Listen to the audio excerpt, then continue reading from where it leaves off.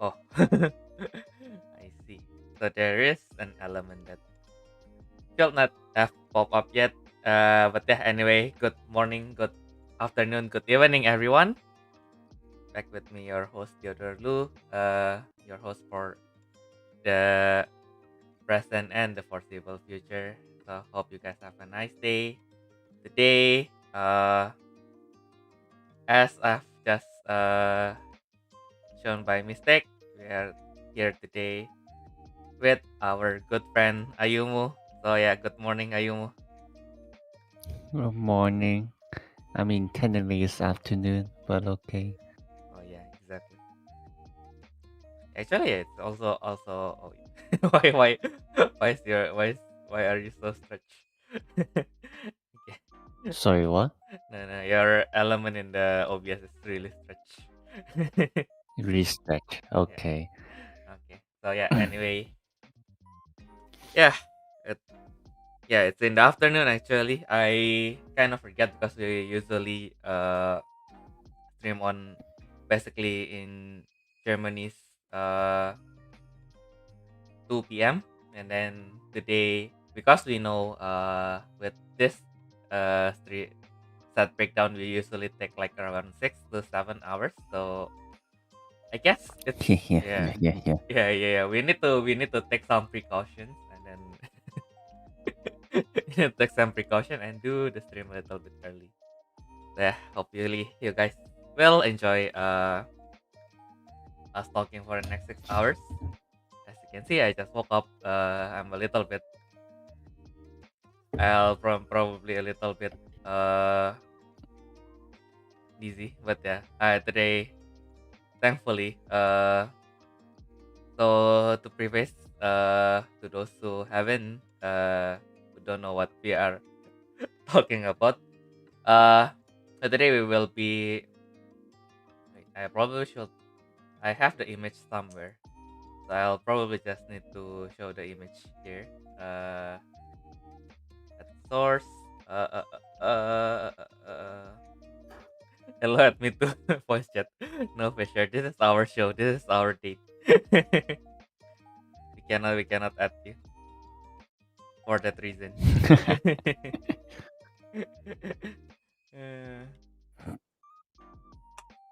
No, stay there. Be a stay good there. cat. Be a good boy, Fisher. Okay. So IMGMB. I believe it's number 9. Oh no, it's number 10.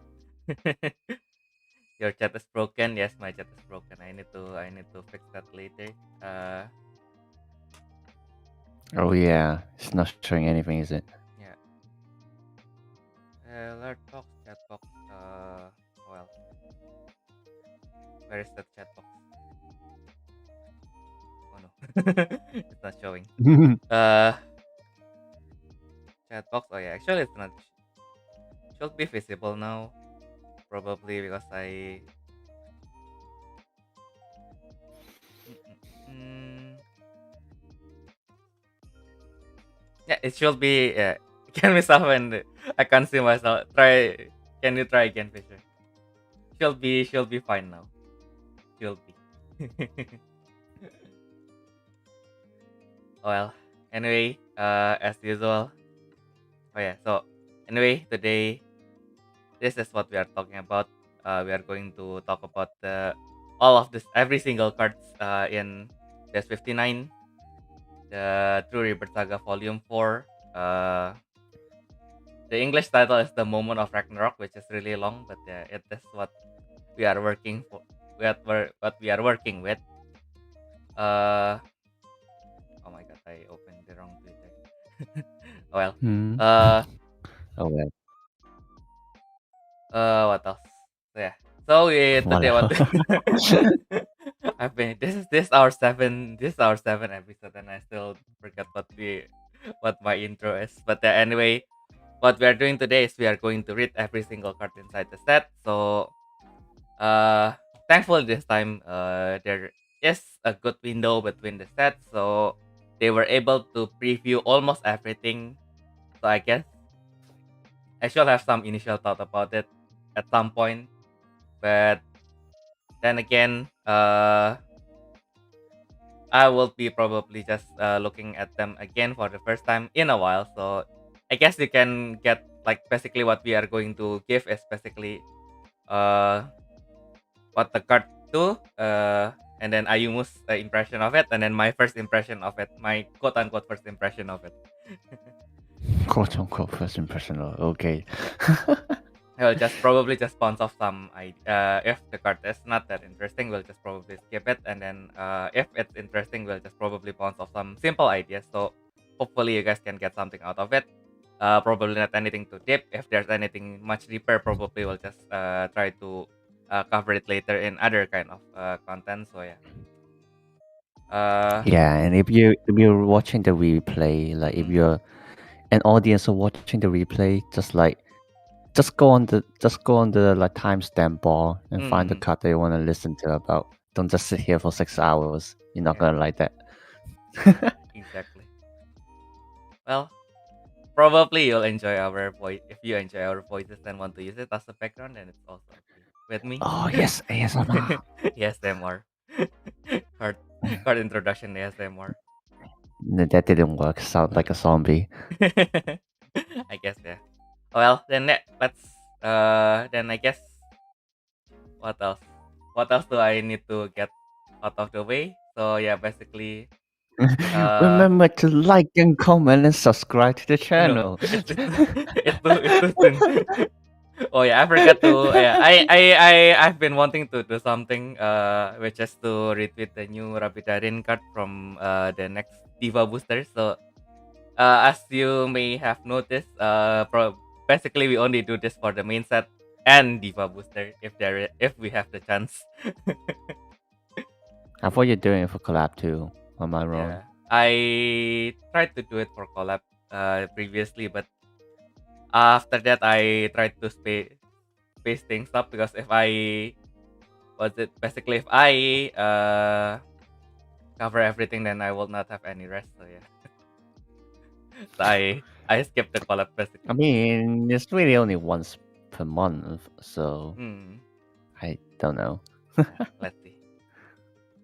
Oh well, I'm that big. Okay, so yeah, let's move to the other room where there is non glowing Ayumu. So let's try to call back the glowing Ayumu and then see if the glowing Ayumu appears. Turns out the glowing Ayumu does not appear. So we'll just use the no, it's this glowing Ayumu is this one. Oh, he appeared. So oh my let's try god, to use I'm the glowing. yeah. If there's a glowing Ayumu, we'll use the glowing Ayumu. If glowing Ayumu disappears, then we'll use the non-glowing Ayumu. So I guess what I could have done during the test is I should have just restart my PC, and then it should be then glowing Ayumu should be back. Can I bring my glowing stuff? Because I also have a glowing stuff. Oh, I got this too. And then the background disappeared.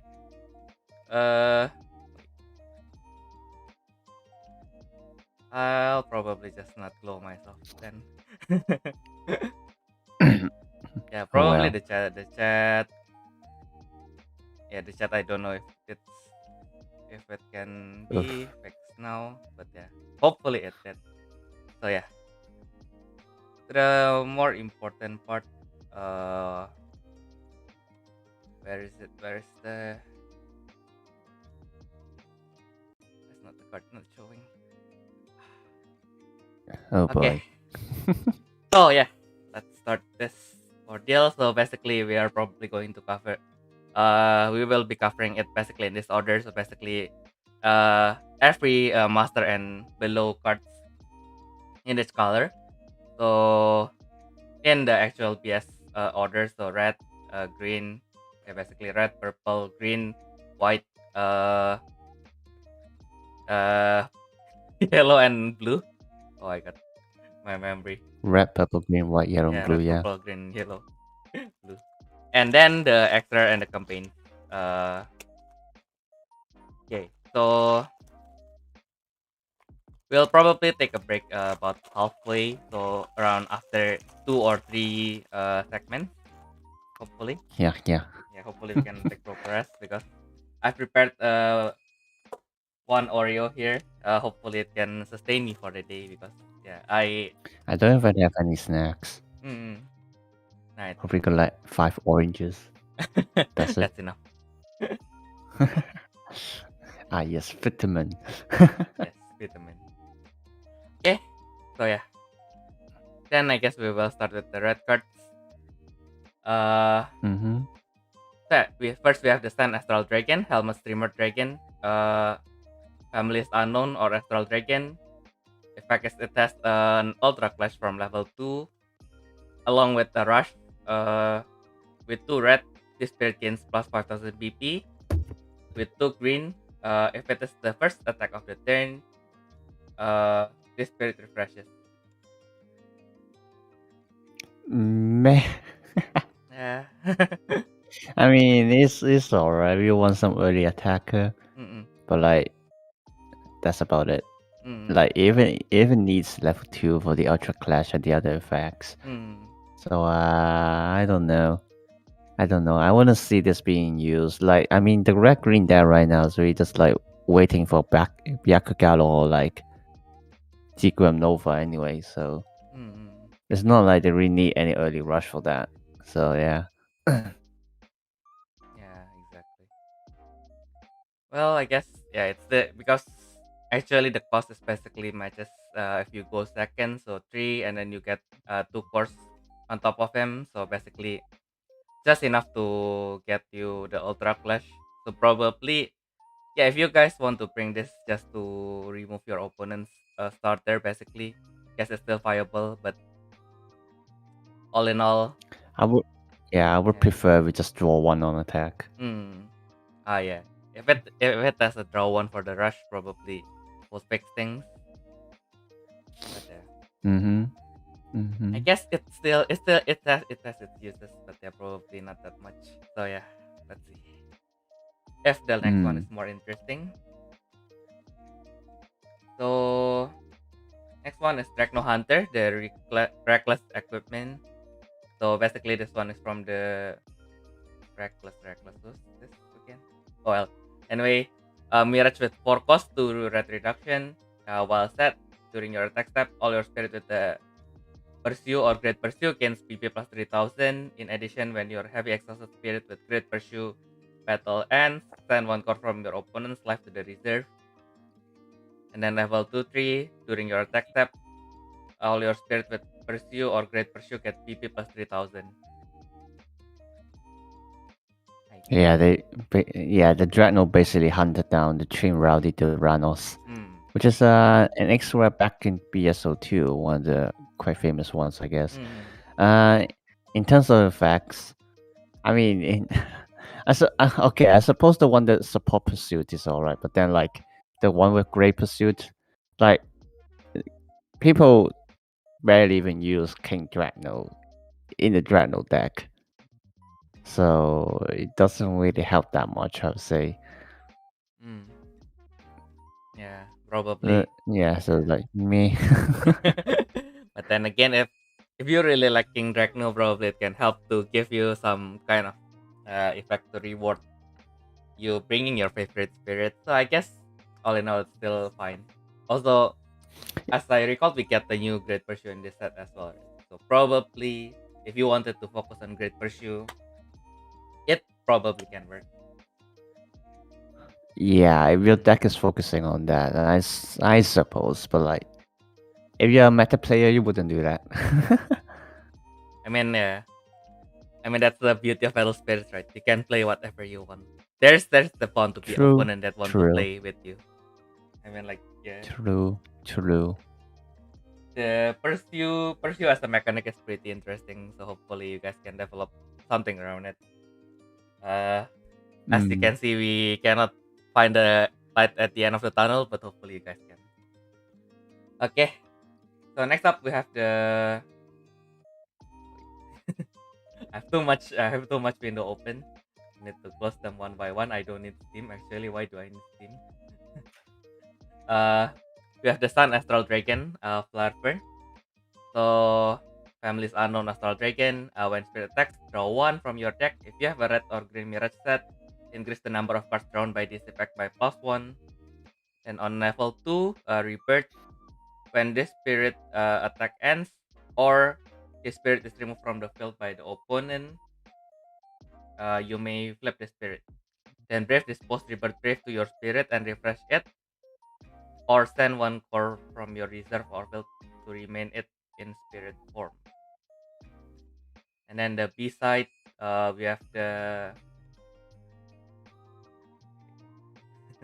Red Sun Flame Sword, Soul Flare. So when this Brave Rebirth, destroy one opposing spirit with 12,000 BP or less. The effect of the destroy spirit cannot activate.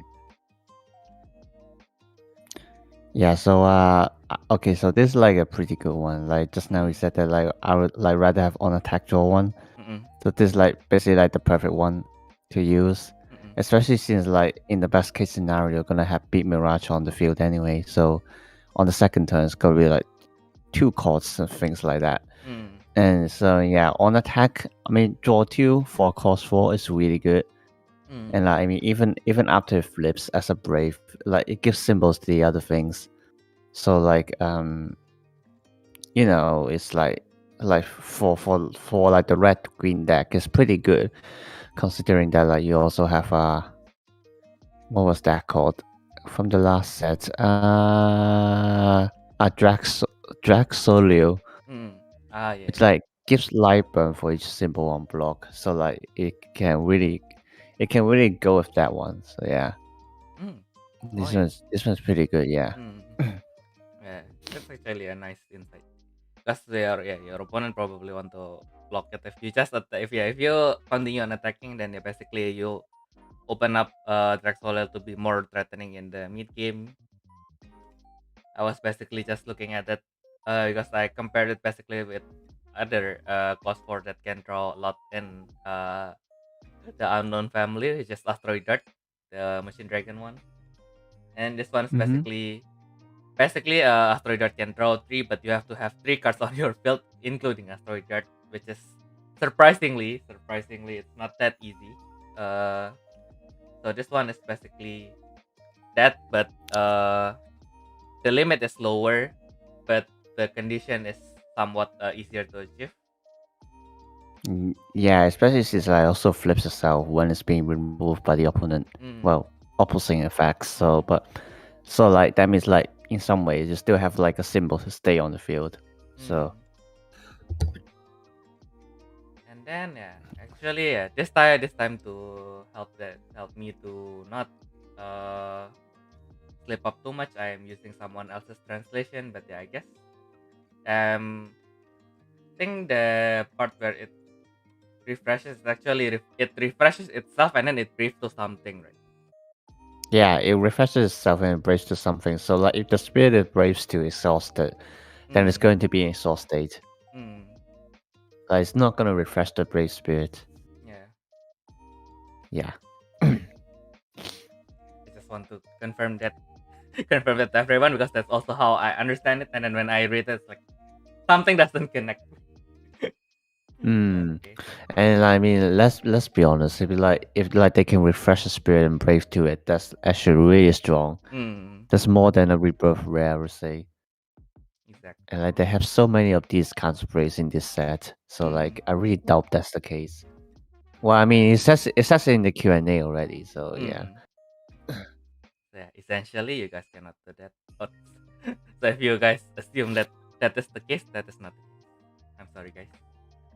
Too bad for you. Yeah. Also, I forgot to mention that it can only brave to unknown or subjugator with cost 4 or less, cost 4 or more. And yeah, in case you guys are here from the wiki, when we say unknown or subjugator, it basically means proximate and astroblazer. We are using for this purpose we are using the translation from the quote-unquote official Battle Spirits one. It might not be the best, but yeah, that's what we are working with. And next up we have the name is pretty long. The Golden Bull Pope Hierophantauros. Hierophantauros. Oh my goodness, English is hard. That's the subjugator English is and hard. Galaxian. Yeah. Yeah, we just put the Taurus Pontiff. Ah. Exact. Oh yeah. The Golden Bull. English. English. The Golden Bull. The Golden Bull. I mean, those are literally the kanji for tourists, so I'm not sure why they did that, but okay. Oh well. But yeah. Okay, so it basically has keeps the effect from the last collection set. So basically, the reduction is of all colors. And then when the spirit is summoned, there's an effect called Astral Sign. Send the top card of your deck to your open zone. If a card from the family of both Unknown or Subjugator and Galaxian is sent, destroy one opposing Nexus, and the destroy Nexus effect cannot activate. Then from level 2 to 3, it has Ultra Clash.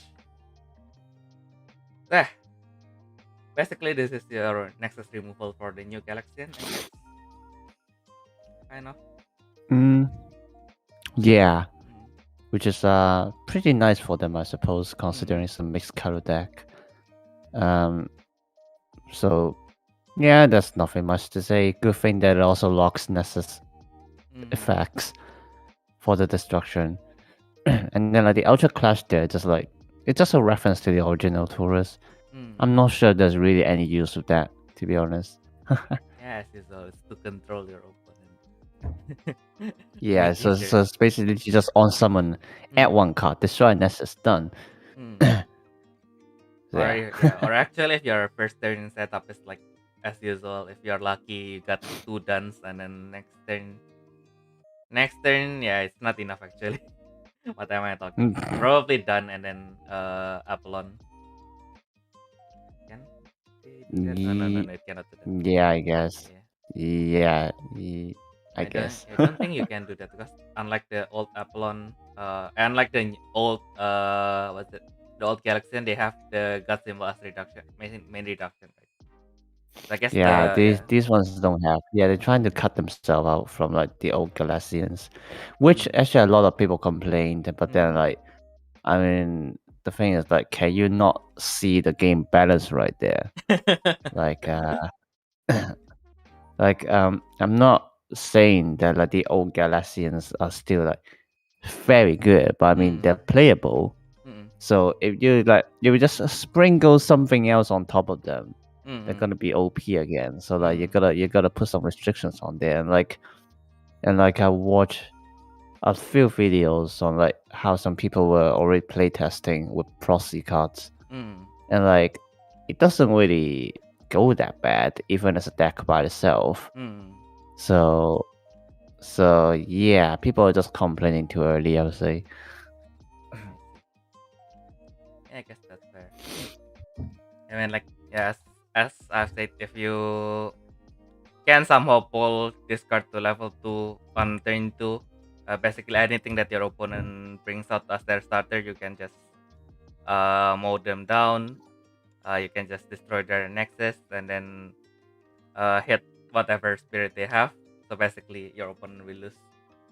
Your opponent can lose like 2 symbols at once, which is pretty nice, actually. Yeah, true. Yeah, it's quite a control card. Yeah. Okay, so yeah, get that out of the way. Next up, we have the Lightblade Machine Dragon Dancing Soldier. So it's a subjugator and machine dragon. Level 1, 2, 3. When the spirit attacks, destroy one opposite. You can destroy one opposite spirit or ultimate with 10,000 BP or less. If destroyed once per turn, you can refresh the spirit. Then level 1, 2, 3. Rebirth. When attack of the spirit ends, or if the spirit leaves the field because of the opponent, flip the spirit. Then refresh it and brave this post rebirth brave to your spirit, or send one card from your reserve or field to remain as a spirit form.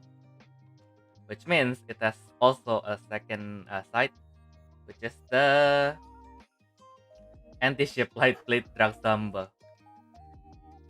So brave condition is unknown or subjugated with cost 4 or higher, so same with the last one. While brave during your attack step, the BB distraction effect of your spirit that is brave from the family sword blade can only be guarded by effects with armor in its name.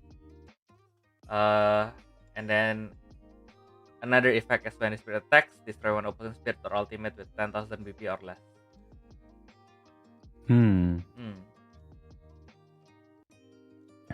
Yeah, obviously for Machine Dragon.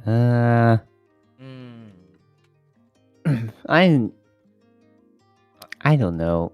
Like it's not like significantly good. I suppose 10k or less is still a range. Considering that like in Machine Dragons most of the time it's just like Espeon jumping onto what is called Astro Dragon, which is like this from destroying 7k destroying 15k or less. But so like I'm not too sure about this one, to be honest. And because like even in terms of Braves, like they have better ones to have. So you know, like people just throw Shining Sword 10 into the deck and stuff like that. And like the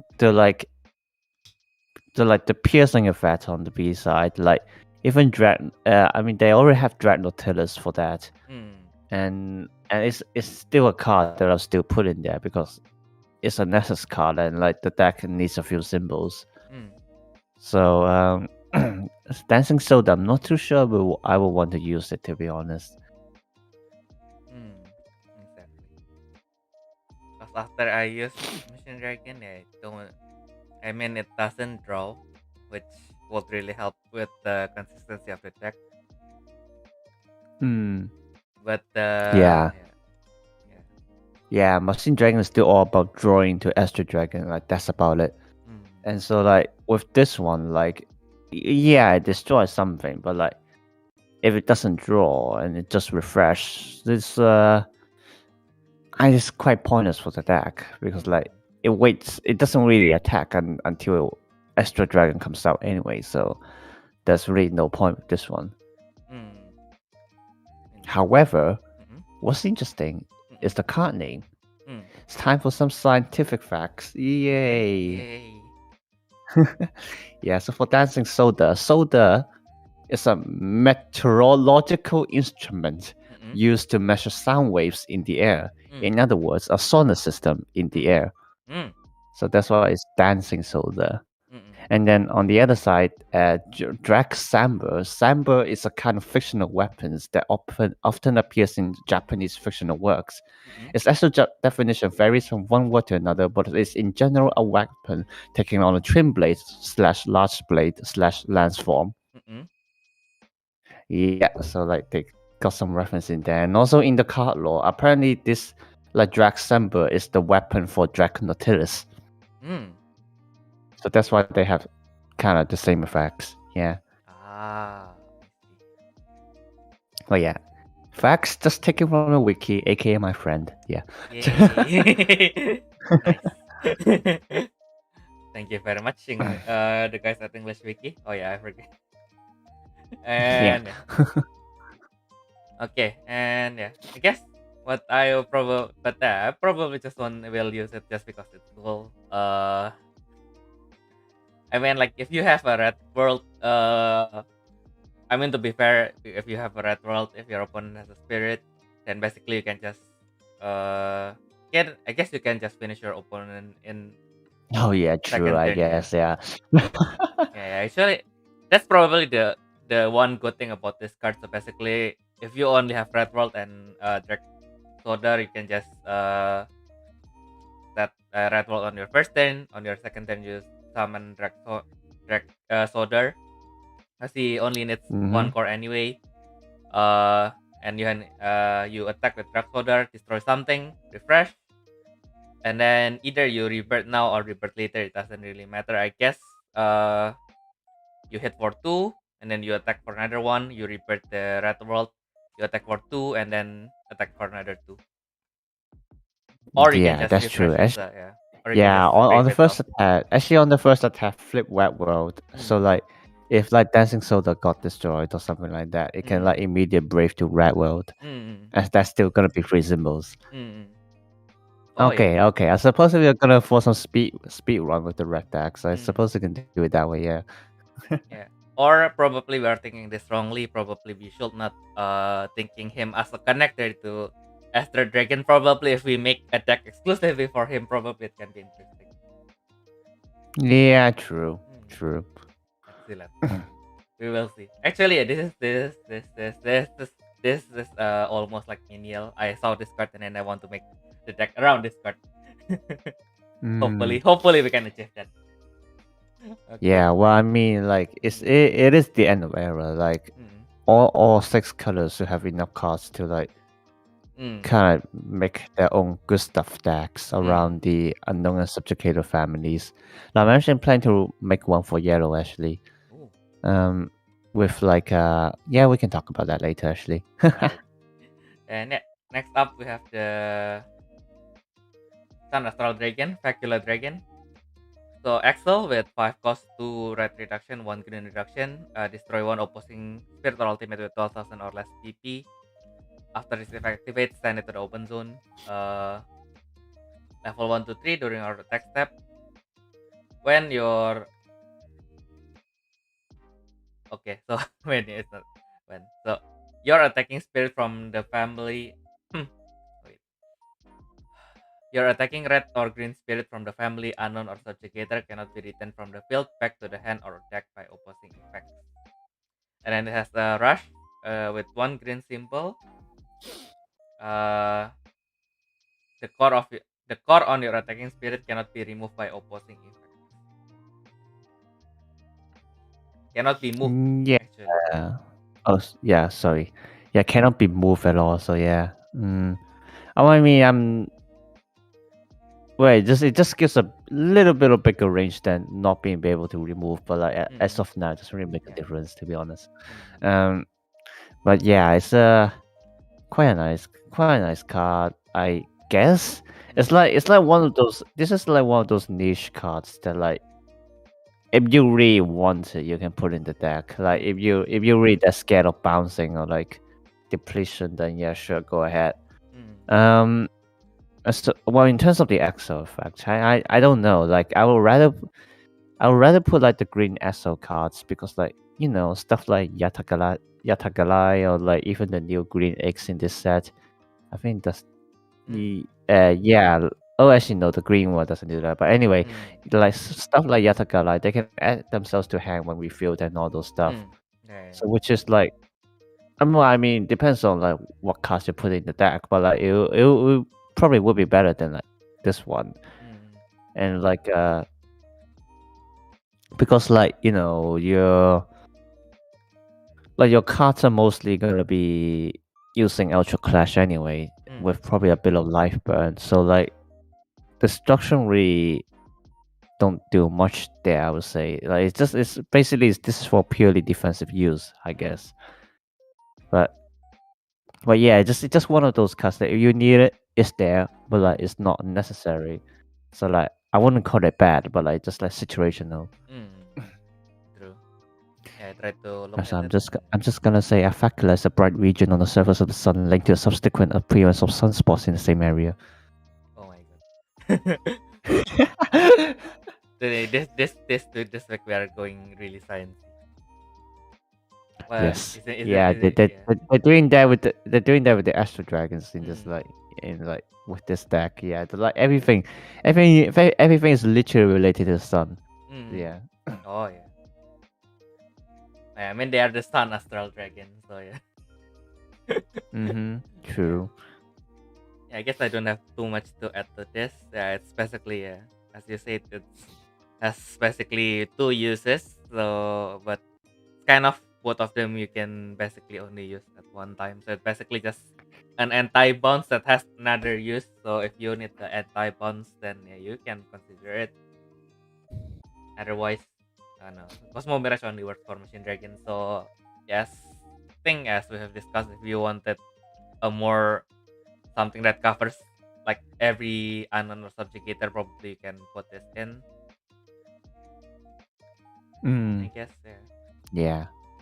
Yeah. Well, and then actually I forgot to mention, but like because like it protects all kinds of like unknown and subjugated cards. So like, well, I mean red and green. So but like it doesn't limit to Astral Dragon or Blade Beast.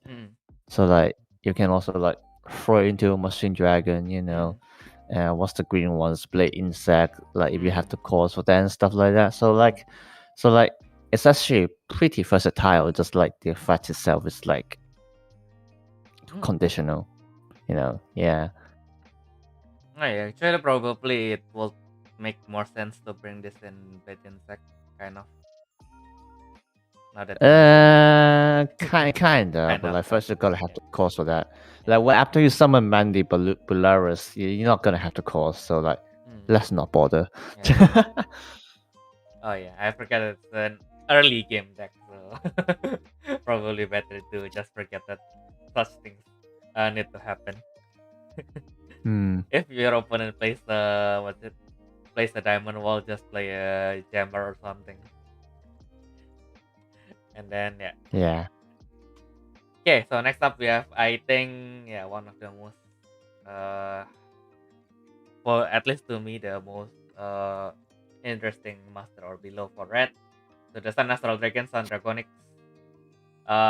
When you want to when you want to summon Subjugator Family Spirit, if this card is in your open zone, treat one red reduction as it has been fulfilled. And then it has the main Excel with 4 costs, 1 red reduction, 1 green reduction. Draw 2 cards, and then send this card to the open zone. Level 2, 3, it has Ultra Clash. So, yeah, just like it's actually a very good card actually. Well, for red, green, obviously, but I also mean like the green color in general. Cause like 3 cost drawing 2 for green actually isn't pretty bad. Like it's pretty nice, I would say. So like you know when this was first revealed, people was like, oh shoot, they got a green reduction symbol.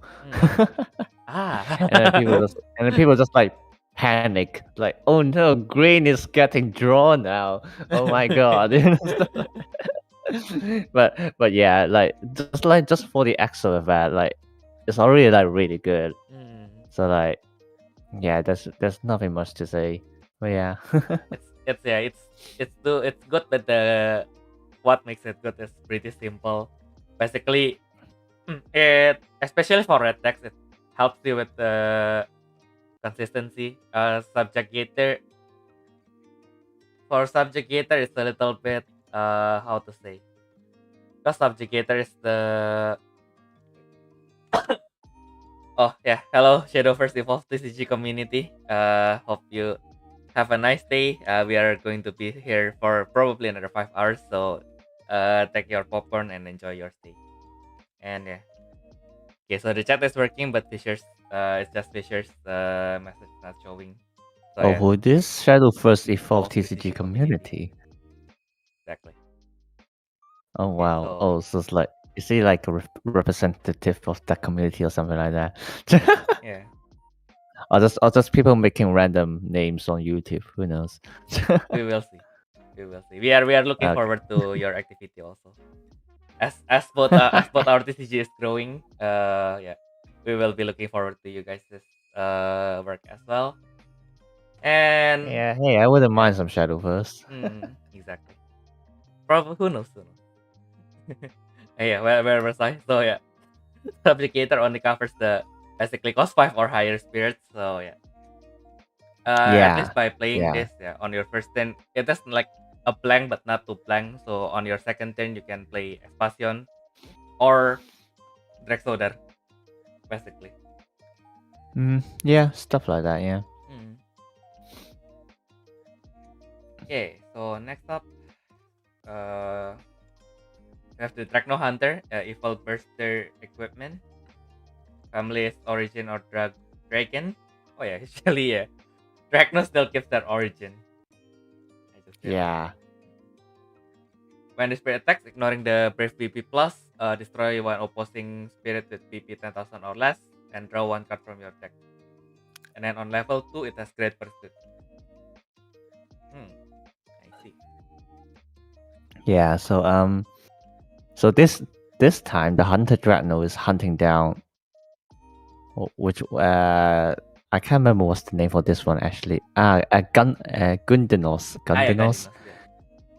Yeah. That's the one. Yeah. So like, which is interesting because like, the first effect is like it's exactly the same as like Gundinos Revival. Yeah, and so like that's a pretty nice reference there, and I appreciate that. Normally we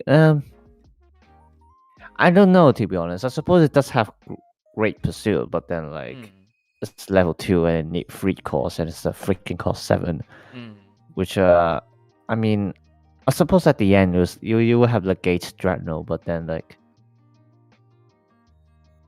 to retrieve the cost, but then I suppose this one you can consider. I don't really know about this one. My impression of Dreadnought is still that like they're rushing quite a bit with just like a bit of control with the cost 6 master. I can't remember that name. As the sorcerer, something like that. Yeah. Which like, you know, sometimes easy cost to summon like the Supreme Dreadnought, or like, you know, just using the graveyard to do the same thing. But then like there's really nothing much in between.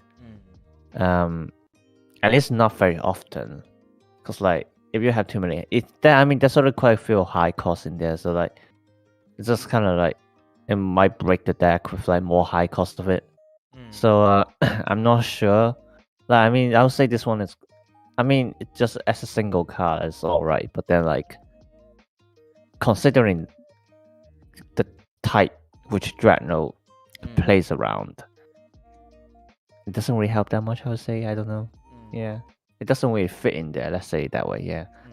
Yeah, I guess same with last time. It basically, if you wanted to build around Great Pursuit, so not the was it, if you wanted to a more fun build where you focus on Great Pursuit instead of you focus on the main Dragno playstyle, I guess it helps. It is basically a Dragno King that draws. Yeah. Also, by the way, this is an interesting bit in the lore, like, cause like this Dreadnought actually is one of them, like beside Fina, who actually equipped Sagitto and Leo to fight against Chronos. It's in the flavor text, but yeah, just some interesting lore things. Which is a bit random, but I'm not too sure why they did that. Gotta read more into it later, but yeah. So he's the one who suggested to Vina to do that. Interesting. So, yeah. I see. So and hello there, Theo with Russian name. Yeah. I think it's a bot. That's Russian, isn't it? I think that's Russian. Yeah, I think it's a bot. I don't know. Is it a Russian? Is it even a Russian greeting? Actually, no. I don't know. I can't really different. Like when it comes to written language, I can't really differentiate between like Greek and Russian, and you know, all those like with like basically the same symbols and stuff like that. Oh no, it's Greek. But anyway, it's a bot, so yeah, we don't need to worry about it too much. Oh well. Well. Wait, there is my translation. So then I guess this is the last for red. We have Langrange Dragon, Subjugator or Machine Dragon. Excel with 3 cost, 2 red reduction. Return 1 brave card from the family Machine Dragon or Sword Blade in your trash back to your hand. After this effect resolves, send this card face up to your open zone. During your attack step, all your spirit brave with brave from the family Sword Blade is unaffected by opposing Nexus or magic effect. Yeah, so actually when this card was revealed, the first thing we thought is that well, I mean, I thought was that putting it into a Duke mod. Oh, right. Exactly. Of course. Because Granny is a machine dragon, so so it's like, oh no, it got milled by Takato core charge. No, it's fine. I'm just gonna recycle it. Oh no, it got destroyed. It's fine. I'm just gonna recycle it. But like it's probably just joking because like Duke mod is practically most of the time quick enough to like to not use Granny more than 3 times and stuff like that. So like, hey, it's a choice there. You can do that. But like for Machine Dragon itself, though, yeah, I mean it gives you a room if you wanted to use what's it, Shining Sword, and if it is destroyed when your opponent has something that negates your effect, so you basically can just reuse the and summon effect. And then sometimes with Dragon's Mirage and with Dragon's Mirage and friends, sometimes you need to discard like either Phoenix Cannon or the True Flame Demon God. So sometimes you need to discard them. Yeah, I guess if in the mid game you were able to connect with Asteroid Dart and Espacion, then probably you can consider to bring back the Braves in the mid to late game. That is an option, I guess. Yeah, I suppose. But like, it actually might be more useful you put in Saber. Kamen Rider Saber, I mean, if you guys don't know. Anyway, yeah. And for the level 1 2 effect, like it's good, but then it costs 7. And considering you also need to have a Brave Spirit on the field, like it's not really worth it, I would say. I know, right? Yeah. Too bad. Well, yeah, we will see. I mean, like if we cannot find us again, if we cannot find the use for it, I believe you guys can. So yeah. If you guys found anything, do let us know in the comments. Okay, so yeah, we are done with the red, so we are going to go with the purple now. Ooh. I feel like we are advancing a little bit faster today, but yeah, I don't know if it's actually faster or I just felt that it is faster. But yeah, anyway, we have the Moon Twin Fish, Moonlit pieces, families unknown or Galaxian. Same with all Galaxian, it has the effect to change its reduction symbol to all colors. And then when the spirit is summoned, you can reveal the top 3 cards of your deck, add 1 card named GranWalker Bashin and 1 card from the family Galaxian to your hand, or send it to the open zone.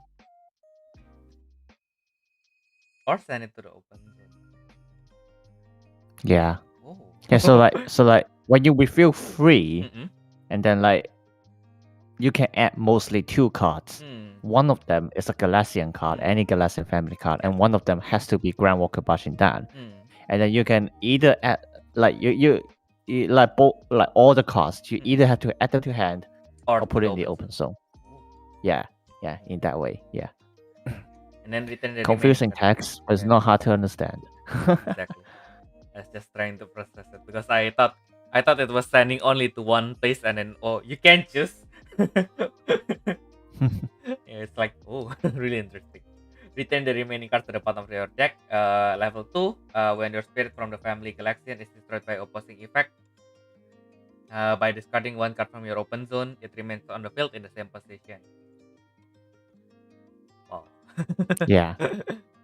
I mean, there's nothing much to say about this one. Just a generic search card. But like then I suppose one thing is that like it's quite a nice search card because like it gives the option of putting to hand or in the open zone for like this, which I mean would be useful for this deck.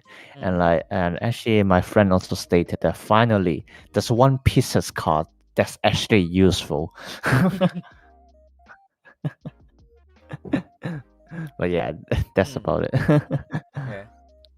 So one point is this is actually Virginia that has 2 reduction. Although Although in the reverse, Yeah, it doesn't have the which protection. is better. Which is, I would say, better than Virginia. And then what else? The fact that you can choose whether to add it to hand or open zone is really, really good as well. I think because you can really, especially in the mid game, you already can read your opponent, right? But sometimes you just need that one card finisher, and then you use your searcher, and then you basically at that point you can just do it however you need it. How is it? How to say? So basically, if your opponent has something to remove your open zone, and you are still not ready, you can just add it to your hand and keep that keep your finisher safe. Or if your Yeah. opponent, if in the early game your opponent sets Kusanagi or Frozen Volcano, then of course you can just add it to your open zone, and then you don't need to discard anything. Yeah, and also like the interesting thing is that like it searches for any Galaxian, so it's not like the other cards, which like it also has to be unknown or subjugated family, but like just like any Galaxian. So like even if you're not like using the new stuff, like you can literally just put this card into your your older Galaxian deck, and it still works because it's still Rainbow Reduction anyway. So yeah. Exactly. Mm-hmm. And then what else? What? Yeah, I think I have another interesting point. I'm pretty sure I have another one, but I forgot what it is. It's like Oh well. Oh well. And hi Maybe. Trigger. Oh ooh. Oh, ooh. Hi, Trigger. Hope you have a nice day. I kind of forgot already. So, should I try to remember or should I just give up? Yeah, anyway, yeah, Let's move on. thankfully we have, yeah, oh, it's a stupid advantage, but it's solo. Yeah, I guess we finally have, yeah, it's the treasure that is solo, so it's just nice to have. Next up we have the Hermit Ritter, Oregat, uh, Flash Axel with 5 cost, 2 purple reduction, 1 white reduction. Send 2 cards from one opposite spirit or ultimate to the reserve. If you deplete using this effect, draw 1 card from your deck. After this effect resolves, send this card to the open zone. When the spirit attacks, you can target 1 opposing exhausted spirit. If blocked, you can set 1 purple or white mirage card from your hand without paying that cost. Yeah, so it's I suppose a pretty nice card in some ways, because like you get to deplete, you get to draw for the extra effect, which I suppose is an option for purple. Like they have a lot of them, but then like this one can deplete and also draw, so like it's better. and then like the one attack effect also pretty interesting, and like I suppose you can try to make some use with it in a lot of ways, like because like you got a lot of like actually quite useful mirage that are very high cost to set.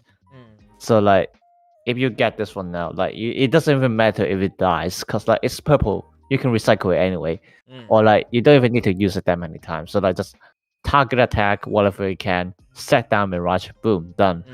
Exactly. So yeah, so like you're literally just paying 1 cost for a cost center mirage. Yes. Exactly.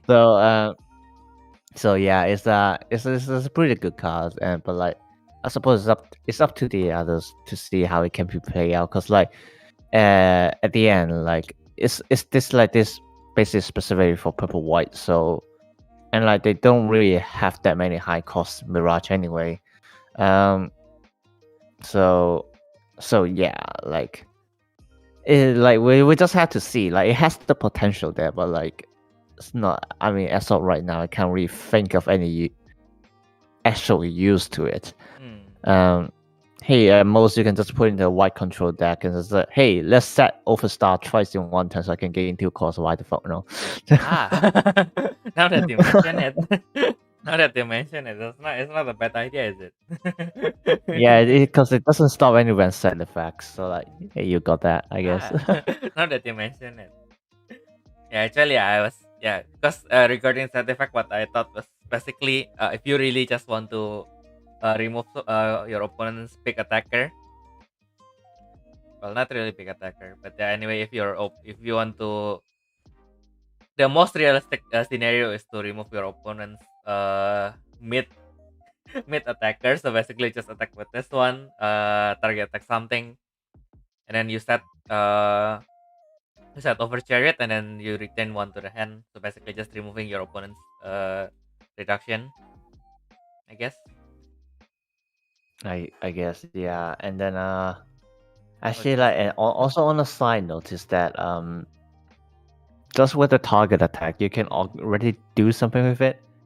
Cause like you're forcing opponent to block, and this one has a relatively low BP, so like you can like force open your when destroy burst and all those things. Oh my god. So you basically can make the purple Babel Golem deck. Oh yeah, actually, Yeah, true. yeah. Now you can put Babel Golem in purple white now, just as attack.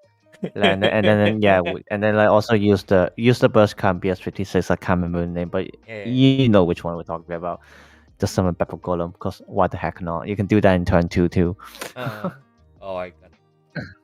I mean, yeah, it can only target attack something that is exhausted, so it really needs to. It depends on your opponent, but yeah, if you can pull that out, it's actually really interesting. Now we only need a Mirage that has the one set effect of discard one spirit from your hand, draw 2. True. And then everything will be complete. Okay, so next up we have Hermit Ritter Vijairel Vijaru. Whatever. Yeah. Anyway. We actually call it Filario or something like that. Yeah, it has that annoying. Well, it's definitely not an English name, that's for sure. Yeah, probably. Yeah. Anyway, I will not touch the long the long rivalry in Europe. I'm not a European, so I don't know. I don't have the cultural context about that. So let's just go with the effects. When the spirit summon, discard one card from your hand, draw 2 cards from your deck. On level 2, Rebirth. At the end of the battle, when the spirit attacks, or if the spirit is removed from by the opponent, you may flip the spirit, then refresh this brave, and brave it to oppose Rebirth. Oh my god. Refresh this post. Refresh this post Rebirth Brave and brave it to your spirit, or send one card from your field or reserve to have this brave remain in spirit form. And then the second side, you have the Halberd of Concealment, Hermit 1. Hermit 1. Okay, brave condition is unknown subjugator with cost 4 or higher. When the spirit attacks, send 2 cards from the opposing field to the reserve, and then rush with 3 white actually. Return 1 opposite spirit or ultimate to the bottom of the deck. I would say this is a very good card actually. Like it's a very good mid-range card for purple white too. And you also got this because you got like the on summon. Hey, you just now you said you needed to discard 1 card from hand, and now you got it now. Discard 1 card, draw 2. And then Exactly. and then like on the flip side, it's also really good. Like just ignoring the rush effect, like on the attack, send 2 cards from the field to reserve. It's already really good, and like it's like cost 4 more too, which is quite a low condition right there actually. And then so like the deck bottom one is really just like a bonus right there. Even without that, the card is already really good, to be honest. So yeah, I would definitely put this in purple white. No, well, not that I've tried the deck a lot, but then like I do notice like somehow it's missing a little bit of aggression. You get what I mean? Like like cause like right now like the deck like kind of people what I usually see are like people trying to like just keep drawing until then set up the field until they get Chariot and Arthur. But then like they rarely doing anything in the middle. It's like some people even just like went with like number 21 Divergence Hill and just cost 3, keep drawing, you know. So like I would say you can like try this one in the deck actually, just to like keep like the tempo a little bit higher. So yeah, there's that. Now that you mention it, because usually with problem with Chariot is it's really strong, but always lacks that one thing that can make it quote unquote complete. It's just it's a finisher that needs another. It is a finisher that cannot really stand on itself. So yeah, I think it helps at least you have another attacker that when it is removed, you can just brave it to the Chariot, and then it also draws the Chariot. Yeah, exactly that. Yeah.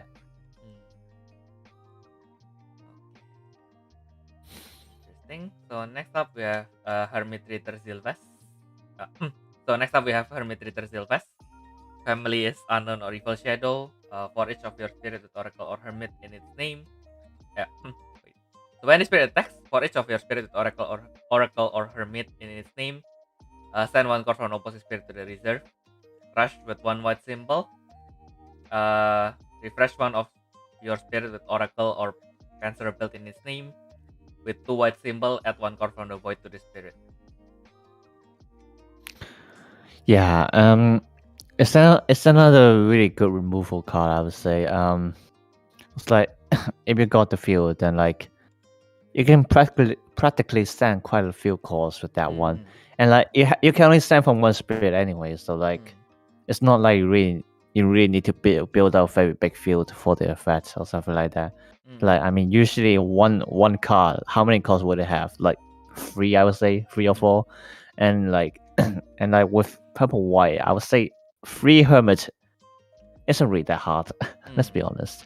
And so yeah, and the rush effects are quite interesting though, because like it's like they kind of like starting to like kind of like encourage you to also use with the pencil build, which so far I would say, I mean like from this set there are quite a few cards, but like before that one, like the pencil build archetype isn't exactly that useful, I would say. At most you have like the Nahorn, which is from last set, I think, the cost 5 one. But like beside that one, I mean there's also the cost 3 one, but like I don't think you really attack with that one. So so there's that. But then like the second Russian Fat is the good one, Core Boost. Why the heck not? So yeah. Then I think I mentioned it wrongly. It's to your spirit. So it has the flexibility as well, which it's quite fitting because it's rewarding you for having 2 white symbol anyway, right? I guess it is interesting to some extent. It's basically if you it's basically a card that rewards you for building up your field. It's never bad. It's not bad. Panzer belt we'll have to see later in the white section if it can do something. Yeah. Okay, and then nice. We have everyone's like yes, mommy. the set. The Balamaske Duchess, Sigrun. So families unknown or Nightling. Effect is when the spirit attacks, destroy an opposite spirit ultimate with 2 cards or less. And if you destroy by this effect, draw 1 card from your deck. Rebirth. You can pay 1 cost during either player's attack step or when the spirit leaves the field because of opposing effects. Flip the spirit. Then refresh this post brave and brave it to your spirit or send 1 card from your reserve or field to remain in spirit form. And then the second side, we have the Chain Blood Sword, Blood Lady. Families unknown sword blade. When this brave rebirths, discard top 2 cards of your deck, draw 2 cards from your deck. Brave condition is as usual, unknown or subjugator with cost 4 or higher. Yeah. So it's a pretty good card in itself because like you get to destroy, you get to draw, and on the flip side also discard and draw, which is what the Night Link deck does anyway. So there's that. But then like well, I only play like one version of like the Night Link deck, so I can't really comment much on this one. But at least for my version of the deck, this one actually it will still be quite useful because it's a cost 4. So yeah, so there's that. And like the good thing is that it's like it's a proximate, as in like unknown family card. So you can also summon it with a Vampire Mirage, stuff like that. Yeah. So I mean, what else can I say? It's a good card. That's really it. I guess it's just a good card in general. And then Yeah, continuing it's just a good card in general. Yeah. continuing our discussion Which about is Pebble Golem. oh boy, Yeah. oh boy. Yeah, I mean, people put Babel Golem in Nightling already anyway, because like the burst card is also in Nightling family. So like they literally just throw one Babel Golem in the deck, and if you mute it, good, it's in the trash. So just like yeah, and but then, yeah. And then she helps because you discard the top 2 cards of your deck and you draw 2 cards. So if you mill Pebble Golem there, good. If you don't mill the Pebble Golem there, you can just discard it with your other card. Guess at this point we can just make I guess we can just make it quote unquote good stuff deck that is basically a Castle Golem deck but it's purple. Well, we don't really have to do that. I mean, like for a very long time, it's kind of like the milling is like the second win condition for a lot of purple decks. Like I mean, back in Hera, it's not even second condition. It's not even second win condition already. It's like it was like the main win condition to like loop and then summon Castle Golem out. But then like you also have like for Hera, like they even like when they play normally, they will still put stuff like Triana to like do the milling, like if they can. And like with this set, like people like already put Babel Golem in there anyway. So so like purple like milling has always been like kind of like a second win condition for purple decks. So yeah, with like Babel Golem actually also fits in this deck pretty nicely too, because like a lot of times you do like discard cards from your hand, so like it was stuck in your hand, like it's just like a filter card to discard and stuff like that. Or you can even set it as a mirage, and like that also works. So there's that. Yeah. Interesting. Oh well. Let's continue then. Next up we have the Evil Capricorn Devilcorn. So again, because it's the Galaxian, the spirit reduction is treated as all color. It has a burst that activates when opposing spirit or Nexus activates when the spirit is summoned or when Nexus is deployed. When Nexus is deployed effect. Astral Sign 1, send 1 card from top of your deck to your open zone if it is an unknown or subjugated and Galaxian. Send 4 cards from opposing spirits to the reserve. And then after this effect resolves, summon this card to pay the cost. And then on level 2, when spirit attacks, you may return 1 card from the family collection in your open zone or trash back to your hand.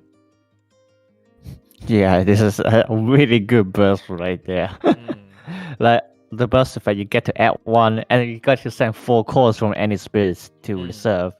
And like it's like on summon or on deploy condition. So that means like you can do that before they attack. So like so just that part is really good. And then like the level 2 effect, it's like hopefully also satisfies like the old Galaxian players, because like they keep saying things like, oh no, now you put cards in the open zone, I can't Radiant Descent my Sagitta Worm now. Well, now you got Devilcorn to do that for you. So so yeah, like you got Devilcorn right here to like return your Radiant Descent cards from your remove zone to the hand.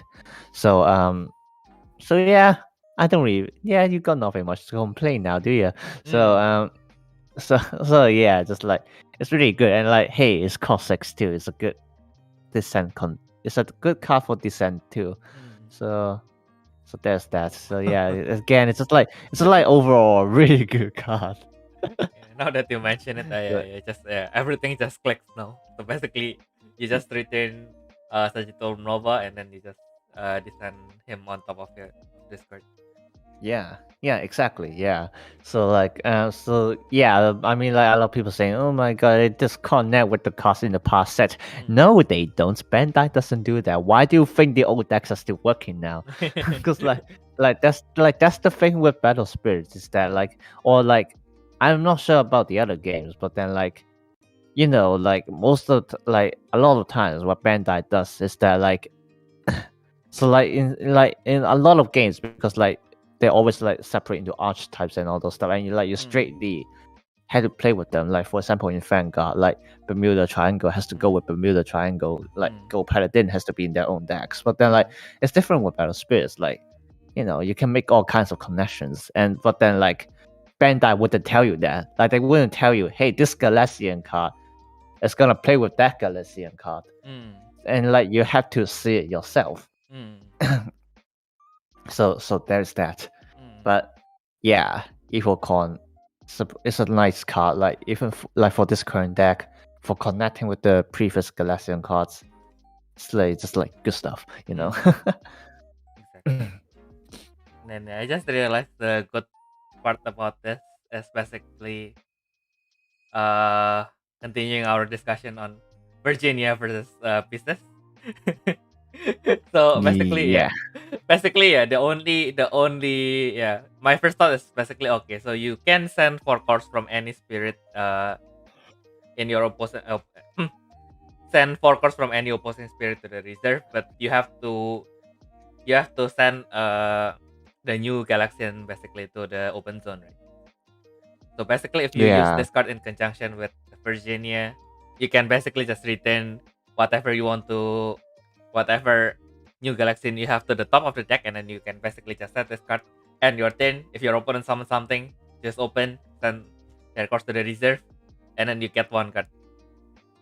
yeah. That also works. Yeah, Hmm. exactly. Hmm.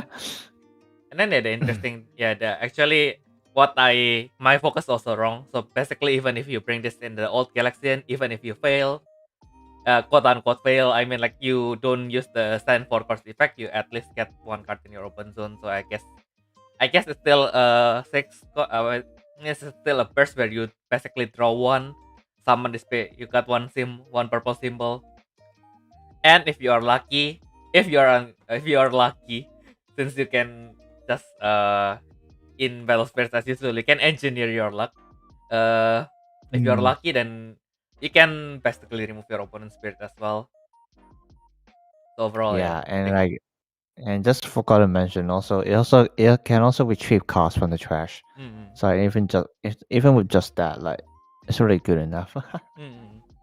Oh, hi, Retrieval Doki. cards, who doesn't like that? Yeah. Exactly. Level 2 effect is big goods. Exactly. Yeah. Why is this not holographic? Yeah, I can see it. They will after this they will release a premium Bandai exclusive for Gun for the Mirage celebration. They will release a premium Bandai for Gun. Bruh. This card will finally be in the holographic format that it deserves to be. Yeah. I'm not too Hopefully. sure because they are focusing on Gallatin Fatih right now. Mm. And also Rin for the upcoming episode. So I don't know. We'll see, I We'll guess. see. Probably there will be, or probably they'll just call it. There will be a Gallant box and then a Dun box. You guys can choose whichever you want, but that will not be an option because the Dun box will probably have this one. The Gallant box will have this glory. So yeah, it's not even an option. Mm, I don't think so. oh well. Yeah. Okay. Next up, we have another Palmas. Palmas Grand Marquez. Sound Forward. Family Subjugator Nightling. Excel with 5 cost and 3 purple reduction. Trade this card as colorless. Send 2 cards from opposing spirit or ultimate to the reserve. From what? From from one opposing spirit or ultimate to the reserve after its effect resolve. Send it to the open zone. Level 1-2, when spirit summon, destroy 3 opposing spirit or ultimates with 2 cores or less. In addition, if opposing soul core is not in the reserve, draw 2 cards from your deck. Level 2, when the spirit attacks, destroy 1 opposing exhausted spirit or ultimate. Yeah, I would say No, like this is wait, the last one exactly. is destroy 1 opposing exhausted spirit or ultimate. Almost. Yeah, Almost make it mistake. almost, Yeah, almost. almost. Yeah, so like this, I think like this one of those cards that exactly what the Nightling deck needs to have, cause like or like with any purple deck in general, but I suppose in like it's like especially important for Nightling because like the focus part isn't like recycling any purple cards, but then like recycling purple spirit cards in specifically, or summon them from trash and all those stuff. So like a spirit card with an extra effect is really good because like on one side it can be a target, for summon from trash and stuff like that, and on the other side it can also be a defensive card from your hand. So like I always appreciate some kinds of SO card in purple because like it just helps with the deck a lot. Just like it's the same with yellow, like spirit cards also treated magic cards. Yes, please. But yeah, and then like there's also the summon effect, which is also really good actually, because like it's basically a field whip, and like and then like if you like summon it through like some other ways, like with conjuration, we call it conjuration, the cost for magic card. I'm not sure how you call it, but yeah, or like and or even like just summon with blood rondo and all those things. It's still really good. Like I say, it's actually especially good if you summon it with conjuration, because like right now, like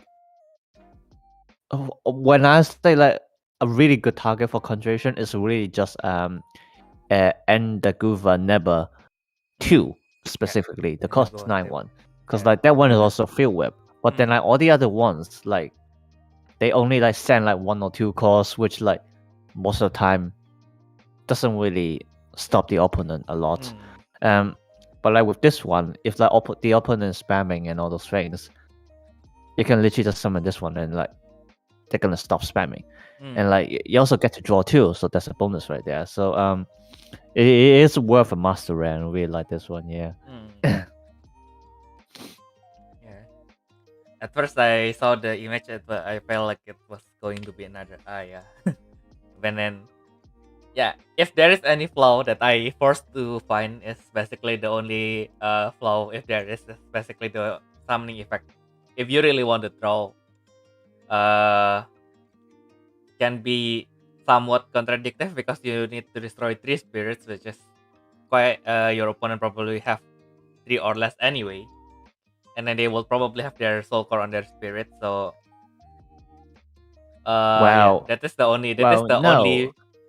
No, here's the thing. This is when wording comes in. There's someone if I use the word also. So like it doesn't matter because so because like by the rules of standby state, the soul core will still be on the cards anyway. So actually with the also wording, like you're basically already confirmed to draw when you're still targeting the spirits. So like it doesn't really matter. Yeah. But like on the other hand, like when you say like stuff like maybe like the soul core may be in reserve, but then like the thing is like Nining itself does have quite a bit to draw anyway, like with the low cost and all those things. Like for this one, the draw really just a bonus.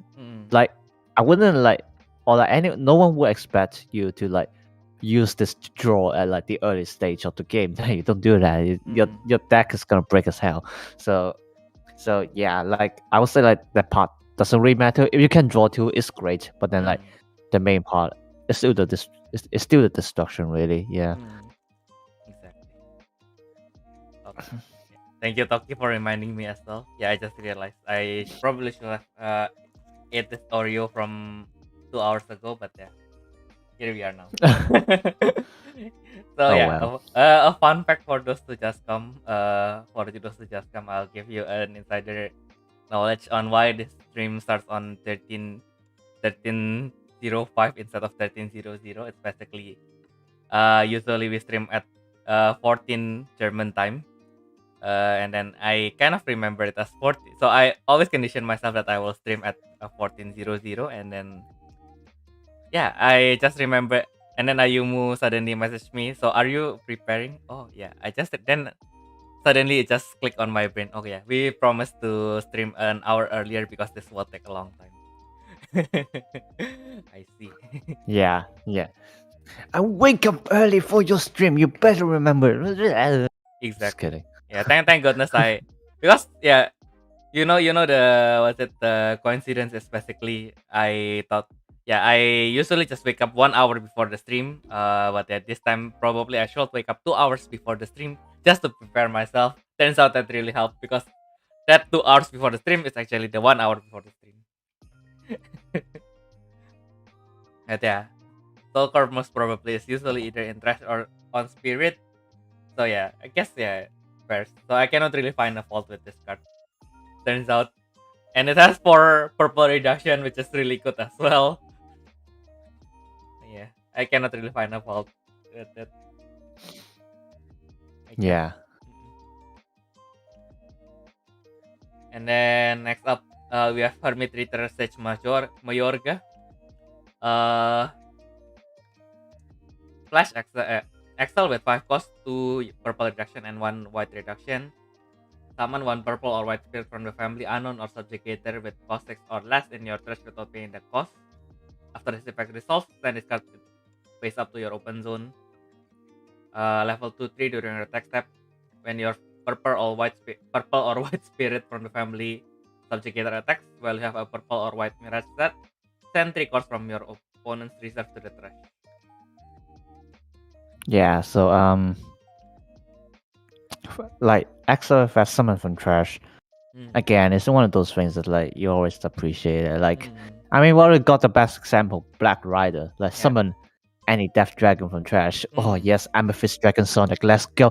Draw 2 against summon another Brave, stuff like that. And so like so with this one too, I mean, even if it's not too useful now, if they continue to support like the families in some ways, like it will be useful like eventually in some ways. And like the thing is like it doesn't even limit to like the purple white deck specifically because it's just unknown and subjugator. So like even though like 3 costs might be a bit too expensive, like you can still throw it into like all kinds of like purple or white unknown or subjugator deck. It doesn't even have to be purple white rush. So yeah, again, like I can see why it's worth the master rare. And like the level 2 effects really just like it's again, it's one of those things that like it's just a bonus. Like it's cost 7, you're not gonna summon it out that often anyway. So like if you can do it, that's great. But like try not to aim to summon it because you're not going to do that. It's too expensive. So yeah. Actually, Chariot is cost 6, so yeah, I guess. yeah, you can summon Chariot, you can summon Alpha. I mean, it works because it's also well, not necessary for Chariot, but like it's probably most likely cheaper for Alpha actually. So yeah, there's that. Yeah. I mean, for Chariot, the good thing is basically you can use Chariot as a defense, right? So you can just, especially against Supreme Hero, when they attack, you can just use this Axel, summon Chariot, and then return their burst to the bottom of the deck. And then you can basically stop their attack, I guess, and then block. And also there's one of those cards which like you can literally like throw into the good stuff deck. Like I said earlier, like with this set complete, you can like build like good, like specifically unknown / subjugated good stuff deck for like all 6 colors. So like this definitely can go into the purple one if you're trying to build that. And white one, I'm not too sure because like it's gonna be like 4 cost. But then like 4 cost summoning one, I guess it's not too bad if it's from the trash, depending on what you're trying to do. But yeah, so there's that. There's some potential to it. So yeah. So the rest of the potential is you guys' turn to find it. If you guys find it, just let us know in the comments. Yeah. Okay. So we are finally done with purple. Next up we have green, so one more color to cover before we take a short toilet break. An Oreo break, I guess. I guess. Because then yeah, I just counted, and then I guess 2 Oreo is basically 1 full meal for me. So yeah, I guess it will do itself well until dinner, I guess. Yeah. Wow. Okay then. I still have to wash the laundry and go to shopping later. Exactly. And then yeah, next up we have the yeah. Okay, so we will now start with the green cards. First of all, we have the guard pool Gregory. Flash effect with so Axel with three costs, one green reduction, one red reduction. Refresh. You may refresh one opposing spirit. If you done so, refresh one of your spirit. After this effect resolves, send it to the open zone face up. Level 2 during your main step. By exhausting this spirit, you can set one mirage card with only the color red or only the color green from your hand without paying the cost. Yeah. I was actually just discussing with like my friends a few days earlier that like you can actually use this like because the SOF is obviously for Ultra Clash and also that Yeah. like it won't be exactly that useful.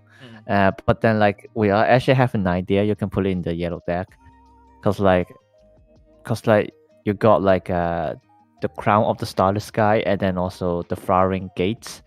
If you still remember the level, if you still remember the level 2 effect, it's that like when the opposite spirits are refreshed by spirit or magic effects, the green color is included. That I mean I've tried already. You destroy it, Yeah. the catch is it doesn't specify who refreshed them. I just realized. So if you got crown or like the gate at level 2, you can literally use this as like a defensive magic. Like, hey, you got to refresh. You got to destroy one opposite spirit, and you got to refresh one of your spirits. Bonus. So like in some ways I will actually try to put this in the yellow green deck later, depending on how I build it. But like you do have a potential combo there. Yeah.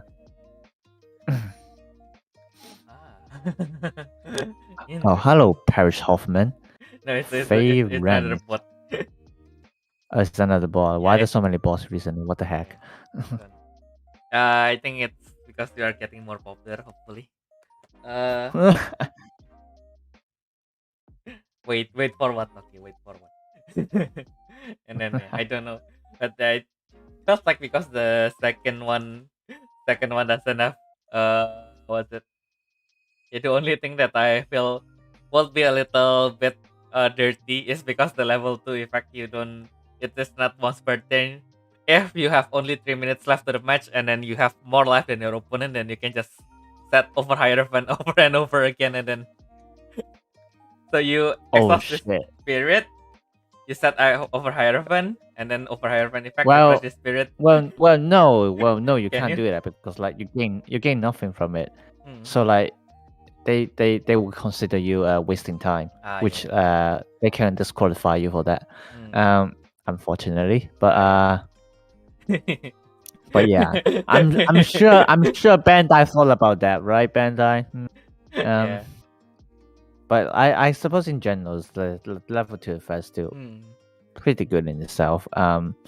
For red green specifically, because it's a cheap set in some way. But then like I don't know. I'll probably still use the playing set, I guess. But like we'll see. Yeah. Thank goodness they have already. Yeah, I remember they put that failsafe. So yeah. If only you have Toki just discover a whole universe right now. Exactly. You can destroy your own. Yeah, you don't have to wait until your opponent refreshes by their own effect. So you don't want to refresh by your own effect? Okay, fine. Fine. Yeah. I mean even the pure yellow deck. Free cost for destroying the refresh is pretty good, let's be honest. So Exactly. Okay. So next up we have the cancer. With the giant crab tank, Cancer Chariot. So family is unknown Galaxian. So of course, because it's Galaxian, it has the effect that changes its reduction to 6 colors. When the spirit is summoned, add one card from the void. Add one card from the void to the spirit.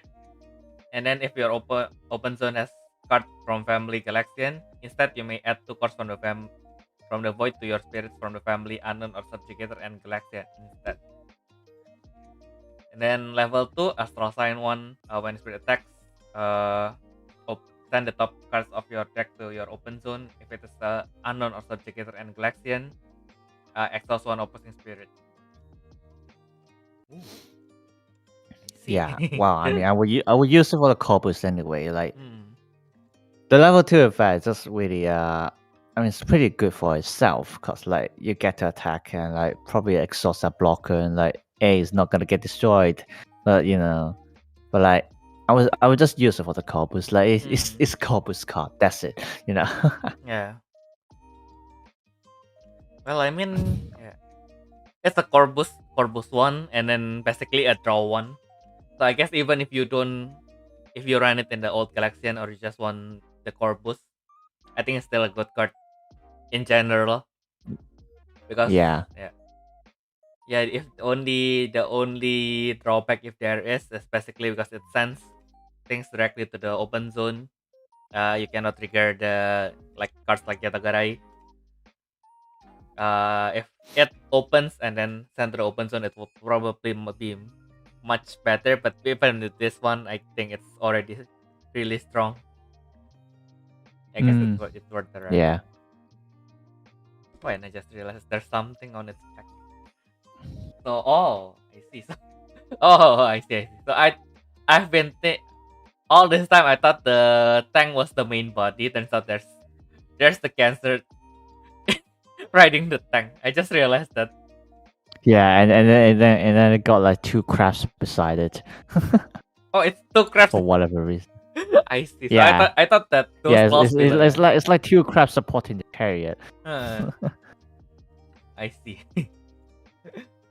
Yes, it's equivalent of ship in New Galaxian. But then again, yeah, actually it has the same cost with ship.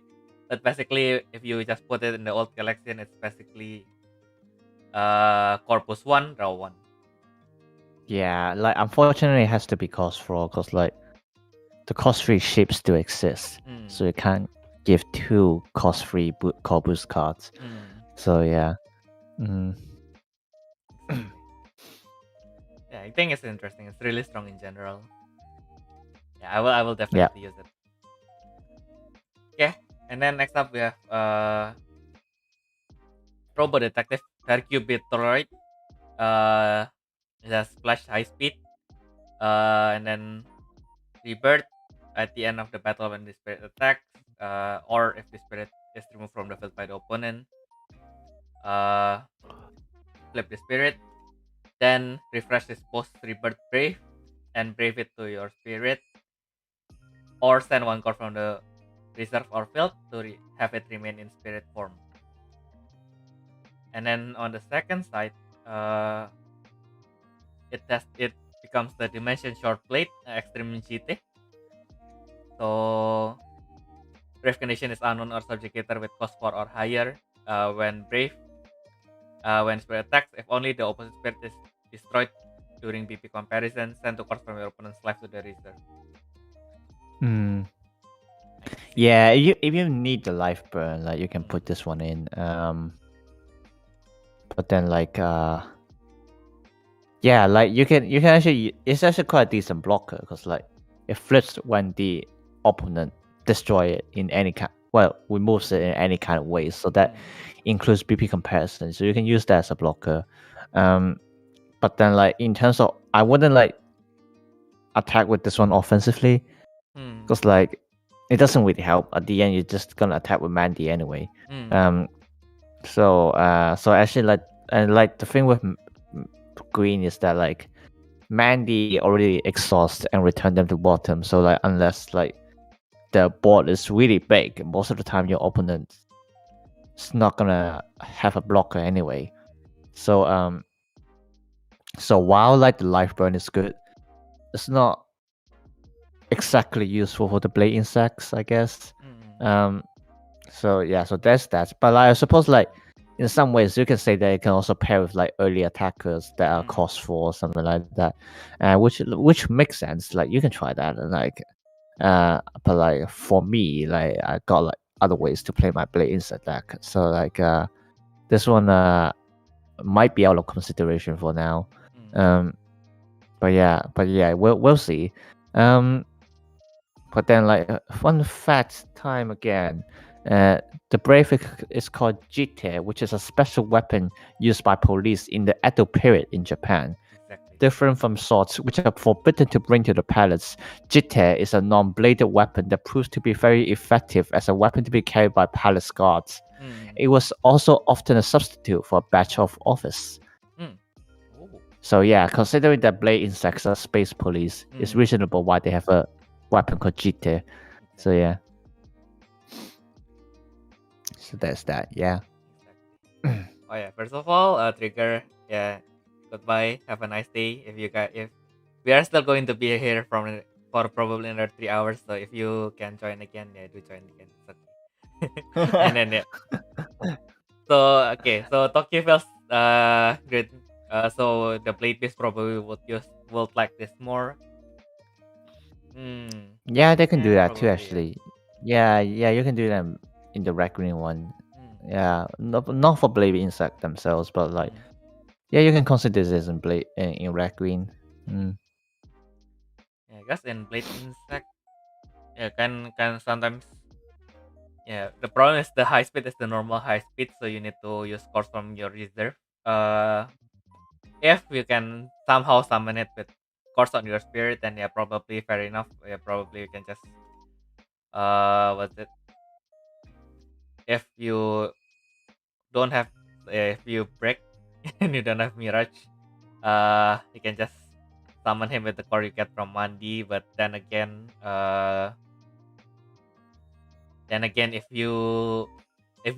our problem is we don't have enough Mirage, then probably adding more Mirage will be better. But that is an option, I guess.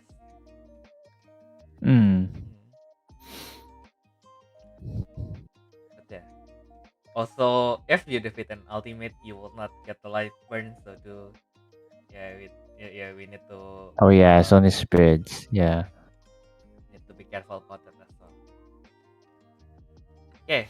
So yeah, next up we have Drone Tento, which is Drone Ladybug.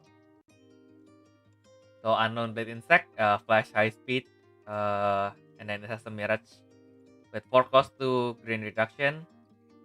While set, flash during either player's attack step once per turn by paying 2 costs, exhaust 1 opponent spirit, and return 1 of your spirit with an effect that has high speed in its name to the hand. Yeah, Oh, so by paying 2 costs, exhaust 1 of your spirit, and return 1 of your spirit with an effect that has high speed in its name back to your hand. Yeah. Okay. So you have to yeah, so do unfortunately, all yeah, unfortunately, you have to exhaust something first. But like, I mean, it's still good enough. It's actually interesting that like they suddenly try to support high speed. But it's a deck that can go around. Like, I need to try that one day. It's just a pretty interesting deck. And like paying 2 costs is actually like not. I would say it's not exactly that expensive, because like you got a lot of like green spirits that like attack and call boost anyway. But like most of the time they call boost onto themselves, like not to the reserve. So like you can't use those calls for high speed anyway. So like you can use those ones to like return your high speed to hand instead. So like then you get more calls to like summon again and stuff like that. So yeah, like is it useful? No, well, we gotta see. But then like I'll be interested to try to use the high speed deck. Yeah, I guess for now there's not really much use that I can see, because you have to, even if you want to use it defensively just to exhaust your opponent's spirit, you have to retain the high speed spirit as well. It's kind of hard to do, but as we have discussed, I guess if this develops further, it has the potential. So hopefully we can see how it can Mm. how it can make people's life miserable in the future. Oh well. Oh well. And then next up we have my favorite bird. We have Ageha Kiwi. uh when the spirit attacks, add one card from the void to the spirit, and then it has rush. With one yellow symbol, draw one card from the bottom of your deck. So cute. A kitty bird trying to Yeah. fly. Oh. and like the effect is generally good too, because like you got call boost and you got draws, which is perfect. Like what can I say? You call boost and it draws. It's like freaking cost 4 too. So yeah, it's simple and good, basically. Especially if you already got like the yellow Nexus sets and stuff like that, you know, like Rain, the GranWalker and stuff like that. So like it's just good, you know. Yeah, not much to say. If I stare at this card for too long, I guess I'll just yeah, I don't know. I find Kiwi really fascinating as a bird. Yeah, and the kiwi birds are cute. Like it's one of those that you just want to cup it in your hand, if you get what I mean. I see. Yeah, I kind of get what you mean. Okay. Okay, I want to stare at some kiwi bird right now. Okay. Let's move on before we stop for too long. Okay. Oh my god, kiwi birds so cute. We are not in yellow yet, and we already like this. What will we do once we reach yellow? Good turn to play, exactly. When we reach yellow, we're gonna simp. Simp for bird. Let's move on. Okay, so bet. Yeah. Okay, so next up we have Royal Ship Emperor Aries. So Subjugator Collection. So of course it has the effect to change it reduction to all colors.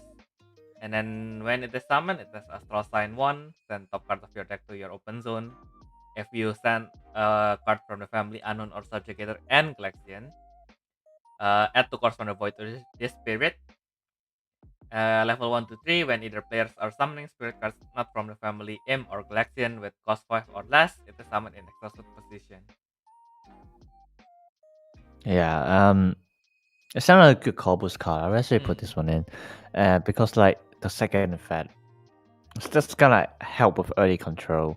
But like again, that's it.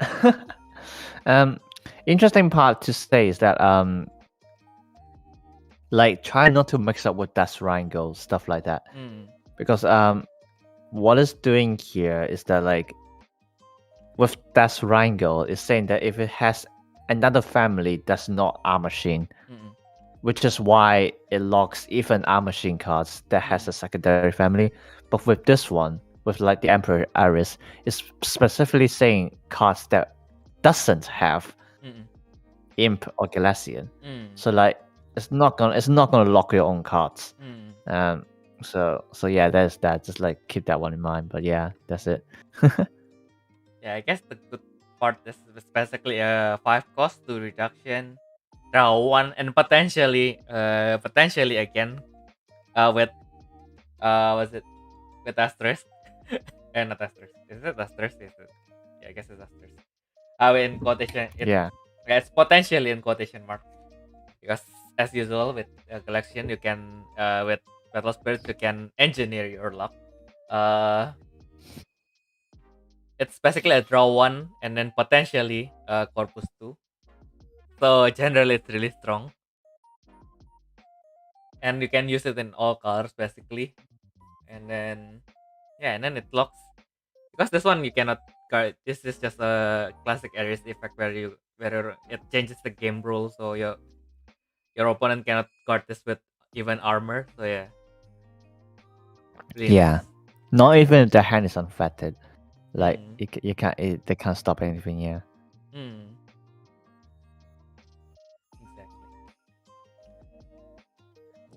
Exactly. Wheel Fortune is cost 5. Oh yeah. No, wait. Yeah, no, it doesn't. Oh, good question, there, actually. Oh, does it lock Wheel of Fortune? That's the. Yeah. Wait, I don't think it does. Let me see. I thought Wheel of Fortune is collection, right? I just remembered that. Yeah, it's Galatian by effect. Which shouldn't lock, because I was thinking like only treat as Galatian when it's on the field, but no, it's also Galatian as a card. So like it doesn't stop Wheel of Fortune. Yeah. Safe. It's all safe. Yeah, we are all safe, Toki. The waifu is safe. Okay, then next up we have the avatar of our illustrator, Gino.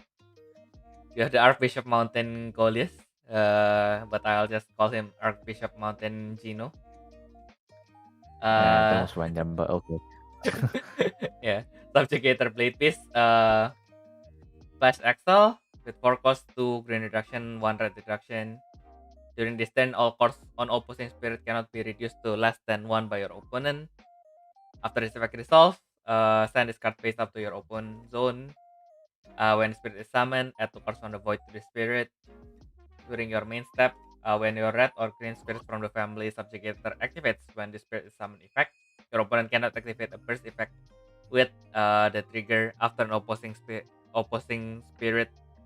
activates the when the spirit is summoned effect. Yeah.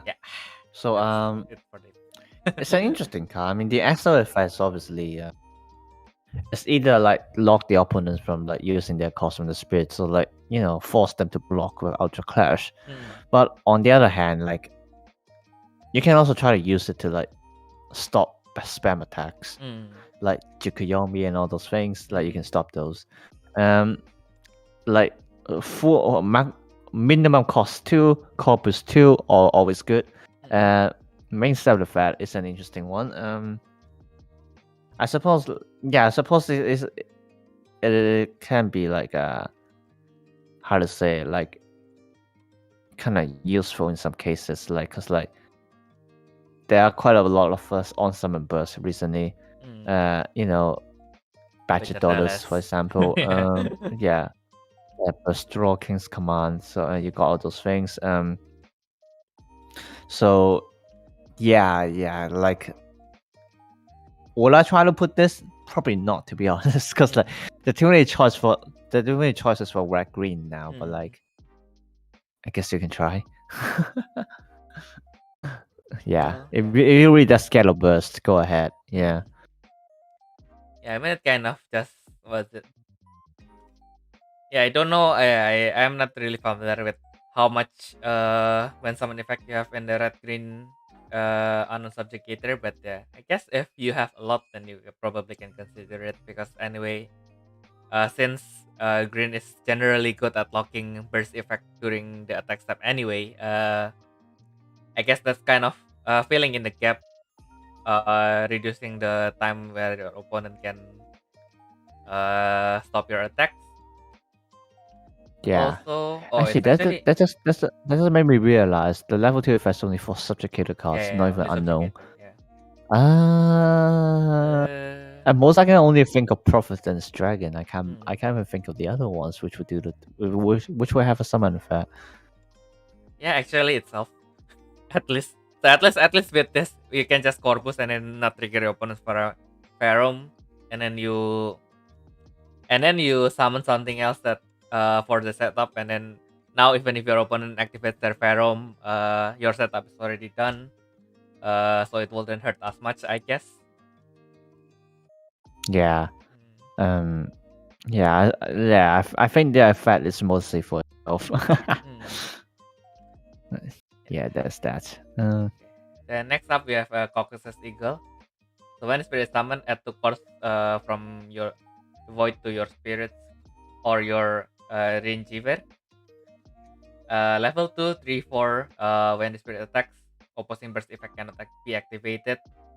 Rush with 2 green and 2 yellow once per turn. Draw 1 card from the bottom of your deck and refresh the spirit. Yeah. It's a pretty good card as a Corpus card. Especially since you've got like again minimum 2 costs for 2 Corpus. You can do it to this own spirit, or like you could do it onto the Rin GranWalker Chronos. Which like I would actually question if we really need that many costs for her, but I suppose you can.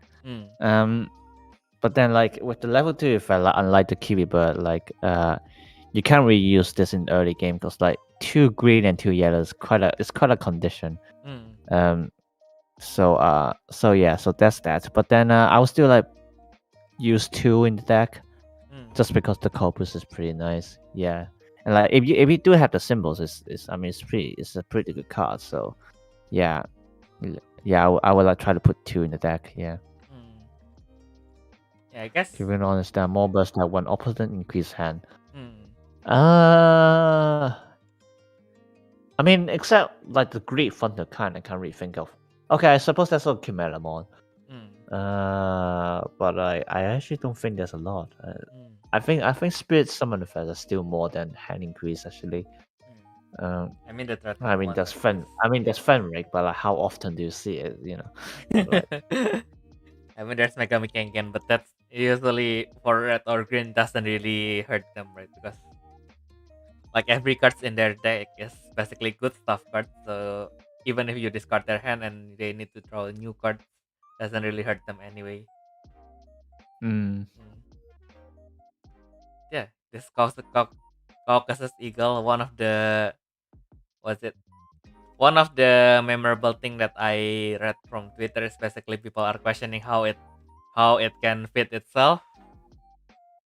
Because as we can see, it has really long horns that is in the same direction as its mouth. So I don't know if it can open its horns, that probably it can just eat normally, or would it need to use the horns as a hand extension and then just throw it to their mouth?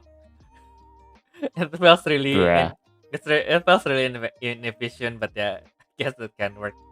But yeah, as for the attacking part, I guess if we have a brave Rin, I guess already covers other part of it to be a finisher. It just completes it by shutting down your opponent's burst.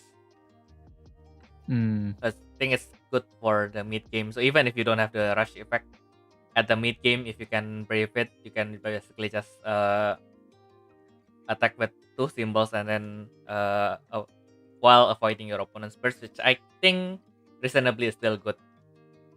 Yeah, I guess I can see the potential. Yeah, well, it depends on how you play it, because like if you can brave it and then you got 4 symbols, it can be an OTK with Rin, because you put it at level 4, like it can't be blocked. It refreshes once, that's 4 symbols, and then Rin can also refresh it once, so that's 6 symbols.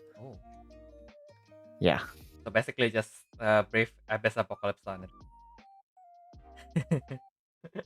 Yeah. Well, I mean, Abyss Apocalypse needs 5 cores anyway, so I don't see a difference there. Oh yeah, exactly. Oh well, we will see. Yeah. Yeah, we will see. Next up, we have Diakon Pio Martinez. So Subjugator Blade Beast. It has Axel with 3 cost, 1 green reduction, add 1 card from the void to your reserve. After this effect activates, send this card to your open zone. When level 1, 2, 3, when spirit attacks, return 2 opposing exhausted spirit to the bottom of the deck. Rush with 1 red symbol, destroy 2 opposing spirits with 12,000 BP or less, and that's it. Yeah, actually I forgot to mention, like all the blade beasts for like this red green deck, the names are actually, like, if you haven't noticed already, it's actually a reference to like Christian names. So like the red spirits are reference to any part of the sun. For the green ones, it's like the Christian names. Since like in the lore, the like kind of the Hierophant religion thing, they call it the muscle religion or something like that. Basically, power is the truth or something like that. But yeah, so like, you know, obviously before we got the Bulldog Gregory, which is like Bulldog plus Gregory, and then like just now the Gorilla is Gorilla plus Darius, which is just like general like Pope name. And then for this one, it's like Puma plus Martinez, which is just another common name of saints in Christianity. But yeah, so that's that. In terms of the effects, Axel 1 Corpus, I'll give him that. but then like it's a cost 7, which is pretty hard to summon. So like for the rest of the effects, they're good because like you can remove like basically 4 spirits at once. But then like I don't see too many chances that you can do that. I guess I don't know. It's a pretty high cost card, and like I think the deck is already quite a bit of high cost. So yeah, I think what the deck needs isn't really corpus, it's like more draws and stuff like that. So I'm not sure about this one, but I suppose it works. Yeah, I mean, if you want that corpus, I don't really want to mention this card since I don't want people to actually remember about this card and bring them inside their deck, but there's Hector. Yeah. Yeah, Hector's still better, I would say, yeah. And then usually the blade beast deck, the current blade beast deck kind of rewards you for target attacking, basically for your spirit to be blocked. So it kind of defeats the purpose, and then that it's actually exhausted spirit goes to the bottom of the deck. That's exhausting. So yeah, I guess if your opponent has if your opponent swarms, then I guess it can somewhat help. But Yeah. also because it's activated at the same time, you will probably just destroy things that you are going to send to the bottom of the deck anyway. So yeah, we will see. Okay, and then I guess the next one is the last green card, the last green spirit of the day. So after this, we can take a short toilet break. Finally. Oh well. We have the Armored Shellbird, Sawtooth Phoenix, Subjugator Wing Beast, burst after your spirit is destroyed or depleted by the opponent. Cyclone 2, so heavy exhaust 2 opposing spirit or ultimate. After its effect resolves, summon it without paying the cost. And then level 2, 3, 4, when the spirit attacks, once per turn by returning one opposing exhausted spirit to the bottom of the deck. This spirit refreshes. Level 4, this spirit gains 1 additional yellow symbol. Yeah, I mean, I suppose it's a good burst effect. I actually have no comments for this one because it's like one thing is that we don't really know how the green yellow deck will function. So so like you can't really help to say like if this helps the deck or not. It's just like it's just kind of like Caucasus Eagle stuff like that. That like it's like a potential OTK with this card. Especially since like it's a burst, so like if you summon something cheap and then the opponent destroy it, you just activate it, and then next time you get 6 costs, you get to refresh once. It's a double symbol, and you can refresh again with Rin. So that's 6 symbols again. So so that was that, but like that's about it. Like it's I suppose like it's kind of like for aggro in some ways. Yeah. Yeah, I guess it's kind of like an inner vulture but in spirit form. Yeah. Yeah. True. Yeah, I think it's more of a flavor card for Rin, because Rin requires you to have a spirit at level 4. With level 4. So yeah, I guess it is an interesting, if you want to, we can basically with this set we can start to build a deck that is focused on Rin, which is good. I guess I will try to do that. Waifu, why not? I mean I think it's pretty solid. Like from the hindsight, so yeah. If the deck works, then the deck will run this. If not, then this will be garbage. But yeah, I mean, Lamau. I mean, what is actually the summon condition for Inner Vulture? I mean, for Britain for Inner Vulture. Oh, Inner Vulture. I think just the life condition. I think it's at least one wing beast spirit or ultimate.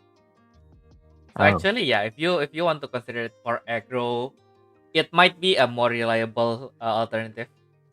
But then again, no, you want aggro. You want aggro. You put this one because it can refresh yourself. Yeah. So. Oh yeah. Actually, yeah.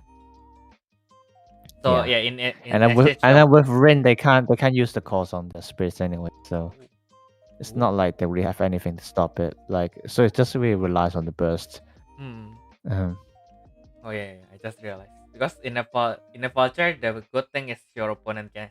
So with only that card, your opponent cannot use burst. At least the one that is affected. And it has double mm, symbol. But with this one, you basically get two attacks, or if you have enough cards, then it's basically two attacks with two symbols. So yeah, yeah. actually for the one wing beast, yes, exactly. Mm-hmm. Actually, if you want to make a spirit focus wing beast aggro, then yeah, I guess it can work.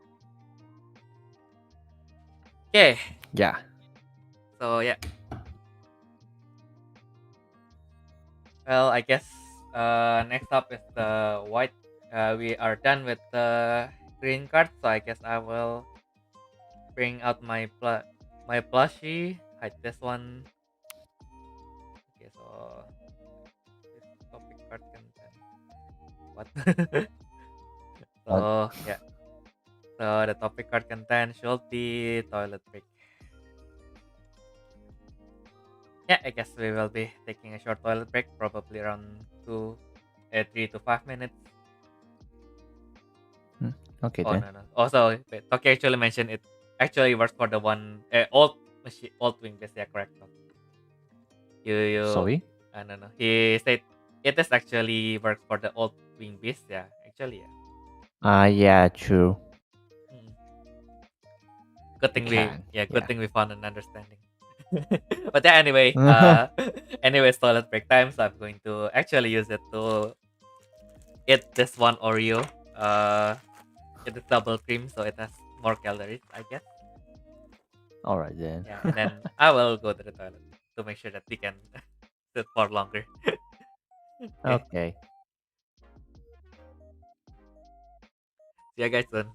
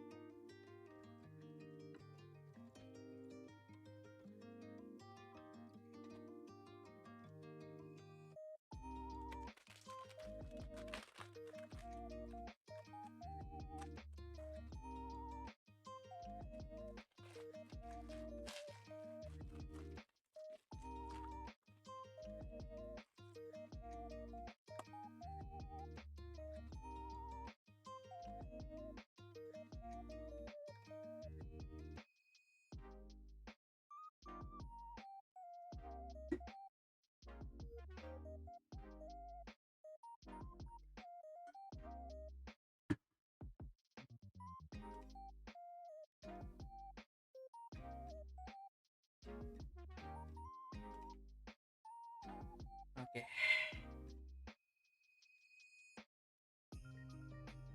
I guess we'll just wait for Ayumu and then we'll continue.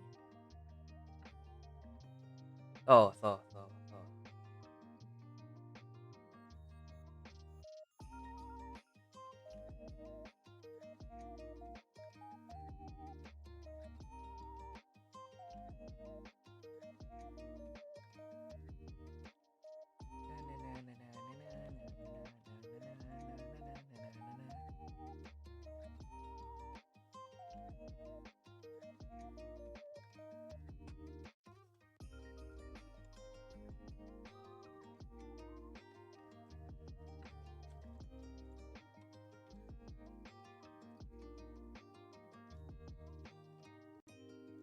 thing went pretty wrong. Oh. I was just like taking for some food and I accidentally damaged the packet for my sugar. So Oh, I see. Interesting. yeah, I'm just trying to clean it up quickly. Mm.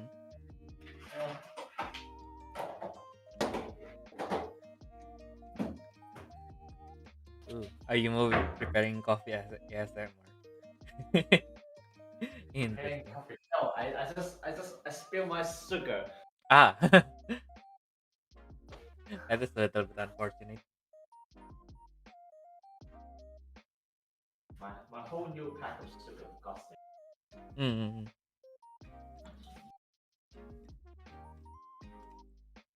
I guess I need to be thankful that I reduced my microphone gain, so I didn't.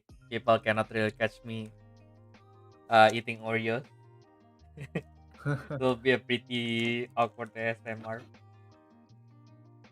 But actually, okay, it's fine. I got it sorted. Oh my goodness. Yeah. I really can't wait for next month. I still don't know how I can fund the Diva booster, but I really wanted to open as many box as possible. Yeah, I mean, Yeah. I would want to get them too, but then like, I don't know. Yeah. Because I mean, at most, after you buy them, I can like pay you for some cards, I guess.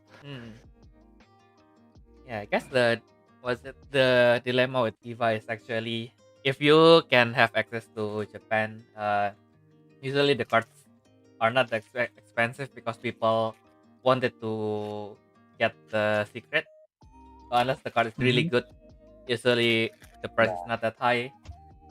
But since we don't have that, since our access to Japan is not that easy, usually in especially in Southeast Asia, not we don't have that much Diva box anyway, so the stock is naturally pretty low. So even though the price is not that high, uh, especially for the popular cards, it will be pretty hard to get them. So yeah, getting the box is still somewhat fair. Fair enough. Mm. Yeah, it's Yeah. actually weird that like how you guys pouring the. Mm. Actually, no, it's not you guys that are weird. It's the ones in because like we basically have our own economy, Mm. and like, a lot of cards like they don't really follow the Japanese price. Mm. Yeah. So like,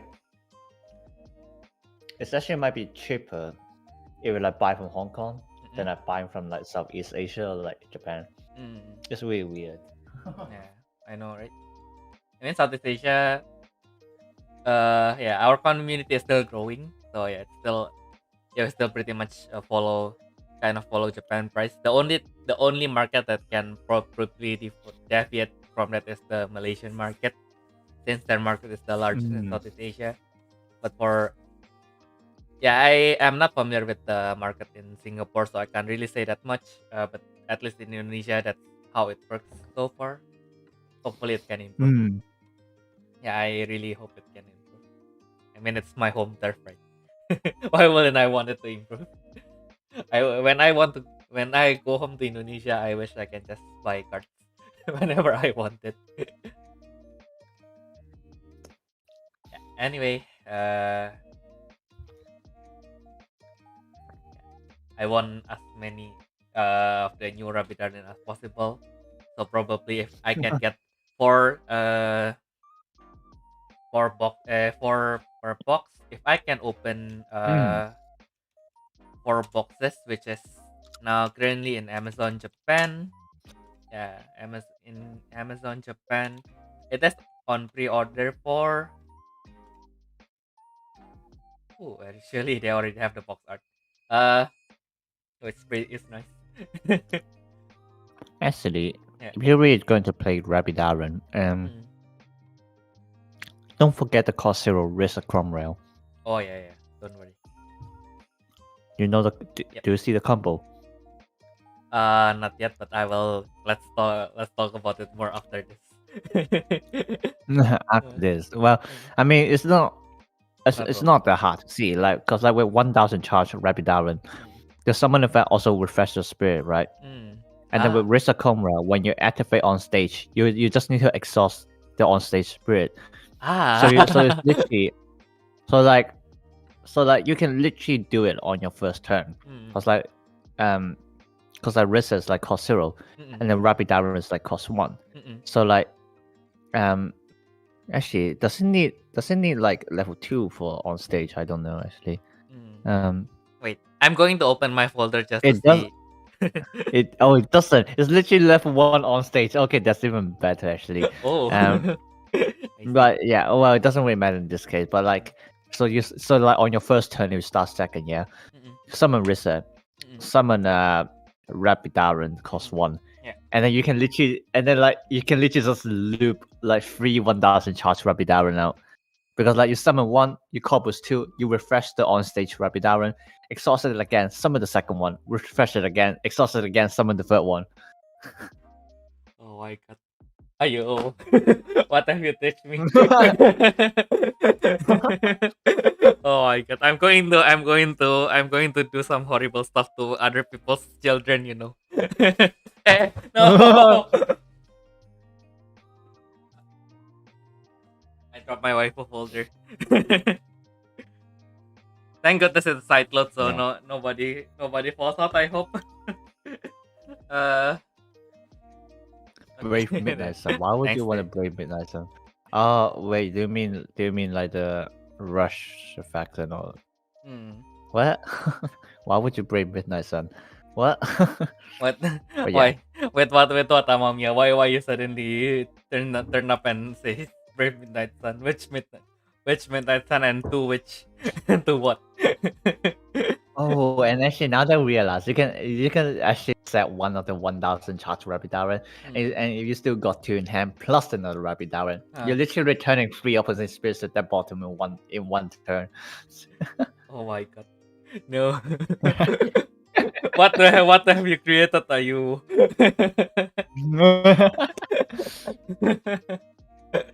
Yeah, it's like good stuff. Let's go. Let's go. Even if I don't win after that, I will. at least I die with my waifu. Yeah. All the private where family spirits are unaffected. Yeah. Like to be honest, Rapid Iron just need a solid finisher, Yeah. and it can be our own deck of itself. But like, I mean, I guess even right now you can still put like Noah Flu Array over. Well, Noah Flu will be better here actually, because like you don't really need other things like Shining Hearts, because you also got like Roller Backland.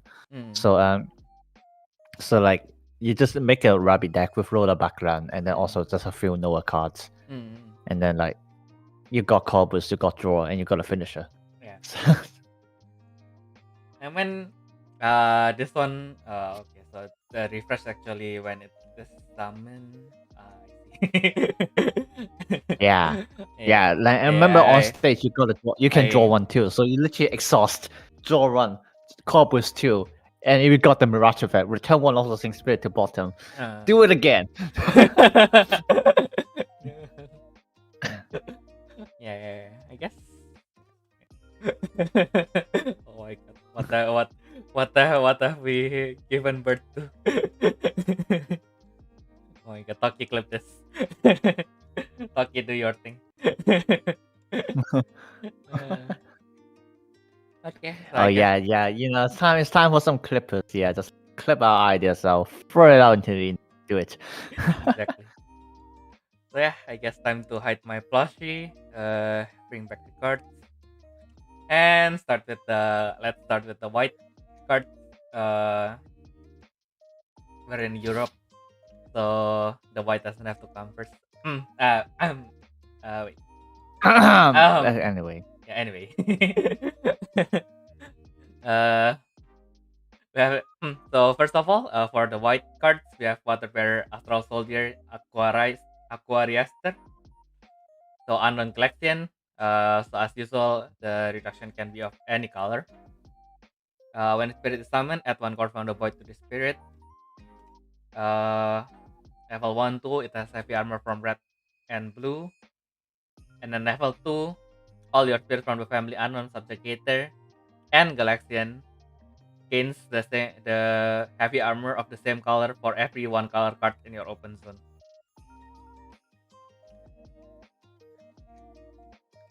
Yeah, another corpus card. I don't know why they give so many corpus for Galaxian. But like again, this is like just another pretty solid card because like it's a cost 3 and like with level 2 you're literally giving armors to like all your other Galaxians. And like if you can like stack your remove some well, like literally all of them can get like all 6 colors heavy armor. So like it's just like one of those like really good card with like a potential and all those things. So yeah, there's that. I guess it's really simple because the problem with most protection cards, they only give protection, so it's kind of underwhelming. But with this, at least so you get the corpus and then you get the protection, so it has to function, which is nice. Yeah, like it's like giving armor is never underwhelming. Let's be honest. Oh yeah, I mean usually because if it only gives armor, it kind of breaks, right? It doesn't really speed up your deck. But with this, you speed up your deck and you gain protection. And then all in all, to use its effect, you basically only need 3 cores because it corpus 1 to itself anyway. You need at most 3 cores or 2 if you.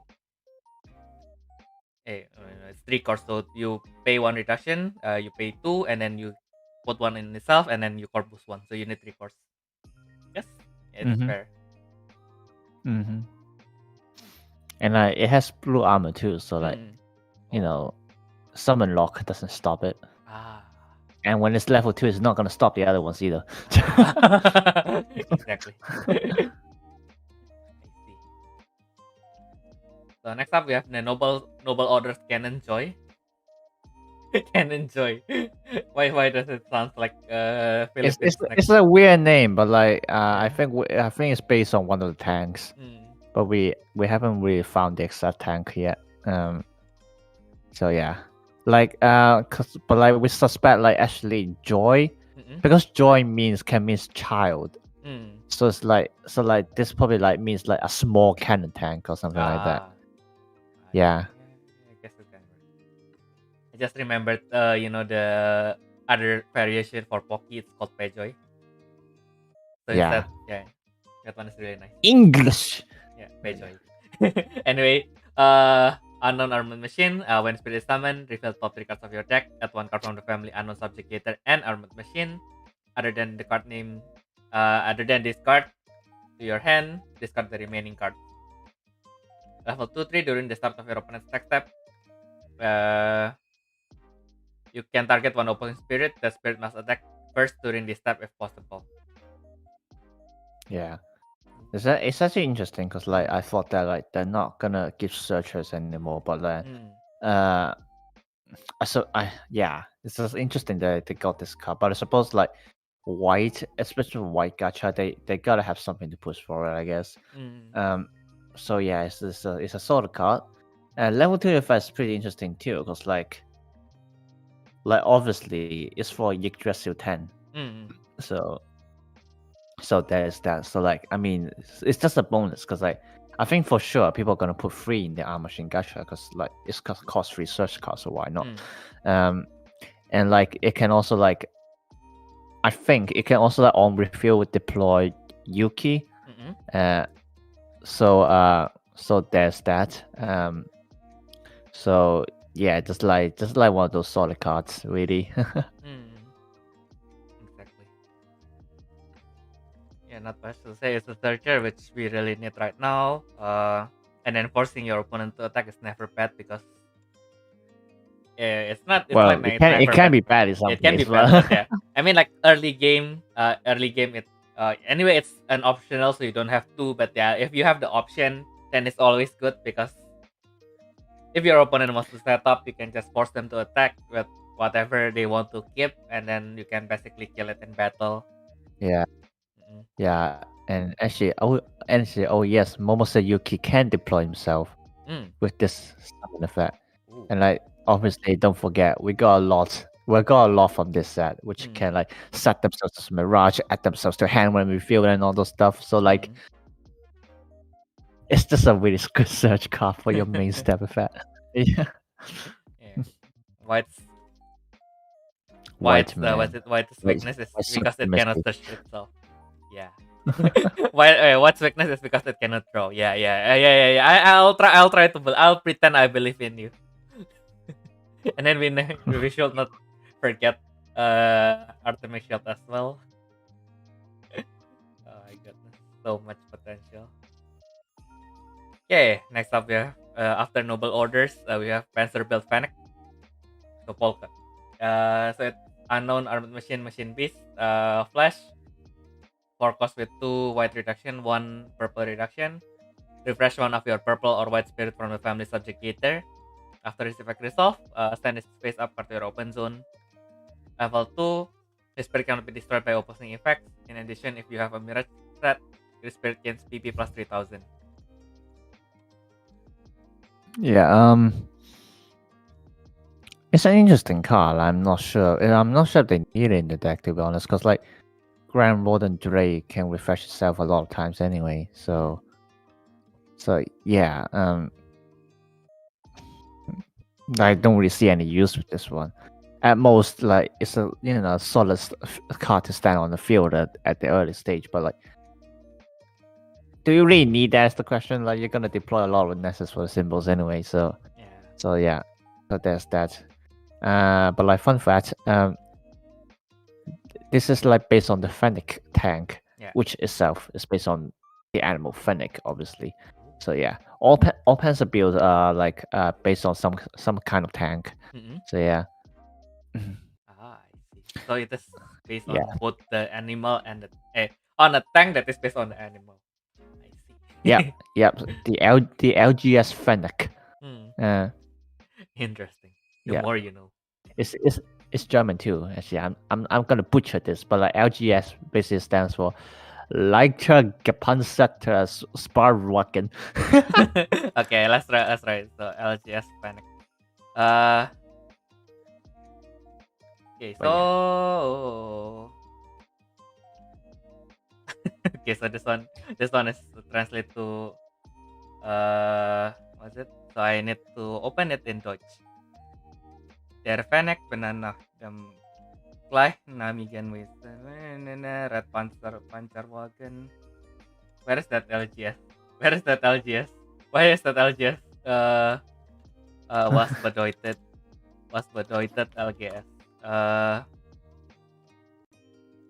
No, it's not showing. It's Landesgartenschau. I don't think this is the one that we are looking for. Yeah, even the German Wikipedia doesn't have that.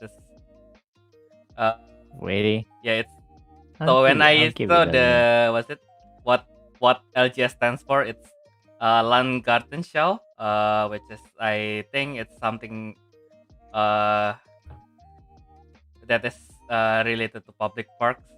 And then Leno-Gastaut syndrome, which is probably some form of illness. It's a form of epilepsy.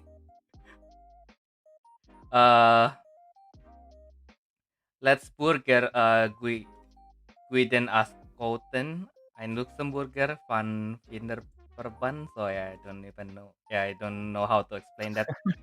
And then Lineares Gleichung system. I don't know what is the translation for that. So yeah, let's move on. Anyway, I think the niche is basically if you really need to refresh something, probably Arthur. I am not sure why you want to do that, but yeah, I mean, like, if you want to refresh Arthur just to get the send 2 cores to the trash, you might want to do that. Otherwise, probably better to flip to Grand Warden Choi. Yeah. Yeah, might be useful if your Grand Warden Choi is somehow removed by the opponent. You can basically, usually you will your final field will have a spirit that is brief to the Knight Grandstone anyway, so probably you can just use this card to gain that one final attack that you needed, hopefully. But yeah, then again, then again, since you are in that stage, probably you'll have like 5 spirits in your field anyway. Maybe you will not need him. Maybe you will need him. Yeah, that is in the end for you to decide. You guys have a crazy abilities to stretch discussing a filler card for as long. I don't think it's an ability. It's just natural. It's a talent. I mean, Interesting stuff. I suppose you gotta have that skill with your streamer and stuff like that. Yeah, I guess so. It's just developed naturally. I wish I can do that in parties, but I can't. I know, right? Yeah, we are bad at actually socializing, but when it comes to we're just talking about nerds basically. exactly. If we are talking about something we like, then we can talk long about it. Okay, next up we have the machine-based Pegasus, Pegaspace, unknown machine-based machine dragon. Flash Axle with 5 cost, 3 white reduction. During this turn, the attacks from opposing spirit or ultimate of cost 4 or higher cannot reduce your life. After this effect resolves, send this card face up to your open zone. And then Mirage with 2 cost, 1 white reduction. While set, during your opponent's attack step, all your white spirit gains PP plus 3000. Then when the spirit is summoned or blocked, add 1 core from the void to the spirit. Oh my god. Yeah, so it's just another Shepherdor, but then like it's very good for like the new machine beast deck or just any machine beast deck in general actually.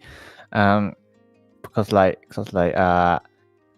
thing with the machine beast deck right now is like, you know, you got all those effects that you refill and you set them as Mirage. So like, you know, you can get this in hand pretty quickly by setting this Mirage, and then next turn you just switch it back to hand. You can also put this in Machine Dragon actually, because like it's a Machine Dragon itself. So like, I mean, if you don't want to use it, just dump it with Dragon's Mirage and stuff like that, and then like, or maybe like, you know, it's another Mirage for you to set. Like it's a Mirage and defensive card, so like you can set it with Astral Dragon, with like kind of a Mirage Boost. There we go, and then or, you know, I mean, the extra effects, like 5 cost might be a bit high, or maybe 4, depending on what you feel. But then, like, it's alright, I guess. Well, yeah, but like, affordable. Let's say it that way. So yeah, it's just another pretty good defensive card. That's that. Yeah. Yeah, but I guess compared to Shepherdol, this one is really, how to say, it's really inflated. I mean, it basically, the actual is pretty much Shepherdol, just minus the red reduction. In the late game, I don't think you will need to worry too much about it. Actually, that reminds me. I might get a few copies to replace Shepherdol in my non-red or white decks. For example, my Gundam 00. Exactly. Because this one, because like Shepherdor is a vanilla card after you use this XL. So like, I mean, I don't think I'm gonna summon Pegaspace in anytime soon anyway. But like, at least I got the option there. Yeah. So exactly. You wouldn't summon it just to summon it, but when you do, because sometimes you just don't have anything to summon, so you just summon this card, gain 1 core. And then hopefully your opponent thought you are trying to do something, and then they trigger their Pharom while you don't want to do anything anyway. So they waste 1 Pharom, and then you get 1 core for the next turn, which is nice. I guess. Yeah. But yeah. And then at the very least, if your opponent doesn't have Pharom, it becomes a 6K blocker. I guess still, yeah. And then you core boost another one if you can actually block, which is nice. Also, that's the Link Joker aesthetic. I like it. Oh yeah, might be the same artist. Oh yeah, I don't know. Oh yeah, it is. That's yeah. Of course, it has the Link Joker aesthetic. No one that looks so familiar. Yeah, nice. Yeah. Link Joker. I will want 10 copies of that card. Yeah. Okay, next up we return to the actual machine beast. So Synchroid Circus, unknown machine beast, Flash Axel with 5 cost, 3. No, it's actually not an unknown. It's a subjugator. Subjugator Machine Beast, cost 5 with 3 white reduction. Return to opposite spirit with 3 white reduction. Return to opposite spirit of BP 10,000 or lower to the path of the deck after it's resolved. Send this face up card to your open zone. Then Mirage with 7 cost, 4 white reduction. While set, flash during both players' attack step. Once per turn, refresh one of your spirit from the family machine beast. During this turn, that spirit gains 1 additional white symbol. Okay. So many white symbols. I don't know what they're thinking, but yeah, I suppose they're trying to be excessive so that the deck doesn't get too strong with that. I think it's alright. I mean, returning to the bottom is I suppose pretty good. It's cost 5 too. So like it can be an option for like another defense in the deck, which also work as a Mirage. For the Mirage though, I suppose like most of the time you're just going to set it with effects and all the stuff. They expect you to do that anyway. So like I still don't think that's too much of a problem there. It's just like another option for the deck, which the deck might not need, but like it's there. So like it's same as I said with the Night Link cards, like it's a spirit card with exile effect, which is like really good because it extra defense and you got a target for summon and all those stuff. So yeah, that's that. And like it actually also has a fun fact. If you haven't realized by now, all the synchro spirits are actually based on extended animals. Extincted animals. Yeah, and for this one, it's most probably based on something called I'm gonna butcher this again. Andrewsarchus. And like it's an extinct mammal said to be the largest terrestrial mammalian carnivore. So yeah. Ooh. So there's that. Looking pretty cool there. Yeah. It looks like a duck. Yeah, some kind of dog or wolf, yeah. Actually I can put out the photo now. Because why not? This is National Geographic now. Wait. This is actually what? National Geographic. Yeah. I'll just name the image source National Geographic and then add that from my downloads folder. It's 5F3. Yeah, the best part is that like the actual Andrewsarchus wouldn't look this cool. It looks like a freaking pig, man. I know. Kind of. Yeah, that's why I can't really. I mean, like from far away, it looks like a boar, right? And then you look closer, and actually, you can see like canine like qualities from it. Yeah. Interesting stuff. And then I guess because I thought it's a little bit too excessive. Then you refresh and then it gains a white symbol permanently for the remaining of the turn. Yeah. So even if you Radiant Descent something like Carnea or something, then it keeps the effect anyway. And then actually, that's a good question. I'm not sure if the symbol stays if it's not a machine beast. Oh yeah, I don't think it's I don't think it will keep the symbol if it's not machine beast, but yeah, there are Carnea, so yeah, it's still true. a threat, That's I guess. true. Yeah, and also another thing is that like you don't have to refresh the spirit to give the symbol. So like, you can target a refresh. You can target a refresh spirit just for the symbol. Yeah, it's not conditional. Yeah. So I guess you can just put 3 of this and then use Mirage Synchro and then just pump 3 to one of your spirits. Yeah, that also works. Yeah. Pump 3 to something that cannot be blocked. Just pump 3 to your other external Watu, so it has now 5 symbol, cannot be blocked. And then just refresh.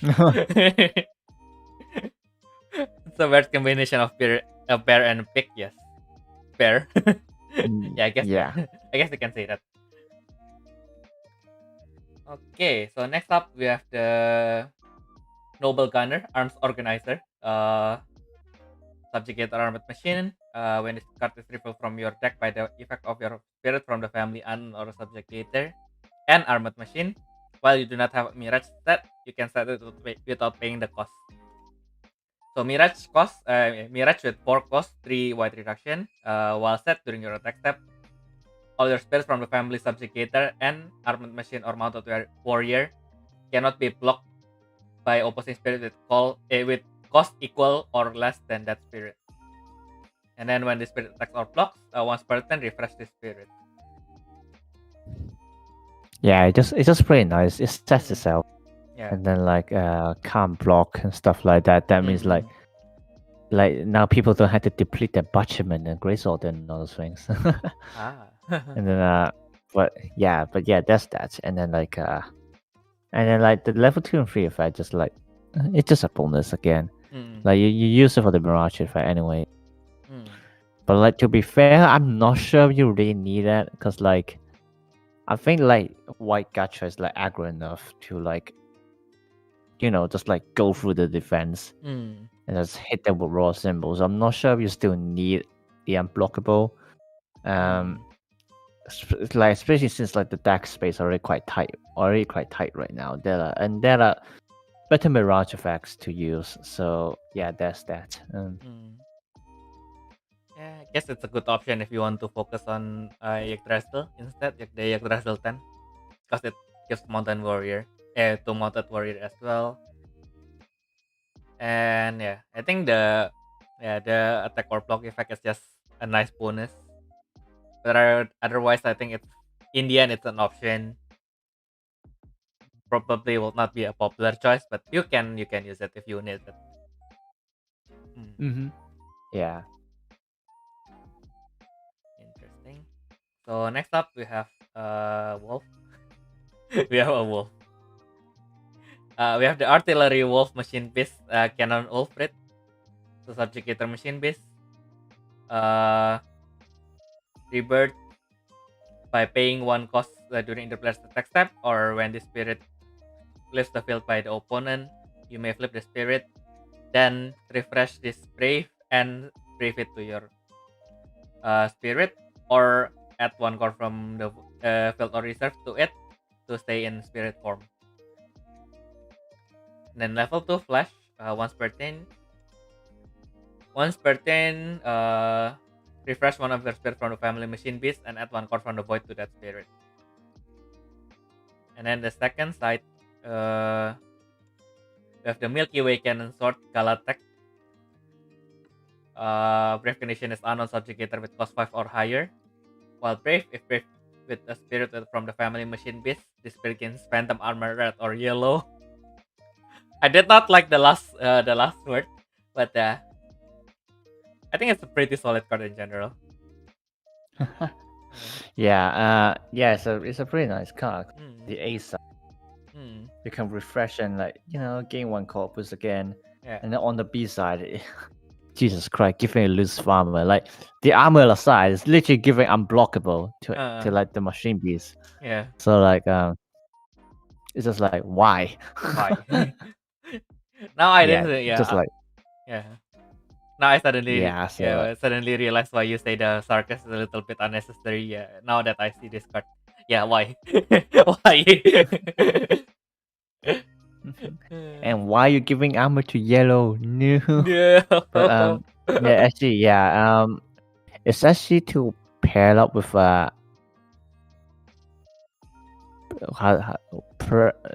terrace, arc terrace.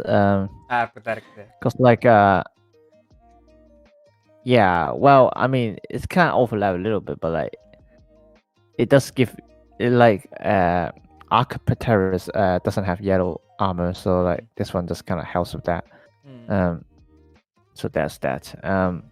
But yeah, but again, you're gonna attack with like the wolf first to flip it. So, oh, actually no. Oh no, wait, this one can pay one cost in fresh timing. Okay, okay, yeah, it's better than as well.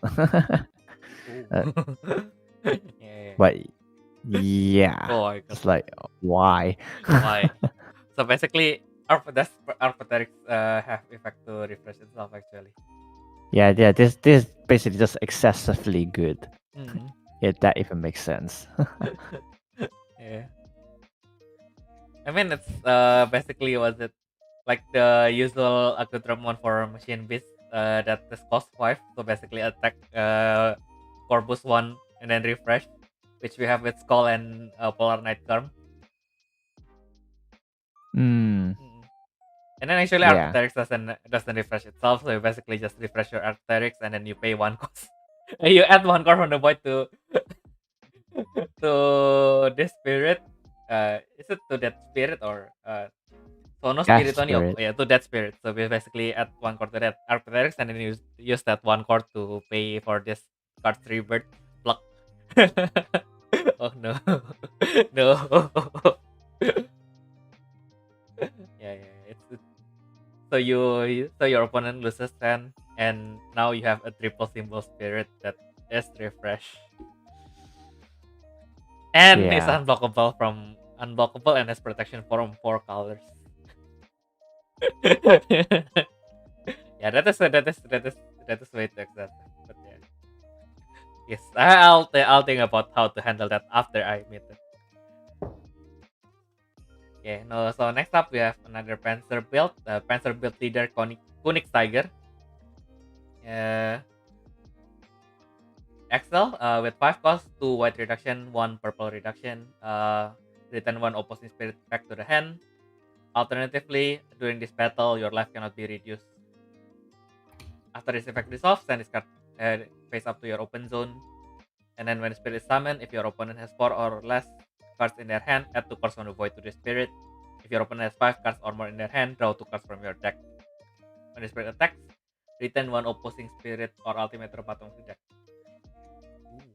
Yeah, just another really good card. Like as a fact, you can use it as a kind of defense, but probably not.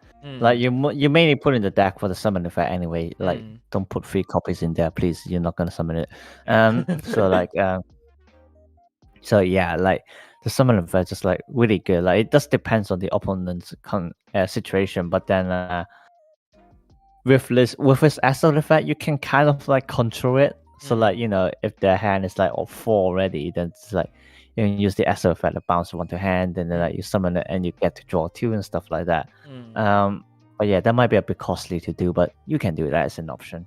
But like yeah, it's just like very good in general, especially since like the thing with this is that it's not limited to colors, and it's like our machine and a machine beast. So you can literally throw this into our machine gacha or machine beast gacha, and like you can summon it, you get a call boost or you get a draw 2, which is great either way. So so yeah, like it's designed for purple white, but like this card isn't gonna just limit itself to purple white. Exactly. It's just I mean like there's not much to say. It's like the effect is just simple and good. I mean even if you play it in a deck where that cannot control the situation too much, either core boost 2 or draw 2 is generally good for all conditions. And then at level 2, 3, it can remove any opposing spirit or ultimate without seeing their status. So that is also pretty nice. Yeah. And also, this is another German tank, which is called Kennikix Tiger. And the informal name of the Tiger II is a German heavy tank of World War II. The word itself refers to Bengal tiger and means royal tiger in German. So yeah, that's that. Another tank. Looking pretty cool.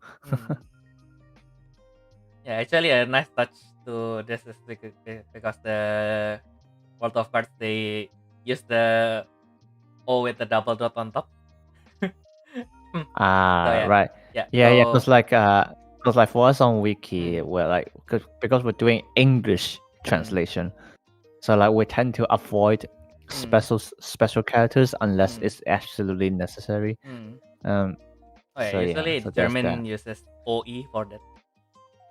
Yeah, it kind of sounds the same. It's cool. It kind of sounds like UE instead, but they usually when they wanted to, because in URL you cannot use a special character anywhere. So like Dusseldorf is actually the U in Dusseldorf is uses the special U. So when they want to spell it in German, they just use the UE. So Dusseldorf. basically. Things that you just know when you live in Germany. Yep.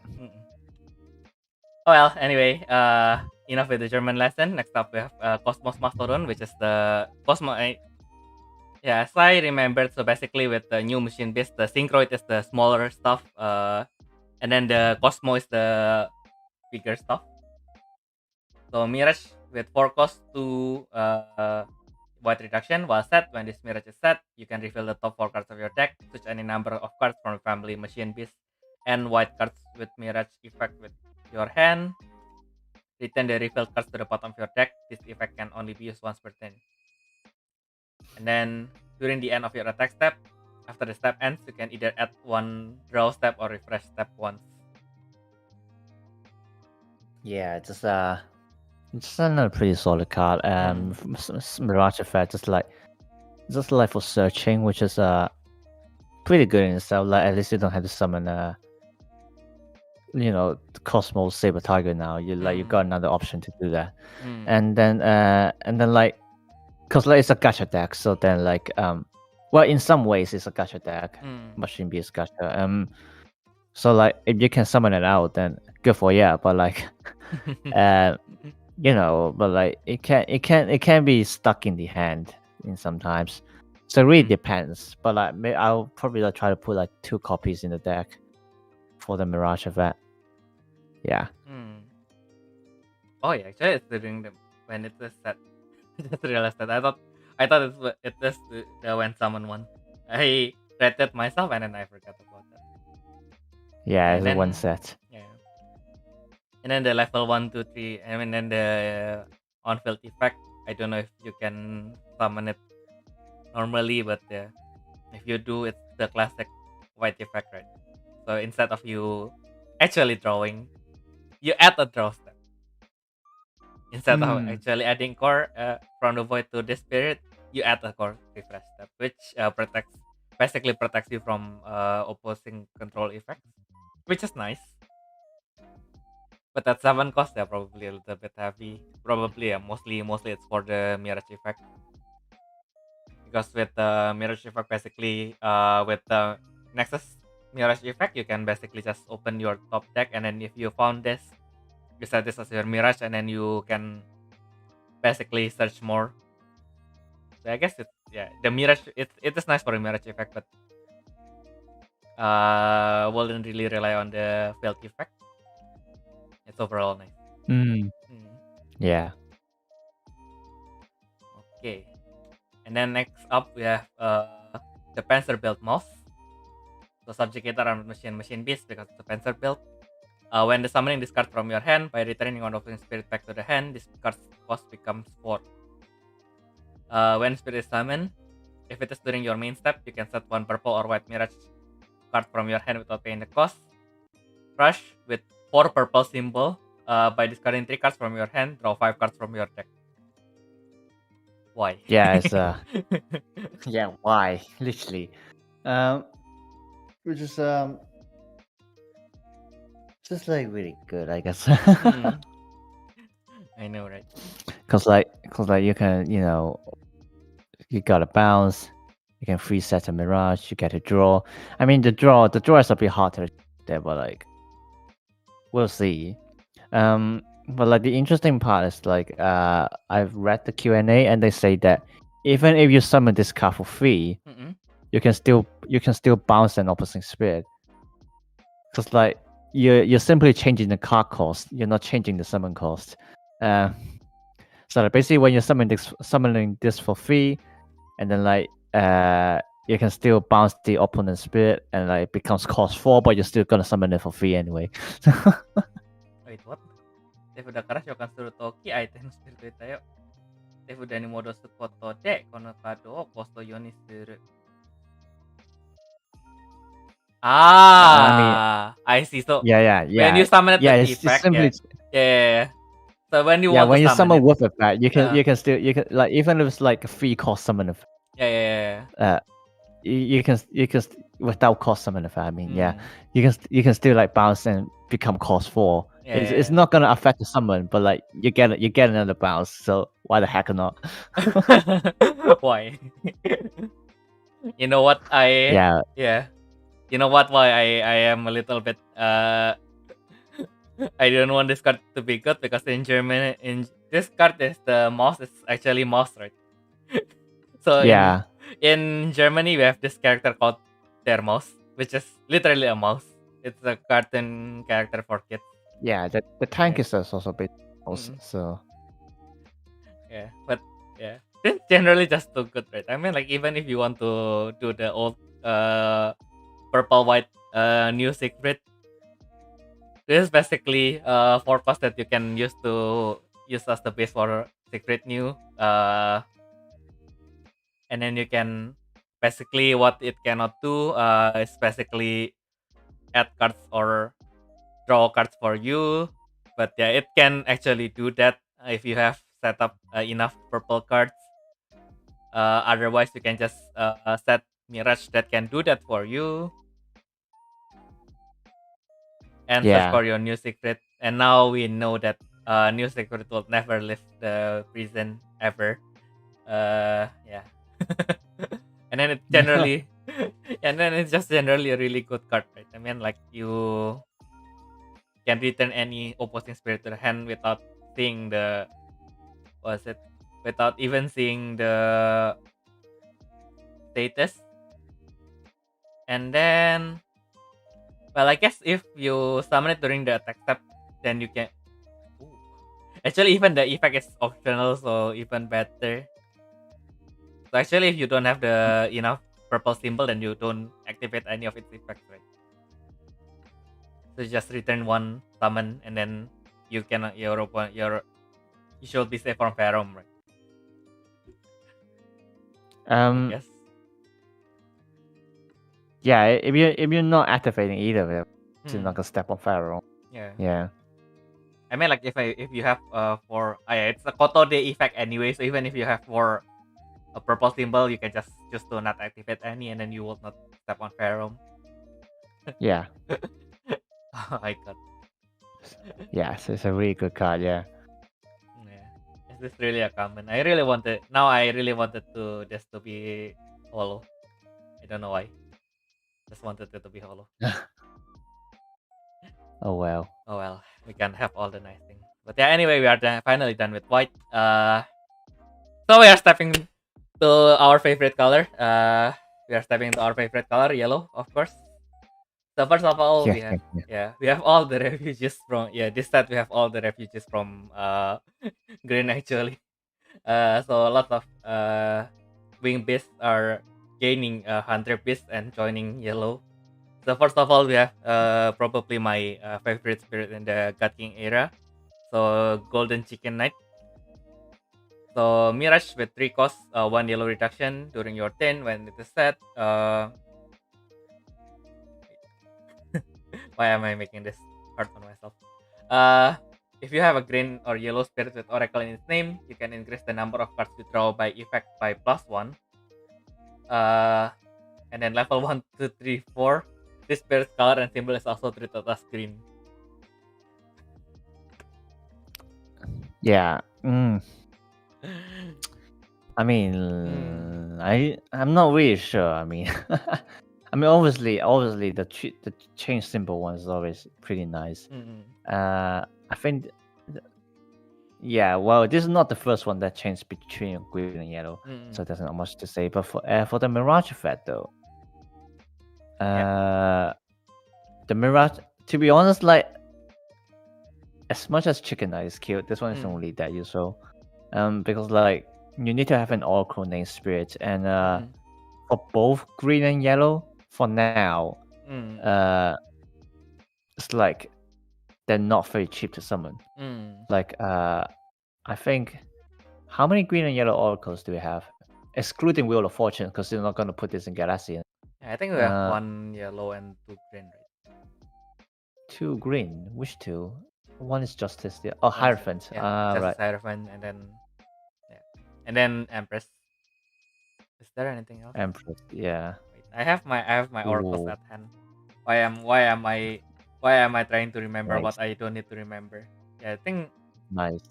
we already only have Empress for yellow. Yeah. Well, Justice is Yeah, half so, yellow, so I guess you can say it is. Yeah, but then like at the end it's still the same, like Mm, it's not that easy to use the Mirage effect. mm. So unfortunately it's not exactly that useful. I guess it's more like for the because the spirit has the level 4, right? So if you just need that last thing to fill up your slot for your rainy deck, Yeah. yeah, I guess. Yeah, that's also the good part of it actually, Mm, because like it's like the cheapest level 4 card mm, in existence, I think. yeah. So yeah, if you need an early attacker, there's that for you. Mm. But if you're doing that, then I'm doubting how bad is your deck that you need to put 6 cost on a cost 1 to attack. I mean it's Rin, right? So basically Rin gives it unblockable anyway, right? So I But think yeah. I mean like with those 5 extra cores, you can probably do something. So if Mm. you can't, your deck has a problem. Yeah, I mean, like sometimes it just happens, right? Probably just fighting against 4 witches, and then your draw step was locked by Sandria, and then you still have Chicken Knight on your field. You just get the Chicken Knight, and then your opponent cannot block for that last 1 damage. Yeah. Yeah, I guess it can work. I don't say you should, but it can work. Mm-hmm. And then for the next one, when life gives you lemon, you make lemon ohashi. So this is Gabu no Hashi. It is it ate too much lemon and then it becomes yellow. So guys, moral of the story: don't eat too much lemon. Too much of anything will not be good for your body. Yeah. When the spirit is destroyed by your opponent, you can draw 1 card from the bottom of your deck. When the spirit, and then level 2, when spirit is destroyed by your opponent, you may add 1 card from the void to your spirit from the family wing piece. But it is the unknown hunter piece, so you cannot put it on itself. And then it only has up to level 2. Yeah. Yeah. And like I don't know. It's like the effects are too passive, I would say, so I wouldn't really put it in the deck per se. But I mean, again, it's a cheap yellow symbol. Suppose it can be useful for like rush effects and all those things. Yeah, I But guess that. yeah, That, but yeah, I mean, it's skill, but I yeah. don't know. Yeah, I don't think so. I mean, it's a hunter piece, right? If you need the cheap yellow symbol that is a hunter piece, I guess you already have the cost 0. But we don't really need that. Yeah. You already have the cost 0. We have already Chicken Knight. I mean, Chicken Knight's already pushing it, so I guess what's it? We can already have Chicken Knight anyway. So yeah, if you really need the chip symbols, probably Chicken Knight's better since again, it's for emergency. But Chicken Knight can use Rinse effect, so I guess it's better. According to Toki, it works. You can just turn 1 summon Rin, level 2 just wait. How do you? I mean, if you go second, probably you can. You can just summon Chicken Knight and then put 6 cores on it, and then it becomes unblockable. I mean, I think Ayumu mentioned that if you wanted to use it early, you can do that. Yeah, you can do that, but then like, why would you want to do that when you have 5 costs to do something else?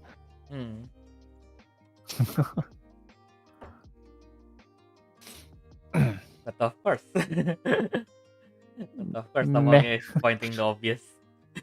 Of course. Yeah. Oh well, but yeah. Anyway, next up we have the water lily bit. Wait, I haven't changed the image yet. I forgot that I need to manage to transition now. So yeah, next up we have the water lily bird Kazali. So unknown hunter piece, mirage with 3 cost, 2 yellow reduction. While set during your attack step, when your spirits from the family hunter piece of cost 4 or higher attack, you may send the top card of your deck to the trash. If that card's cost is lower then the attack, if that card's cost is same or lower, right? Yeah, same or lower. Send one card from opponent's thing life to the reserve. And then level 1 to 3 Yeah, when the so spirit, yeah, go when the on. spirit is Yeah, summoned, add return one card named GranWalker Parvati in your trash back to your hand. Yeah, so this is actually just a better Shakti, and I actually will replace this one with Shakti. Mm-mm. First one is because it's low enough cost. Mm-mm. And then like so like like cost. So as a card discarded or even as an attacking unit is good enough. Mm-mm. And then like the summon event is really just a bonus there.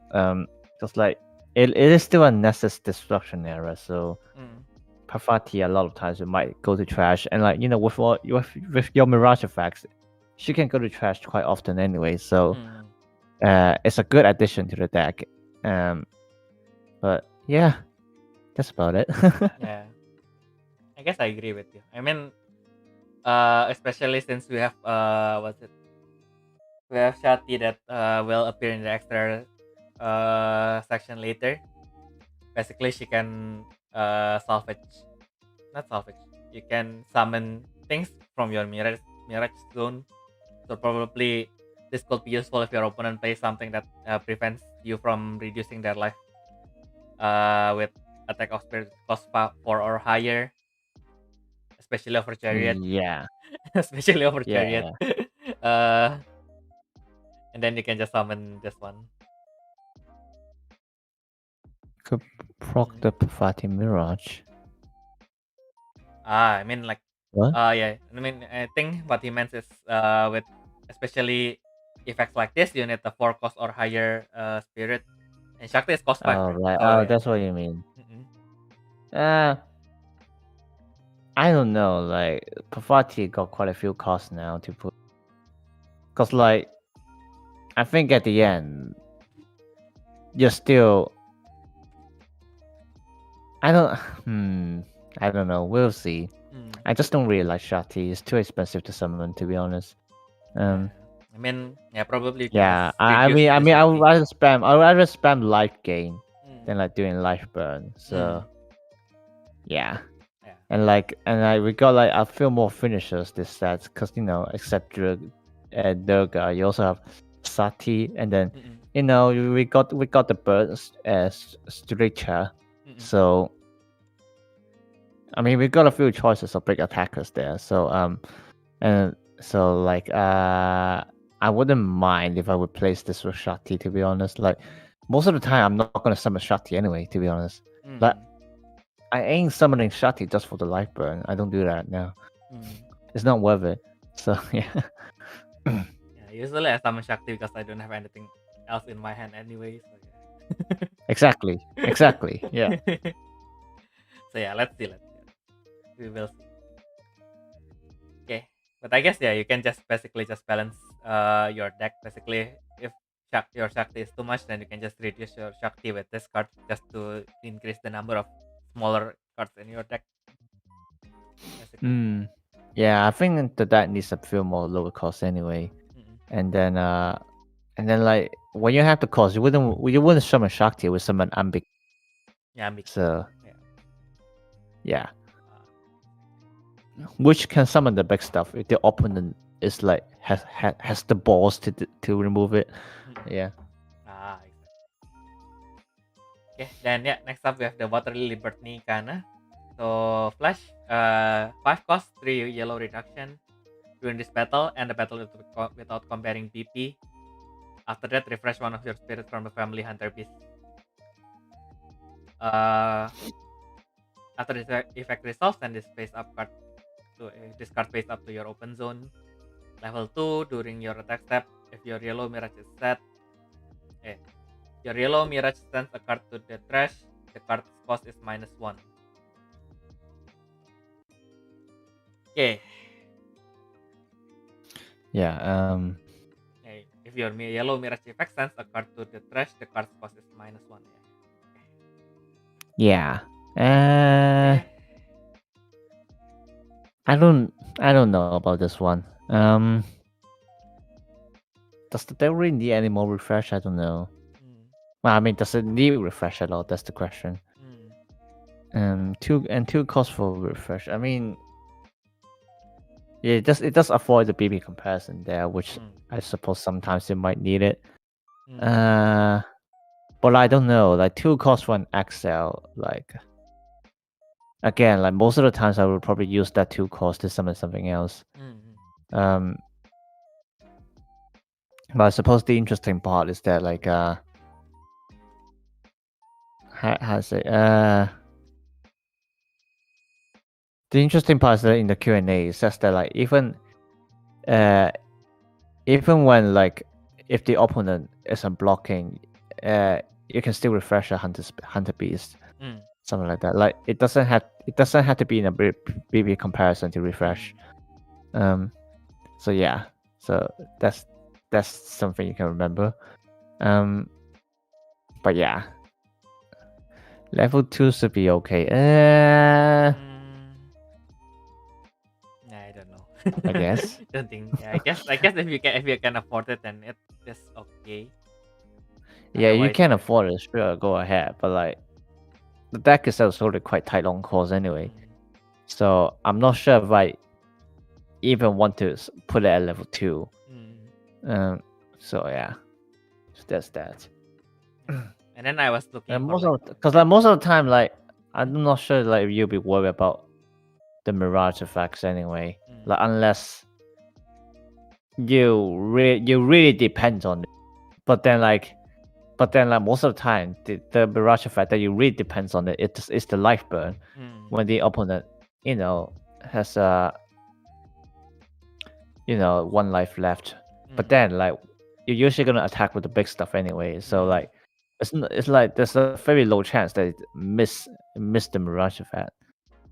So yeah, so I'm not sure if like -1 cost will really do that much for the deck overall. So yeah. I was just looking at how you can use this. Really, How can you use this defensively, and then it's basically just if you can block, then basically it can help you to stop 2 attacks. But other than that, whether this can be whether she can perform well later or not, that will depend on you guys. So yeah, good luck on finding how to abuse her, I guess. Okay, next up we have Angelia Mechanil. So when opposing effect reduces your life by discarding this card in your open zone, your life will not be reduced. Then main XL 6 cost with 3 yellow reduction. You may activate the when this spirit is summoned effect of one of your spirit from the family subjugator with only the color yellow. After this effect resolves, then this card face up to your open zone. Yeah, so like in general, like I don't think you will see this card being used too often, but like it can do some cheeky things. I mean it's a yellow XL, so you're definitely gonna use it with yellow origin dragon. And then with like the current range, which it can activate the effects. The best ones are actually either the Empress or the upcoming revival version of Apollo Dragon. Well, the Big Dipper, I mean. Yeah, so like you can use on those two, and like if you use it with Empress, you can actually keep recycling things every turn. Because like Empress is how many cards is it returning? 2 or 3? I think 2. 2, yeah. So like you can like return one thing that you actually need, and then you return another Mechanio to hand. So wait, oh no, wait. Oh, it only returns Astral Blazer. Oof. Yeah. Oops. Oof. Never mind then. No. Yeah, but like, I mean, you can still use it to repeat Empress effect if you really need to. But yeah, but like it's mainly for Big Dipper, I would say. And like with this card, I'm actually aiming to try to build a yellow Astral Blazer deck. With like the Big Dipper as like the main attacker, the beat stick. Yeah. Hmm. Oh yeah, that's that. Hmm. Yeah, gotta wait. There's not too many good effects for her to activate for now. Hmm. So yeah. Yeah, and then with 6 costs, I think it's a little bit harsh. Yeah, it's very high actually. I mean, if it was minimum cost, it's like the same as time rip. But then again, yeah, it can't be lowered. Let's be honest. Yeah. How much is time rip again? Oh, it's 5. Sorry. Time rip Yeah, is 5. 5 cost with 2 reduction. Yeah. Yeah. I guess then you cannot make it lower.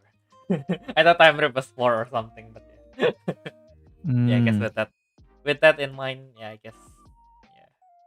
And yeah, unless we have better targets, I think she'll need to wait. She will need to Yeah. observe from the sidelines. But yeah.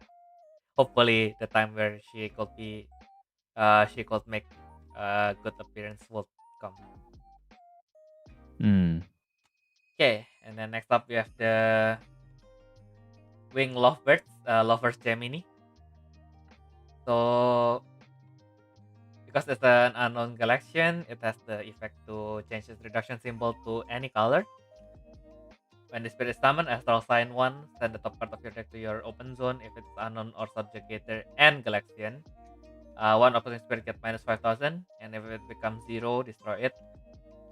Level 2, 3 during your main step, you may return one card from your open zone back to your hand. If you done so, send one card in your hand to your open zone. This effect can only be used once per turn. Yeah, it's a very good card for Galaxian itself, and also for yellow in general, actually. Because like if you use it in general yellow deck, actually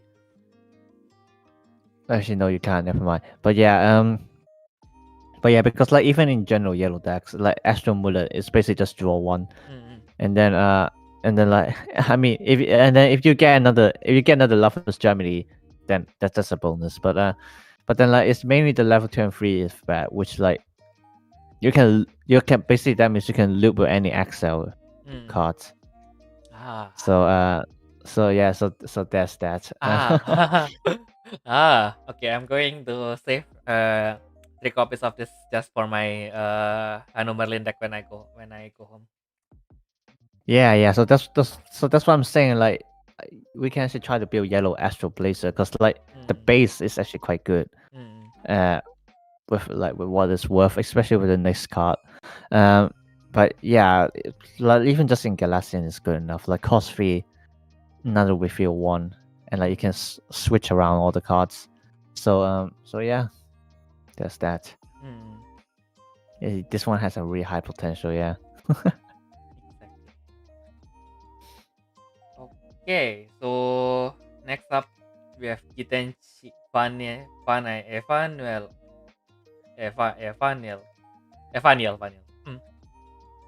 So Throne, right? I guess Kitenchi is Throne. Yeah, the throne Angelia. Yeah. The Throne Angelia. So when you play a magic, right?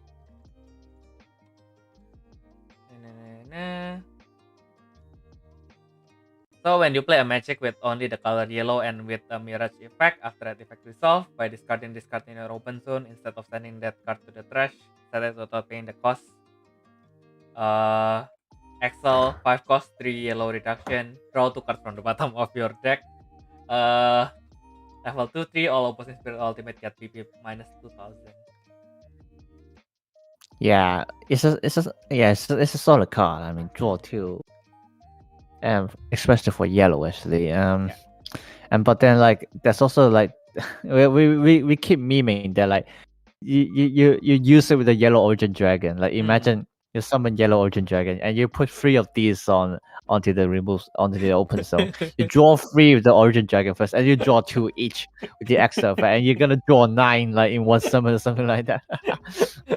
But yeah, but like realistically said, yeah, as Toki has mentioned, you used it with the Lovers Germany just now, and like you got a pretty nice base right there. like it's like draw like pretty nice draw source right there. Like as long as the opponent isn't removing your Lovers Germany and stuff like that, and so yeah, it just adds to the fact that like you can build yellow Astro Blazer. I guess I So, yeah. kind of have the image now. I was thinking how to put this in my minial deck. My yellow purple good stuff deck. I guess it can work. I mean, like, I tried to incorporate some of the Mirage inside of that as well, right? Because like Dejection Feather and Magical Cure basically protects minial when I attack. So yeah. So yeah, with this I can just use Magical Cure, control my opponent, and then set it, and then return this card with Andromeda, and then draw 2 again. Yeah. Ooh, Yeah. nice. So yeah, and don't forget Andromeda is also an extra effect. So like all those like return from open stone to hand, all kinds of effects, like you can just keep looping them, man. Yeah. Now why I left all of my why do I left all of my Origin Dragon at home? I only have one, but yeah, again and again. Yeah, and then last effect is all opposing spirit ultimate get minus 2000 permanently. Yeah, probably will help with Angelic Feather. That's That's just a just an filler extra effect. We don't effect, need to but care about that. but yeah, overall it's nice. The art is nice. Yeah, I mean, like I think we should not start talking about the art. If we start talking about the art, we will stay for another 15 minutes for that. So let's move on. Sick. Anyway, let's go. Yeah. Next one. Okay, so we have another Water Lily Bird Critica. Unknown Hunter Beast. When spirit summon or attacks, during this turn, one opponent spirit get minus 3000. If it becomes 0, destroy it. Rush with 2 green symbol. Add 1 core from the void to the spirit. I see. Yeah. C. I mean, the art is very cute, but like that's it. I mean, honestly, the effect I don't really see any use with it. Not even in the yellow green deck. So, yeah, unfortunately, it's not good. And they know it, and they know it's a filler card, so they give you a cute art instead. Yeah, I won like so I won like 15 of them. Yes. Yeah. Okay. Yeah, so like just forgot to mention, but like if you haven't noticed by now, all the Hunter Beast cards are actually based on something that's related to Parvati. And like with this one, this is actually quite interesting because like the name Kritika is like reference one of the, I don't know what's that, but it's apparently 27 nakshatras in the Hindu astrology and India astronomy. It corresponds to the star cluster Pleiades in the Western astronomy and the Harry Hatter mansion of Chinese constellations. Okay. And like there are a total of 6 critical goddesses in the mythology, as represented by the 6 birds of different colors. So and then they are the wives to the Saptarishi, which is the 7 sages, and they together nurture the god of war, Kartikeya. So yeah. Oh yeah, now that you mention it. And the Kartikeya herself is like, it's basically like the son of Parvati and Shiva. Yeah. So yeah, a lot of meanings. But yeah, I really like this. It's so cute. And I mean, look at that yellow bird, just like casually lying down there. Look at with his feet up. Yeah, it looks like really comfortable. So cute. Why can't we just lie down in water like that? Yeah, I cannot swim, so I better Yeah. try. Oh, bruh, you can't swim, bruh. Yeah, I can't swim. Yeah, at first I thought like during this turn minus 3000, I thought it can. I mean, like if we really need the control, I thought it can replace Shakti. No, I think if you really need to remove something, Shakti is still better. If you really absolutely need to, I mean. Yeah. Yeah, and then the corpus is also a little bit harsh since you need to green symbol. Yeah. Yes.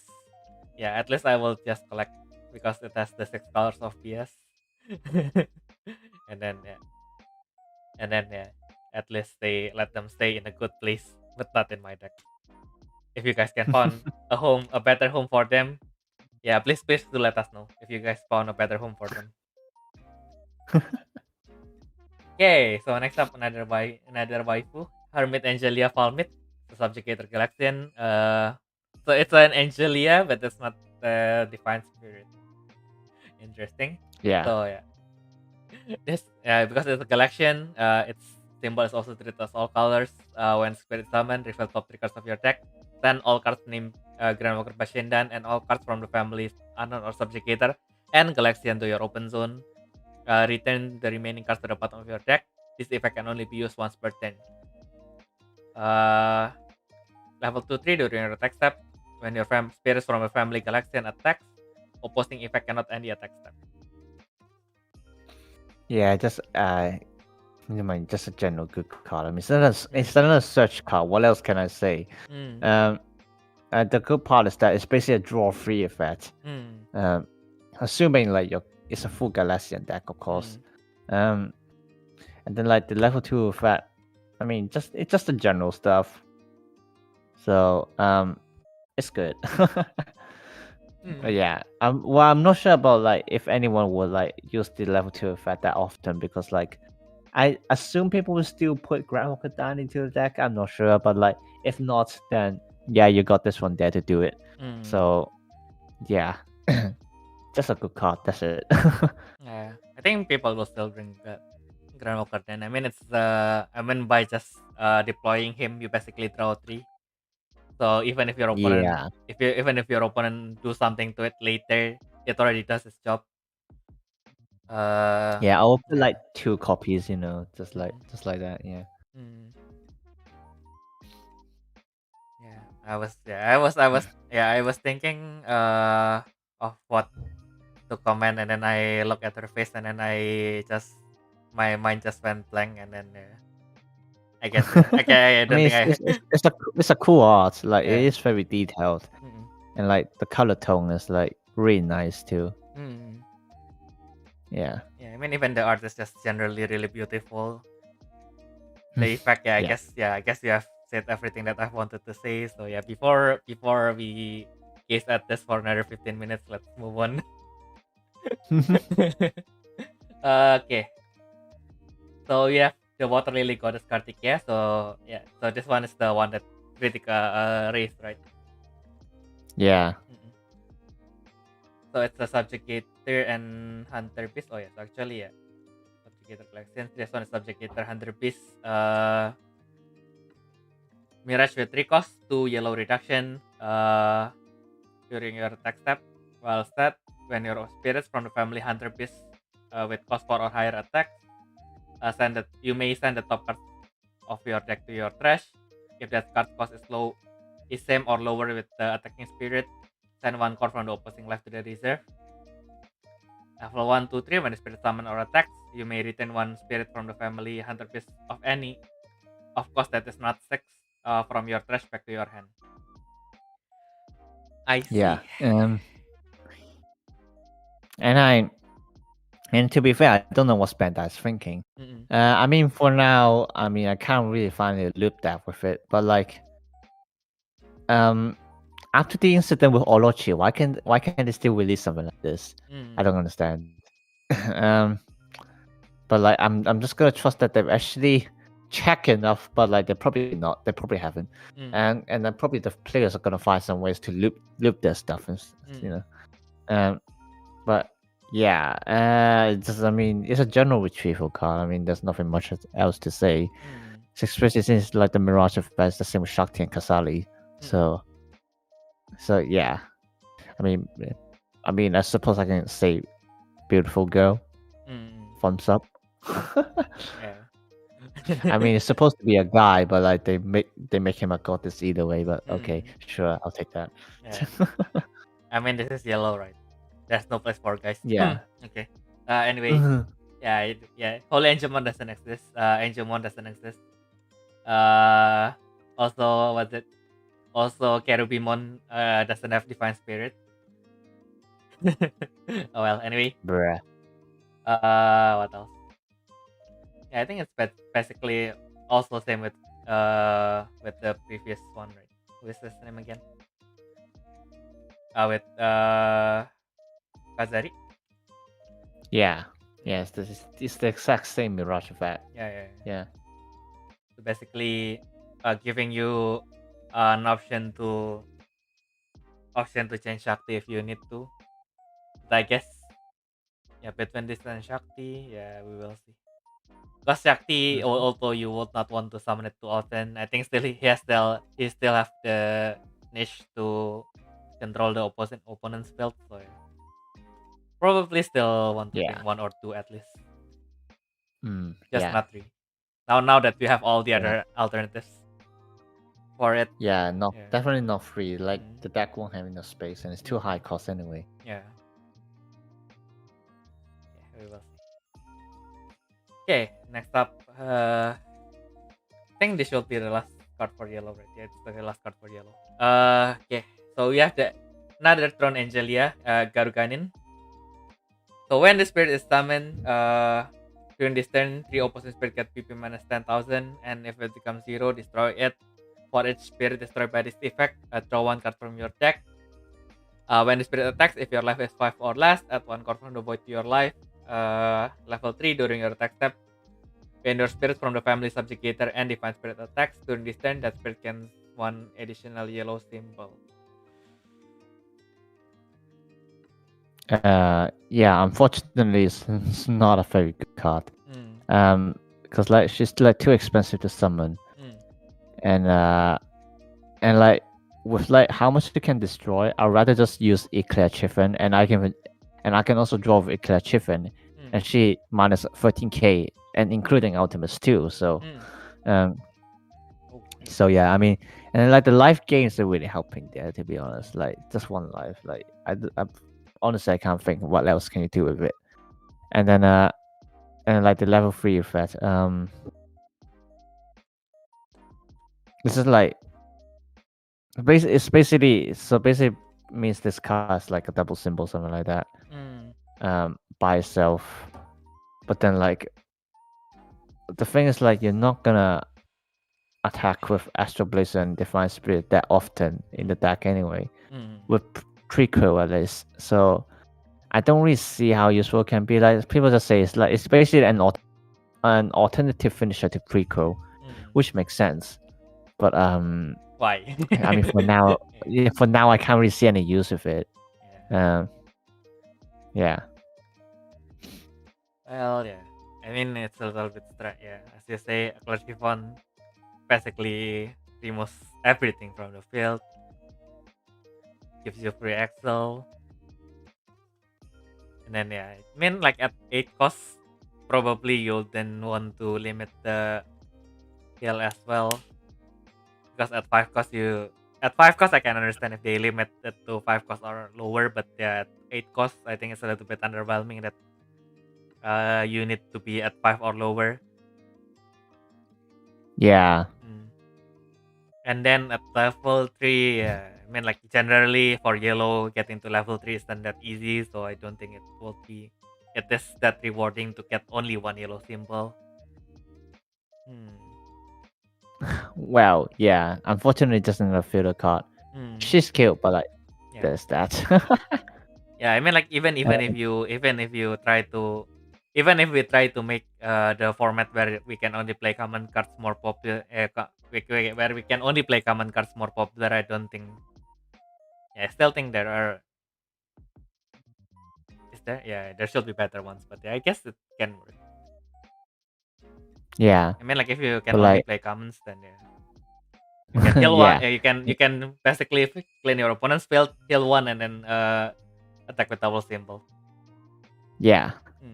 Like and then also fun fact, Gal Galim means spears, wheels, or whirlwinds in Hebrew, and is then another name for the Ophanim. Yeah. So that's that. Yeah, they're being really careful with new Divine Spirit cards. I mean, they're being careful with Divine Spirits in general. They can only make lose a little bit when Isis came out because they're ultimates. But at this time, they're doing spirits, so like. Yeah, the family is too big. They just have to be really careful. Yeah. Yeah, family is too big, so you cannot have too much fun with it. Yeah, blame the Heaven Stairs ways. And then maybe some way you can loop the trigger the level 3 multiple times. I don't think so. I don't think so, because like it Oh wait. requires to attack. Yeah. So yeah. I mean, unless like they have something like Oh, a actually, divine spirit with brilliance, and then plus it can use magic for free. So then you can attack, refresh yourself, use something like things like finishing dance, just like to immediately end the battle and all those things, and you do it 4 times and you attack. No, you do it 3 times and you attack with Galgalin. Oh yeah, actually I just realized I read it wrongly. It's not the attacking spirit that gains 1 additional symbol. It's this spirit gains Yeah, 1 additional yellow it's symbol. Galgalin. It's Galgalin herself. Yeah. I So yeah, so there's that, but yeah, then I don't that's know. a little I would just use pre-crow. yeah, that's a little bit harsh. I mean, like, yeah, if you can at least refresh her, then you probably can aim for 2 and 3. But yeah, it's not that easy, is it? Well, I suppose you can always pair with Angelic Feather 10. That would be something. Yeah. I mean, even the scenario that we are talking about is if we play only with commons, right? And then, yeah, I guess if you play with only commons, then yeah, then because it adds the symbol to herself, then it can work because just attack with 2 symbols. You use chip magic like yellow recover, refresh, attack, and then you get 3 symbols, so you can hit 5 with only her one of her. Yeah. Yeah, I guess. Yeah, I guess it might work. It can work with the Excel from the previous Excel. Which one is it? Previous Excel. Which one? Nikana. Right. Just No, but that will refresh Hunter Beast. yeah. No. Yeah. Forget what I just said. Okay. So yeah, I guess that means we are done with yellow. Well, you know what the interesting part is? We are done with yellow, and then she's basically waving at us. Oh well. Bye. Okay, bye Gagarin. Nice to meet you. Yeah. Okay. So yeah, I guess we are finally at the last color for spirits. So we are at blue. We have the time piece Chronodos. Chronotoros. Chronodros. So it's the only time crown. So that is the pattern that we will be seeing a lot in this set. So for the blue, they will only have the family time crown. Since they are not related to the heroes anyway. And then most of them will have this effect when you return this card from your trash back to the bottom of your deck while you have a mirage set, treat the card count as 2. So yeah, I think this will be a common pattern in this set. So if this effect appears again, I'll try to read it as short as possible. When the spirit is summoned, discard the top 2 cards of your deck and add 1 card from the void to the spirit. Level 2, when the spirit attacks, destroy 1 opposing spirit with cost 4 or less. I see. Yeah. It's just another core boost card will help you stack the trash, which is pretty nice for cost 3. So like, there's nothing much to complain about. Especially with the first effect too. Like, treat as 2 cards in trash, which is like what the deck needs anyway. So there's that. I don't know. I don't think there's much to comment about this one. Yeah, I mean the only good part is it actually helps the deck, right? Because most of the time crown in this deck, I see is basically they needed the trash, but they did not fill the trash. This card basically fills the role really well. So it discards 2 and then it becomes 2 and it is in trash. Yeah. And yeah, the artist. Yeah, I think I really like the aesthetics for the time crown as well this time. Really nice. True. Yeah. I mean, it's a cute top Kyoto with gears. Who will not like that? Okay. So yeah, next up we have the God Seeker, Time God Nemo. It's only Time Crown. Same. If it's returned into the deck, if it's returned into the bottom of the deck from your trash, you have Mirage that it is counted as 2 cards. When this card is summoned, reveal top 3 cards of your deck. Add 1 card from name GranWalker Chronos and 1 card from the family Time Crown other than itself to your hand. Return to the bottom of your deck. Yeah, nothing much to say, just generic searcher. Yeah, it's basically the God Seeker as usual, as we love it. Yeah, probably as with all God Seeker, usually they have an additional effect on the bottom. This one just has a generic Time Crown effect that makes it count as more cards when it is written to the bottom of the deck. The only bad part, if any, is basically some God Seeker with the remaining cards they just discarded. This one returns to the bottom of the deck while you need it to be discarded. So yeah, it's a little bit of a missed opportunity. But other than that, yeah, I guess since the deck is mainly blue, I guess it helps to have a searcher that can search for 2 cards anyway. If they have a fast Chronos in the end, yeah, that will be even better. But for now, yeah, that it is what it is.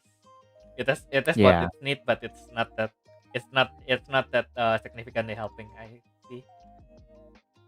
Yeah, it's not helping. Yeah. Mm. Well, no, what am I Yeah, saying? no, I mean, like, it's not like it's not helping yeah. at all, but yeah, it's Yeah, there's lacking. nothing much to say. It's lacking the most vital part that it needed it to be really strong. But I guess it's a searcher. It's already strong enough in itself. If you discard the rest of the trash, then it will be probably too powerful, in a sense. Yeah. I'm not sure it'll be too powerful, to be Yeah. honest. I mean, a lot of purple decks do that anyway. So there's that. Yeah. I mean, like in relation to its own deck. I mean, like it's like Yeah. Some people say like, you know, it's not very good to return to the bottom, but I don't know. Yeah, I guess it's already good enough. I mean, like it's like suddenly like if the Hera God Seeker discards the rest of the card that is searches, then yeah, that's a different story. Then that is the actual. It will be too powerful. Yeah. Yeah. Probably, yeah. Okay, then I guess yeah. Before we go on in this depression train, I will just move on to the next one. We have the elite cards of Time Chrono Imperial card, another Time Crown.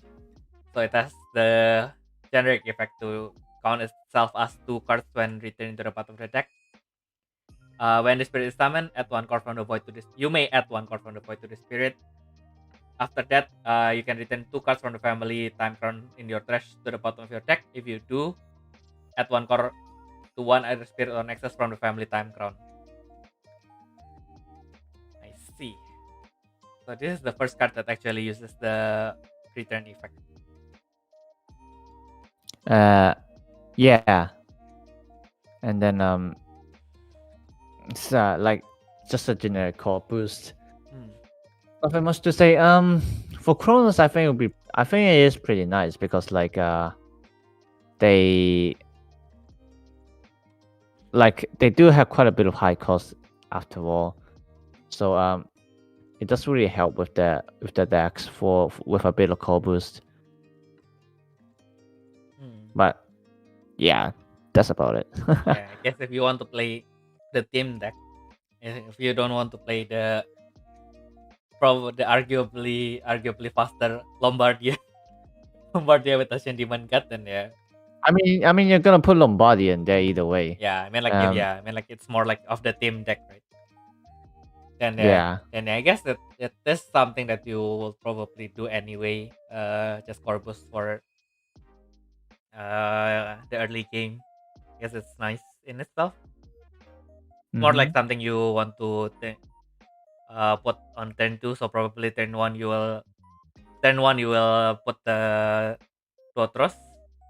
So you core boost 1, discard 2. Hopefully you can drop time crown in that. Turn 2, you summon this, return 1, hopefully, and then Corpus 2.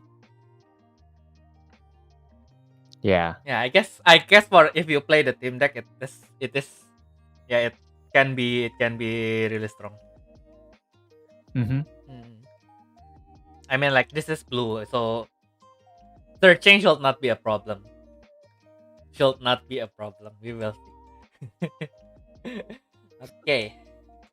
So finally, we are back to the hero side of the card. So we have how to say side groge side groge column. So it's an unknown artificial soldier. Flash Excel with 4 cost and 3 blue reduction. Destroy one opposing spirit of cost 5 or less, and if you destroy it, discard the top 3 cards of your opponent's deck. After this effect resolves, send this face up card to your open zone. Level 2 during your turn, when the effect of your spirits from the family unknown or subjugated discards your opponent's deck. For every 2 cards discarded, add 1 card from the void to the spirit. This effect can only be used once per turn. Yeah, pretty nice extra effect actually, and level 2 effect is actually really good because like the deck does need core boost, and it's considering like this card is like cost 4 reduction. It's a very easy card to summon. Yeah, and then so yeah, there is that, but then like actually the good part about this card is like pairing up another card later, which is what is called Column Golem. Column. Yeah, that one. I suppose we can go to that one later, but like I mean, even just by itself with the corpus effect, I think it's already like good enough. Like it can actually you can actually also like brave like reticle arms to it or something like that, and attack Mewtwo cause crush, and then like you get 1 core and stuff like that. That also works. Yeah. I see, but yeah, this it's actually this effect only activates once per turn. So basically, so if I use Babel Column, what will happen actually? Because Babel Column has the effect mills in 2 different instances, right? So does it count only one of them, or does it count both? In that case, good question. Yeah. I think that still counts as 1 effect. Wait, actually no. No, that would be 2 effects. I think that would be 2 effects because like because it's 2 instincts. 2 instances. So yeah. So like I mean, unless you have like 10 golems on the field or something like that, you probably choose like the discard 8 side, and I mean corpus 4, that's still very good. So yeah, and then it actually just encourages you to bring out your Babel Column early, right? So you can just probably just pay 7 or something, and then you get 4 cores back, which is still pretty nice, arguably. Yeah. Yeah, this opens a lot of potential. Thank you, Jeto. How do you pronounce this? I just Jet Clock Column. Yeah. Thank you. Let me see. It's G-Glock Golem or something like that. Yeah. Column. Yeah. Anyway, thank you. Wherever you are. Okay, so we are returning to the bad guys. Now we have the Time Twin Dragon. Timera Dimera. So when the spirit is summoned, you can deploy 1 access from the family time crown in your trash without paying the cost. The rebirth is when the spirit leaves the field through your opponent, you may flip the spirit. Level 2, when the spirit attacks, discard the top 3 cards of your deck and destroy one opposing spirit of cost 6 or less. Okay, and then the B side, we have the Time Dragon leader, Timera Dimera. When the spirit rebirths or blocked, ignoring the brave cost, destroy one opposing spirit with 6 cost or less, and if destroyed, add 1 card from the void to the spirit. Level 2-3, during your attack step, when the spirit from the family time crown attacks, your opponent activates a burst. your opponent must pay the card's cost in order to activate it. Yeah, Okay. it's like another pretty good card basically, and because like just for the summon effect, you know, it's like you can deploy any like Chrono Nessus, Time Crown Nessus from trash, which means you can deploy Chronos himself again if it ever get removed in whatever way. So like it's just in trash in general, you know, stuff like that, and like and yeah, so there's that, and level 2 effects also pretty good because like you do need the self mill, so yeah, and like the B side is even better actually because like it doesn't like completely lock the opposing burst, but then like they do have to pay calls for that. So like you either make them waste calls, so like, you know, or like they just don't activate the burst at all. So yeah, which in some ways is better than like locking burst effects because like they can still activate from it, and then like, you know, like stuff like hero stack, they can do something after they activate their burst anyway. So yeah, I mean, just a solid card. Good, very good. Yeah, I mean, Costex is surprisingly a lot of cards to cover. Yeah, I mean, cost 6. Yeah. Oh yeah, that's true. Yeah. Yeah, surprisingly, really, yeah, lots of cards to cover, and then for the A side, it's not really reliant on whether you actually discard your deck or not. So even if your opponent locks deck destruction, you can still use it, I guess. Then on the B side, you get a corpus. So I guess it's okay. Yeah, it's pretty nice. I mean, I will put like 2 copies in it, you know. We will see. I guess we will find ways to have fun with it, so we will see. Yeah. Okay.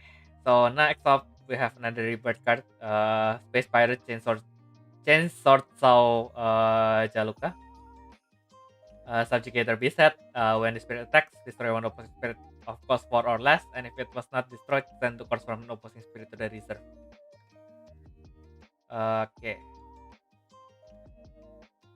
Then Rebirth, when the attack of the spirit ends, or if the spirit leaves the field by opposing effects, you may flip the spirit and then refresh it and brave it to a spirit, or you can add 1 core from the reserve or field to have it remain in spirit form.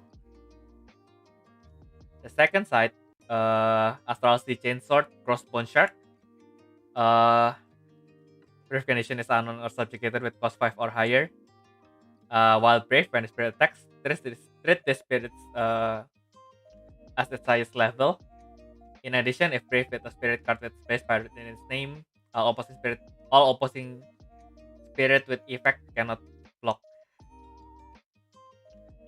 Yeah, so I mean, it's a good card for space pilots. Doesn't really exactly like solve what they're still lacking, well, what they still need, but then like how to say, like the B sides can be very good for like the attackers. Especially with the treat as highest level effect. The unblockable, I think, is just a bonus, but like it helps. It helps, like for stuff like Gary and stuff. For the A side, it's also actually like that one attack effect is also pretty nice because like you can clear one spirit and then I mean or actually like how to say, like you can try to clear something either way. Like you can get around the destruction part and get into depletion, or like if like the opponent has like cost 5 or more, then just go straight into depletion, and that also works, which is pretty nice. Like it gives you option there. So yeah, I will try this card in Space Pirates because like it just seems like a solid like mid-range attacker. Yeah. Yes, it gives you an option to remove, and if it, I think the only bad part about the Brave side is since it is the wording is basically opponent spirit with printed effect cannot block. So if they have armor, then they can still block. Oh yeah, true. They target the opponent spirits. Yeah. Yeah, I think that is the only bad part. But yeah, overall, if you are not facing, I think the bad part is because if they don't have armor, then it will not affect them. But if they have armor, usually they have purple or blue, so yeah, it's a little bit harsh. Not like they will block anyway, but that is the one thing to consider. But generally, the brief is still pretty good. Like especially if you're not facing white, mostly they only have most can only most cards only have protection from destruction or from bonds or depletion. So unless it is totally unaffected by even if they are unaffected by opposite spirit effects, usually their status is pretty low. So unless you are fighting something like superstar, most of the time they will not block anyway. So yeah, I guess it's still pretty solid either way. And then if you're facing superstar, actually, it doesn't even matter because they will still destroy it with Dark Worm anyway. But I guess. I guess. But I mean that is the one thing that you need to consider. But overall, it's still a pretty solid card. Yeah. Then next up we have the Balance Goddess, just the Libra. So this card's reduction symbol is also treated as all colors because it's a subjugator collection.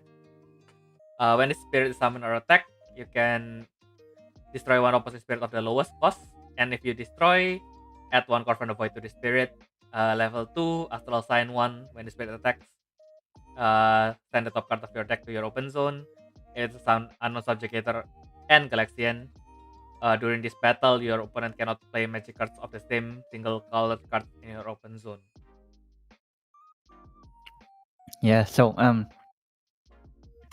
it's a really good card actually, because like on summon on attack, you gotta destroy, you gotta call boost. What's with all the call boosts in the deck?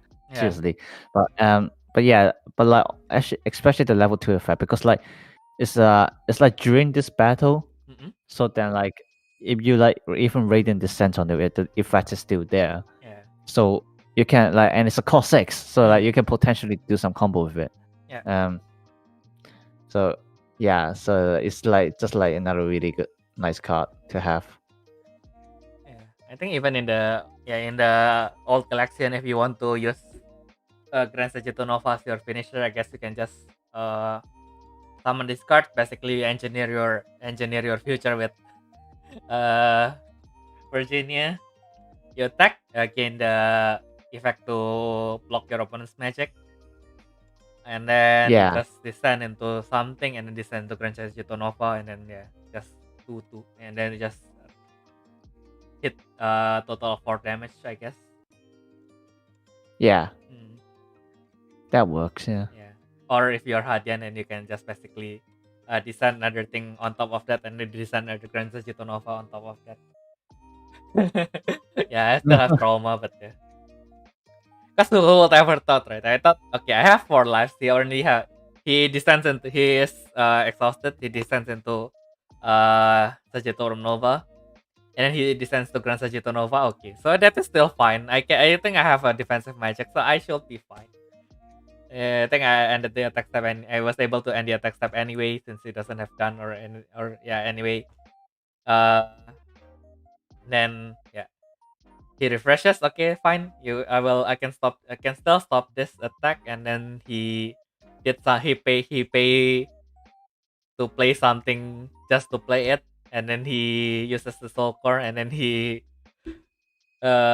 descended into Grand Sagittarius Nova again, and then uses the cost for done effect to shoot 1 of my life, and then use its effect to shoot 2 of my life. And that's how I lost that day. I don't really expect that, but It happens. It happens. Anyway, next up we have the Dimension Boxing Corps Commander Taikan. It's a time crown. Okay. So Excel with 5 cost and 3 blue reduction. By returning 1 card from the family time crown in your trash back to the bottom of your deck, destroy 1 opposite spirit or ultimate with the highest cost. After this effect resolves, send this face up card to your open zone. Level 2, during your attack step, when your spirit from the family time crown attacks by returning 2 cards from the family time crown in your trash back to the bottom of your deck. During this battle, that spirit cannot be blocked. Yeah. Yeah.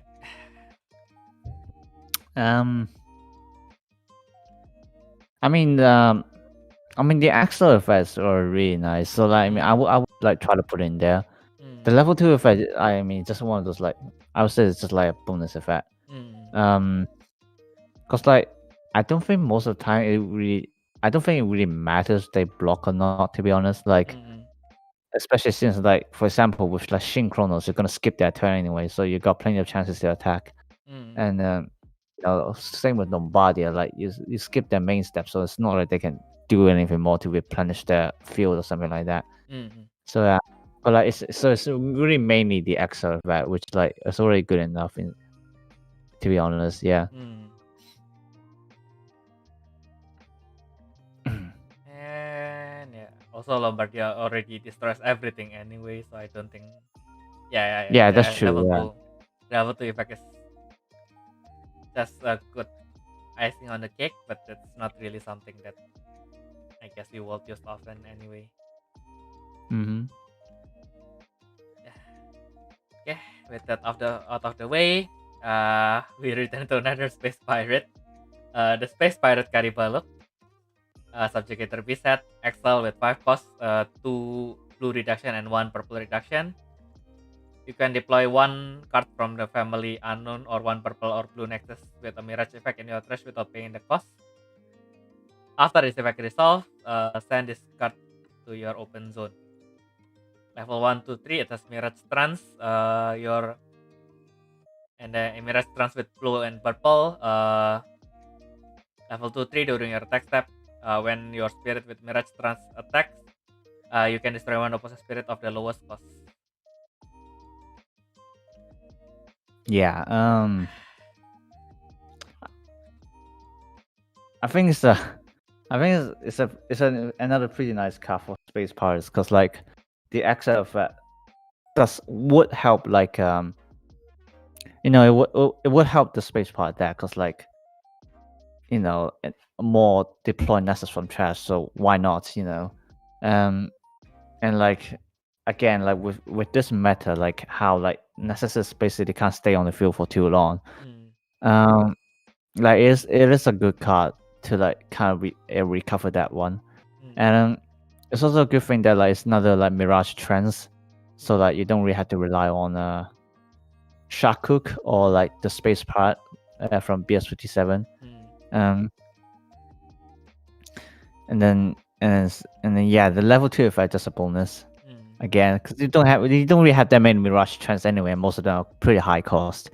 So yeah, but like just for the extra effect, I would still say it's pretty nice. Yeah. I guess I don't have too much to add either. I mean, it's nice that you can redeploy Bone Shark, I guess. True. Just to make them suffer. Yeah. And then actually this one doesn't clash with Bone Shark, unlike the one from BS57. Yeah, because that one, the only bad part about that one is basically because it has a when summon effect. So if you have a Bone Shark on the field while it's a space pirate, still can activate the when summon effect. So yeah, at least this one doesn't clash with that.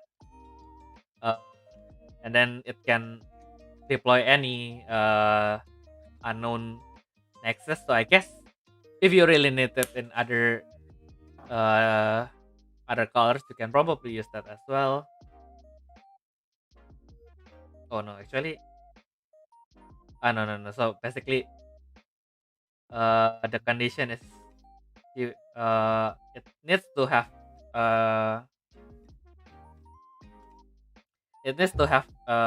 both unknown and it needs to be purple or blue, right? Yeah. Pretty hard to read. Basically, The ore part Yeah, is yeah, basically yeah. you need to be it needs to be purple and blue. That is an absolute requirement. But it can be either unknown or it has a mirage effect. That is pretty hard to read, but yeah, at least we were able to understand it with it before it's too late. Yeah. Other than that, yeah, as you said, mirage having more mirage trend is nice. Level 2-3 effects probably will then see too much play. Although to be fair, compared to most blue cards, to achieve level 2 you only need 2, so probably you can do that if you really need to. Like if your Yeah. opponent has only one card anyway, yeah, probably it can work. And then next up we have Galon Golem. With the subjugator artificial soldier. So when the spirit attacks, discard top 4 cards of your opponent's deck. So when the spirit attacks, discard top 4 cards of your opponent's deck. And for each Nexus card discarded during this turn, the cost of all opposing magic cards in the hand or open zone is +1. Level 2-3 flash. When the spirit attacks, by destroying any number of your spirits from the family artificial soldier, summon one spirit from the family unknown or subjugator and artificial soldier in your hand of cost equal or less than the total cost of those destroyed without paying the cost. Yeah, so if we like pair with like the the cost for Golem from before. That's like exactly 11 cost. So that you can just like destroy himself and the cost for Golem, and then you summon back a Golem without paying the cost. Oh yeah, usually And that. the best thing is that, and the best thing is that you don't really need many costs with it because you have the kind of the artificial soldiers grandstone, or the tower grandstone. I can't remember, but anyway, yeah, because like the grand mystery effect, just treat them all as highest level anyway.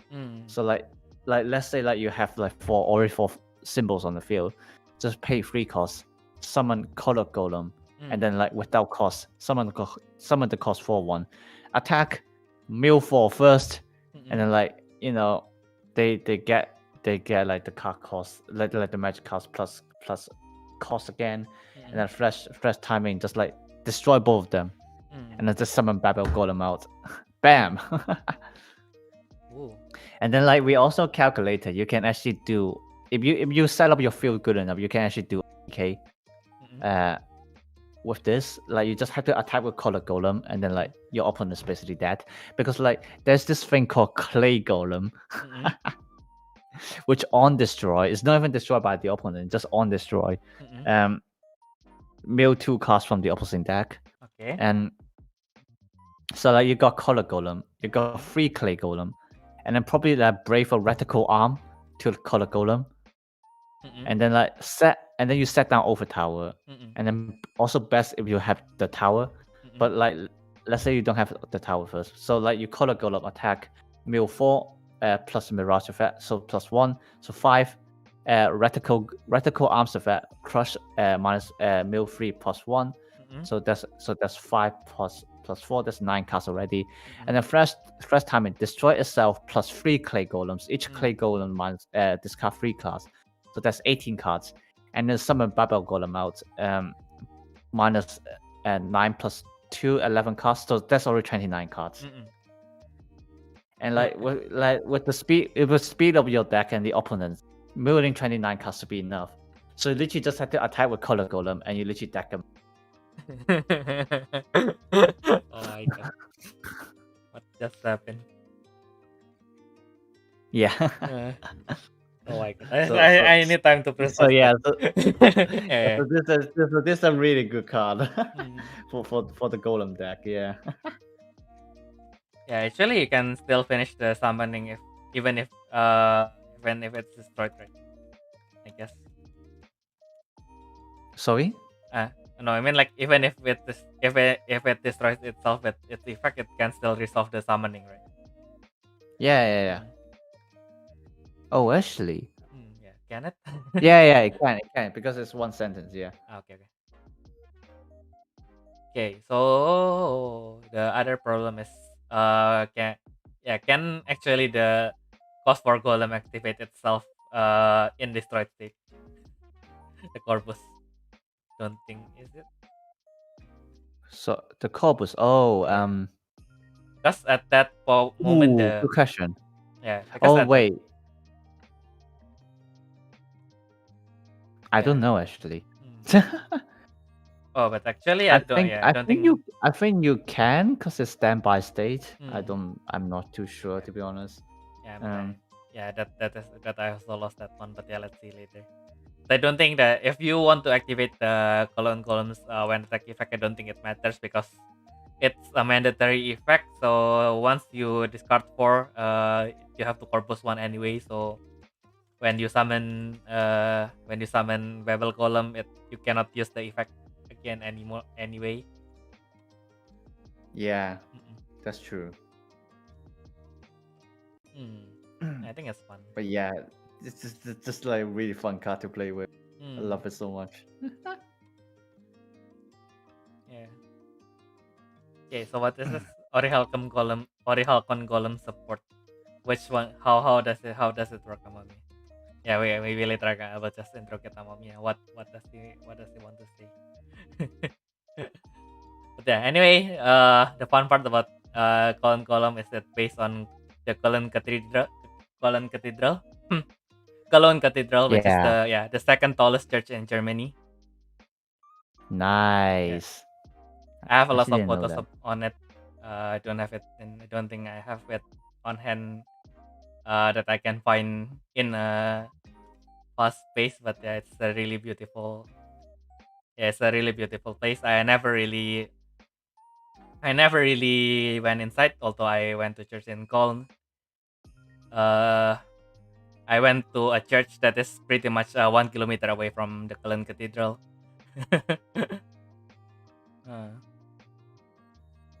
And then what else? What is the other fun fact? And then yeah, if you go to so the German name for Cologne is actually Köln. So it is one of the most surreal station to be in Germany because it is a city, one of the city with the largest international population. So in the station they will pretty much announce stuff in both English and German. So you will first hear Köln and then you will hear Cologne. Yeah, that's why it feels really strange. Because in Dusseldorf it's just Dusseldorf and Dusseldorf, right? So it's like not that different, and then you heard Cologne and Cologne. So it's like okay. I feel like I'm in a different city, but yeah. Oh well. Oh well. Very fun fact. Also, yeah.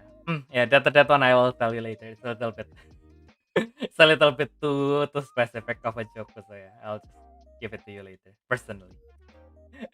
Okay. Anyway, next up we have the Death Reaper Scorpio. That's Scorpion. Again, it's a subjugator collection, so it has the effect to change its reduction to all color. And then if you have a card from the family collection in your open zone, well, this card is unaffected by any opposing effect while it is set.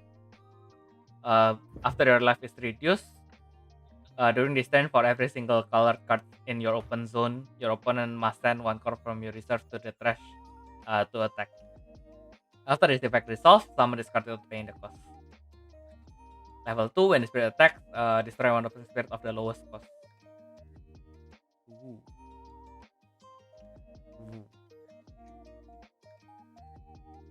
Yeah, I guess. It's a pretty nice defense card, that's for sure. But like, except the burst effect, there's really nothing much to talk about. But yeah, well, it's just like a,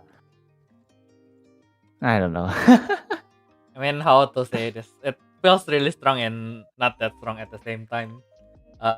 Yeah, exactly. Yeah, because you need setup for this, but once you have the setup, uh, against some specific decks, it probably wouldn't hurt them too much since they only want to attack once anyway.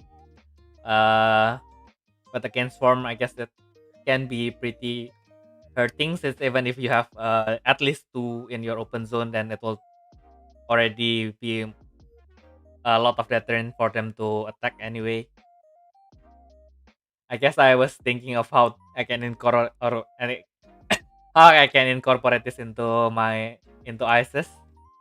Uh, I guess it's a little bit hard. So yeah, maybe not yet. I guess you can combo this with Sunflower Castle Gates if you bring multiple colors. Combo with who? Sunflower Castle Gates. Gitu ya, the Sunflower Nexus. Sunflower Nexus. Oh, Yeah, right. Yeah. So just put one card with each color and then what kind of that is. Yeah. I mean, it's a little bit. You need time to do that, but yeah, at least by doing that, you need the Galaxian in your open zone, but yeah, at least you can bring like probably the Gemini, the Lover Gemini, or basically you can bring lots of cool stuff with it, I guess. Since Lover Gemini can change the card in your open zone anyway.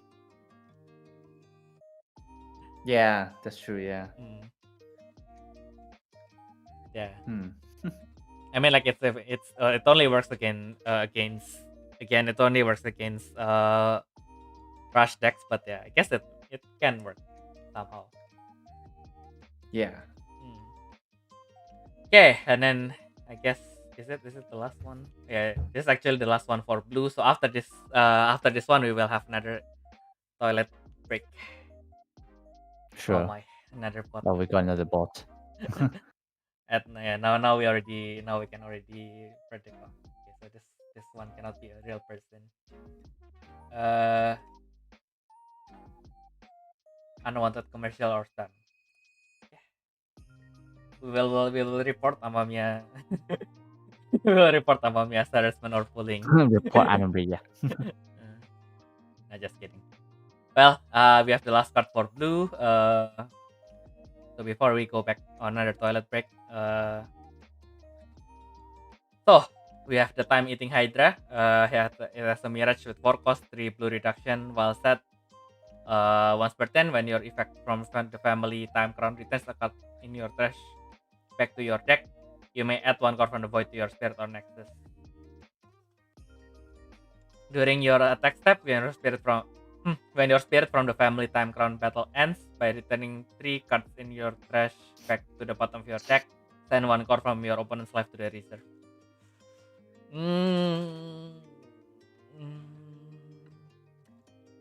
Yeah. Well, I mean, the Mirage effect is pretty good, but then like later will be a next card that does exactly the same thing. So like with like the level 2 effect, I'm not sure we even need the life burn, to be honest. So, and then like it's cost 7 too, so like I don't really think this is too useful for the deck.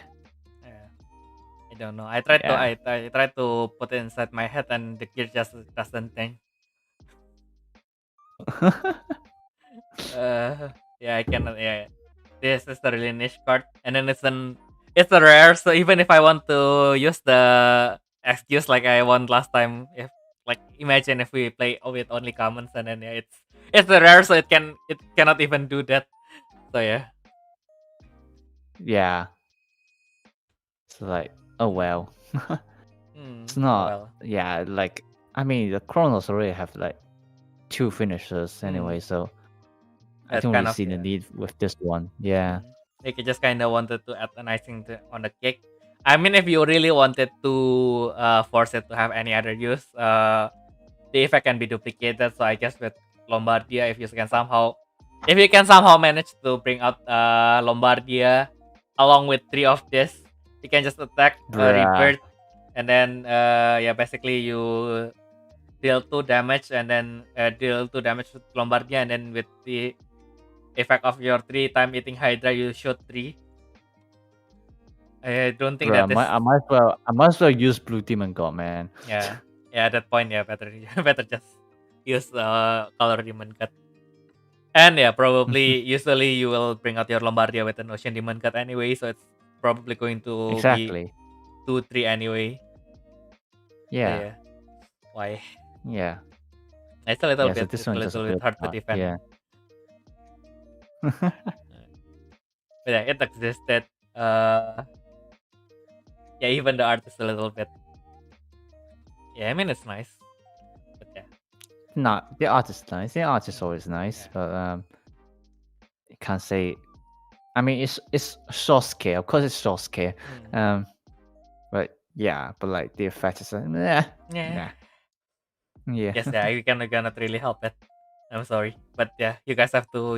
If you guys really like this card, you guys have to think. You guys have to find his shine on your own. We cannot help you, sadly. Yeah. Good luck, guys. Okay, so next up is already the Nexus. So I guess it's a good time to take another toilet break. So after this, I guess we will just finish with the Nexus, Magic, and then yeah, basically all the Nexus to Magic, and then yeah, we will see if we need another break. If not, then we will just proceed to all the other extra cards. As we Yeah. still, Okay. yeah, we still have. Let's see how much we have left. Actually, we We've got quite have. a lot. Yeah.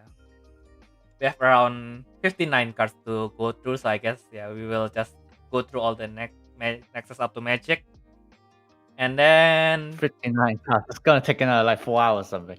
yes, exactly. Yeah, I guess yeah. I mean, like the Magic, we probably can go through it pretty fast. I hope. So yeah, let's see. Yeah. Okay, then we will be taking another toilet break. So wait, wrong.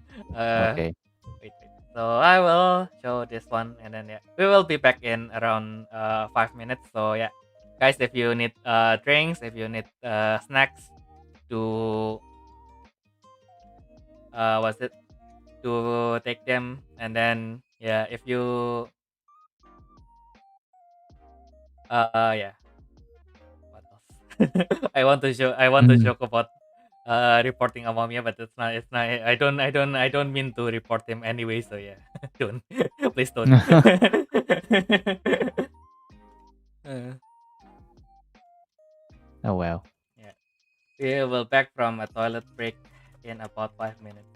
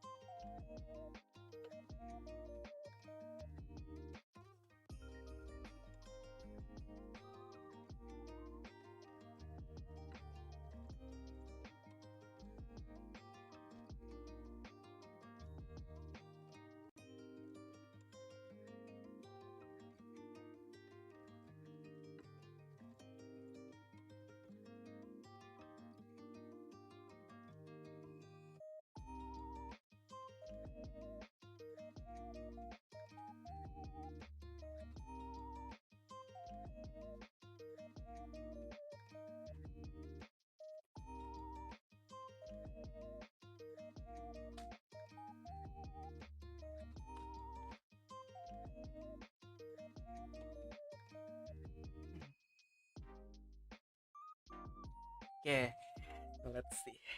Let's see what they have. Okay, so need chicken card list. Yeah, I guess you will get it soon, Namomia. You will get it soon. Don't worry. I guess. Hopefully, sometime soon. So I guess it's time to stretch my body for a bit. Wait for Ayumu to return, and then What? no, I guess you. I mean, you appeared whenever I said I'll wait for Ayumu to return, and suddenly you appeared.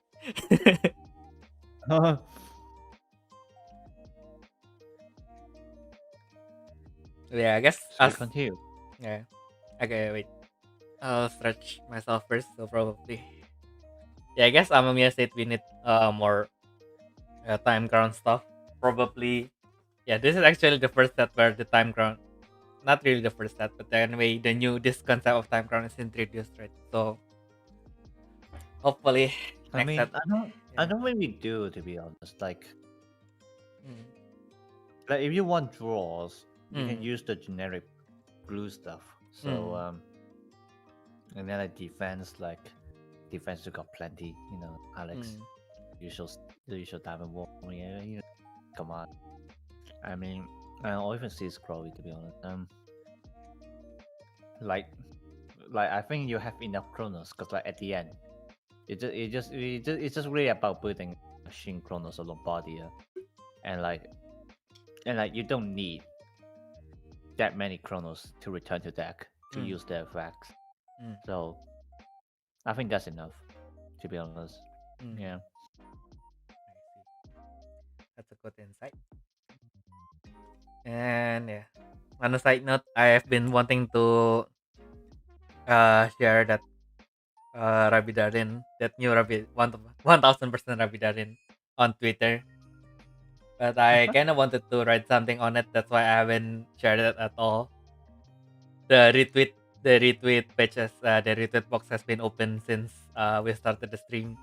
Since before we started the stream, because I was about to share that, and then you reminded me. Oh, isn't it the stream time? Oh, I see. Yeah.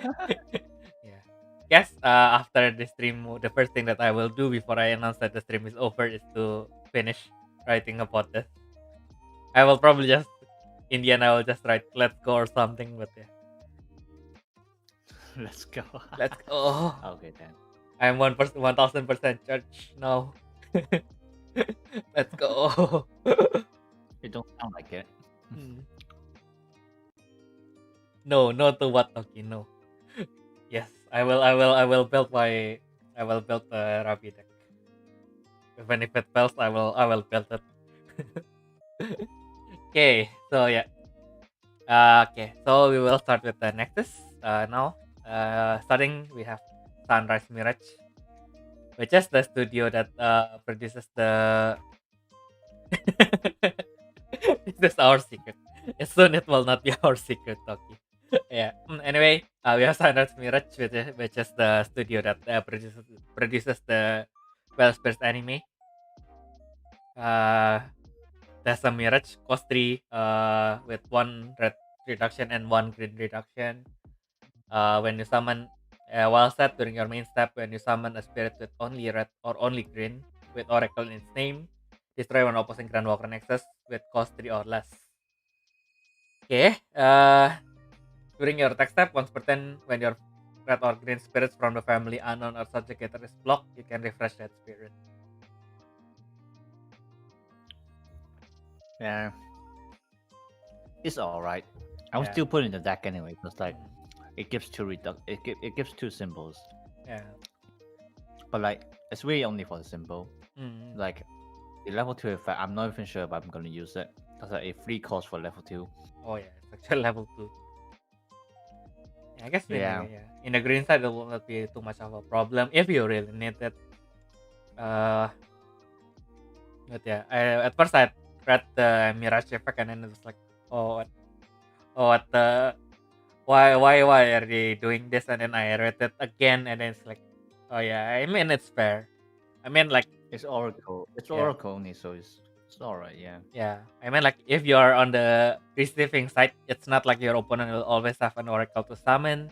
If you're on the user side, I mean it's not as useless. I mean like if you already have a Sunrise Mirage on your field, you can set it for 1. So basically you can practically time when you are using this, and then Blade Beast already has from the guard pool, you basically already have access to change your Mirage anyway. So even if you really need to destroy your opponent's GranWalker, you can do that as well. I guess you just pay 1, mean- set this. Yeah. I mean, it certainly gives me an option for green specifically. Oh So yeah. there is that. But yeah, I mean, it's only useful for the 2 symbols, really. Yeah, I mean it's the one that is the most useful, I think. Exactly. Yeah. Okay, and next up we have what is this?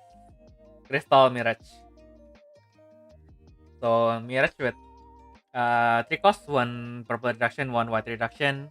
While set during your attack step, when your purple or white spirit from the family subjugator attacks, you may add 1 card from the void to that spirit. Level 2, when your purple or white spirit from family unknown or subjugator is destroyed by your opponent, you can draw 1 card from your deck. Now this one, Now, this one, yeah, this one, it's gushy. yeah, this one is good. Yeah, cause like, I mean, just like with the Mirage effect, Corpus, like you have those stuff. Well, too bad it's only for subjugator, but it's fine. But like the level 2 effect though, like it literally means like you can like just do the crash and burn method, like number 21 divergence heal, and then you got all the unknown spirits, just spam them onto the field, attack. If they block, you get to draw again. Good stuff. Exactly. Obviously, like I don't think a lot of people do that, but like it is like first turn deploy symbol too. So like that's the good part. Yeah. Yeah, I mean like even if you have only the symbol, it's already strong. If you have the Mirage effect, usually with people who plays the mid range, they will probably first attack with Shafri anyway, so Shafri will rebirth into a subjugator. So I guess you can time it like that, right? So you attack, rebirth, and then I you think so, corpus yeah. 1. It's like Priharia. It's like the interaction between Priharia and Agavia. Where's Agastya? Oh yeah. Yes, that's really interesting. It's just a plainly strong card once you see it.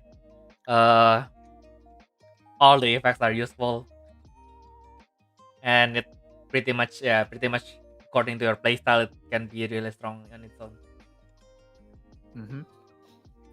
Okay, and the next one we have the Wise World 3 Agastya. Okay, so I was remembering about this card instead of Agavia. When this Nexus is deployed, so when this Nexus is deployed, add 1 card from the void to your Nexus or Rangiver, and then rush with 1 yellow symbol. Draw 1 card from the bottom of your deck. Draw 1 card from the bottom of your deck. During your level 2, during your opponent's attack step, when your life is reduced, add 1 card from the void to your spirit and draw 1 card from the bottom of your deck. It's really good, I would Yeah. say.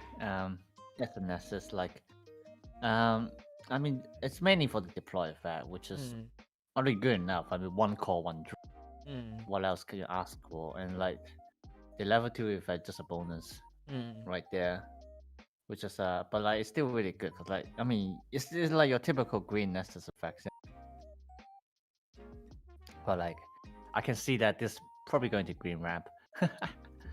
But like, I actually did think about putting, to be honest, Hmm? In where? to replace like Crown of the Starless Sky, stuff Oh like yeah. that. Because like you also get the core boost there, so Mm, I think it's pretty nice. Too bad it's only on the opposite step, but like, I mean, you still have plenty of ways to to decrease your own life in the opposite attack step anyway. mm. So like yeah, so it's like it's pretty nice. Yeah. Staying on how to It's set like the. like a lot. It's like a lot of yellow decks can Mm, benefit from this as well, because like one core boost anyway. Like if it's in a yellow only deck, like I mean, as you just treat it as like 2 cost Nessus and you draw 1. mm. So yeah, I think it's pretty nice. Yeah. Yeah, I guess I would do want to incorporate this into my yellow deck as well. It's really interesting. It's basically, yeah, because it doesn't really specify how your life is reduced, and then you can corpus one, so you can basically just use uh Ramdiel to corpus two. Yeah. Yeah, Yeah. it's really nice. And yeah, just I mean like one core when deploy in general is really good. Mm-hmm. Not much else to say. I mean, like, if I wanted to be a little bit more greedy, I would want the symbol to be like the previous two Nexus to also have a yellow symbol. But I guess with the I rush, you want cannot to. really do that. Yeah. True. Yeah. Yeah. Unless you give it like probably the rush needs to be level 1, and then it has an effect to gain a yellow symbol on level 2, and then it has an effect to that it cannot be deployed as level 2, then probably we can do that, but it will probably be too complicated. It's very complicated, but Yeah. okay. Yeah, I would definitely put this in pre-crow. I Mm. mean, the green yellow cost in this set in general can also help pre-crow too. Yeah, I mean, at most you basically just replace Mm-mm. Green wall. the birdie Yeah. with Yeah. pre-crow, and like it also works. Mm. So yeah. Ooh. Yeah, we can do that. Anyway, it's a common. I will have probably infinite number of these cards, so we can try sort of Yes, all share sort some to of me, thanks. all sort of good thing with it. Yeah, I mean like Tokyo also mentioned green reduction for prequel. Yeah, yeah. I think we can basically just reduce green world for this, I guess. Yeah. I mean, like if you already have a yellow starter, the cost is basically the same. Yeah, I But yeah, mean, you get a if you're yellow. trying, You if get you're using retro. P-Crow, you're gonna have to cost 0 Angel anyway. Mm. So yeah, there's that. Yeah. Then moving on. We have the Aurora Fortress. When this card is revealed from your deck by the effect of your spirit from a family unknown or subjugator and armored machine, you can deploy it. When the level 1-2, when this next is destroyed by your opponent, you can summon one spirit card from the family unknown or subjugator and armored machine without paying the cost from your hand. Level 2, all your spirits from the family armored machine or mounted warrior gains heavy armor green or blue. Ooh. Yeah. Yeah. Well, too bad. Like the deploy, you have to pay cost. Yeah. I mean, there's it's not exactly that useful for the deck. I would say it's basically just another stable symbol on the field, because like you're basically baiting the opponent not to destroy it. But then like obviously you also have the level 2 effect, which block heavy armor for green and blue. I mean, it's like specifically useful for the blue part, I guess, because like you can avoid the summon lock and all those. So yeah, it depends on how you play it, because like at the end the purple white grandstone from last set for the armor, and but obviously that one it can't deploy itself and all those stuff. So like this is like the alternative one, and this one also has a symbol. So I guess both have its perks. So like it really depends on the players which one they want to use. Yeah. I guess not much to say, because after reading it while you are talking, it was like the more I read it, the more it's like the more it becomes not appealing, especially since currently lots of Nexus destruction doesn't really allow you the effect to activate anyway. Yeah. A little bit hard. And then my message is like anti Bone Shark, but yeah, it's like pretty specific as well, right? I mean, like you have to set level 2, probably summon Ragnarok, and then yeah, you just use the core for something else. Yeah, you had to keep it at level 2. That's the thing. Yeah. But on the other hand, it is kind of like a support for mounted warrior. So I mean, in the future, you never need it. It's there, I guess. Yeah, I guess you can say that. I mean, like Amamiya really like to play with Royal Knights, right? Royal Knights are all mounted warriors, so you can do something with it. It is actually a Ruined Dragon support.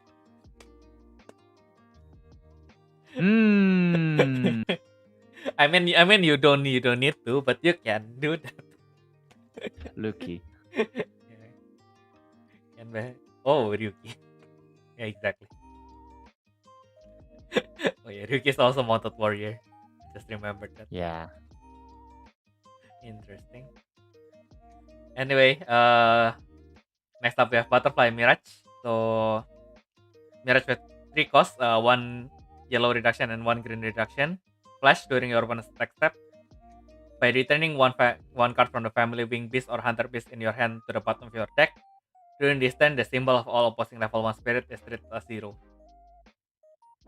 Level 1, during start of both players' attack step, by exhausting one of your green or yellow spirit from the family unknown or subjugator, draw 1 card from the bottom of your deck. This effect cannot be duplicated.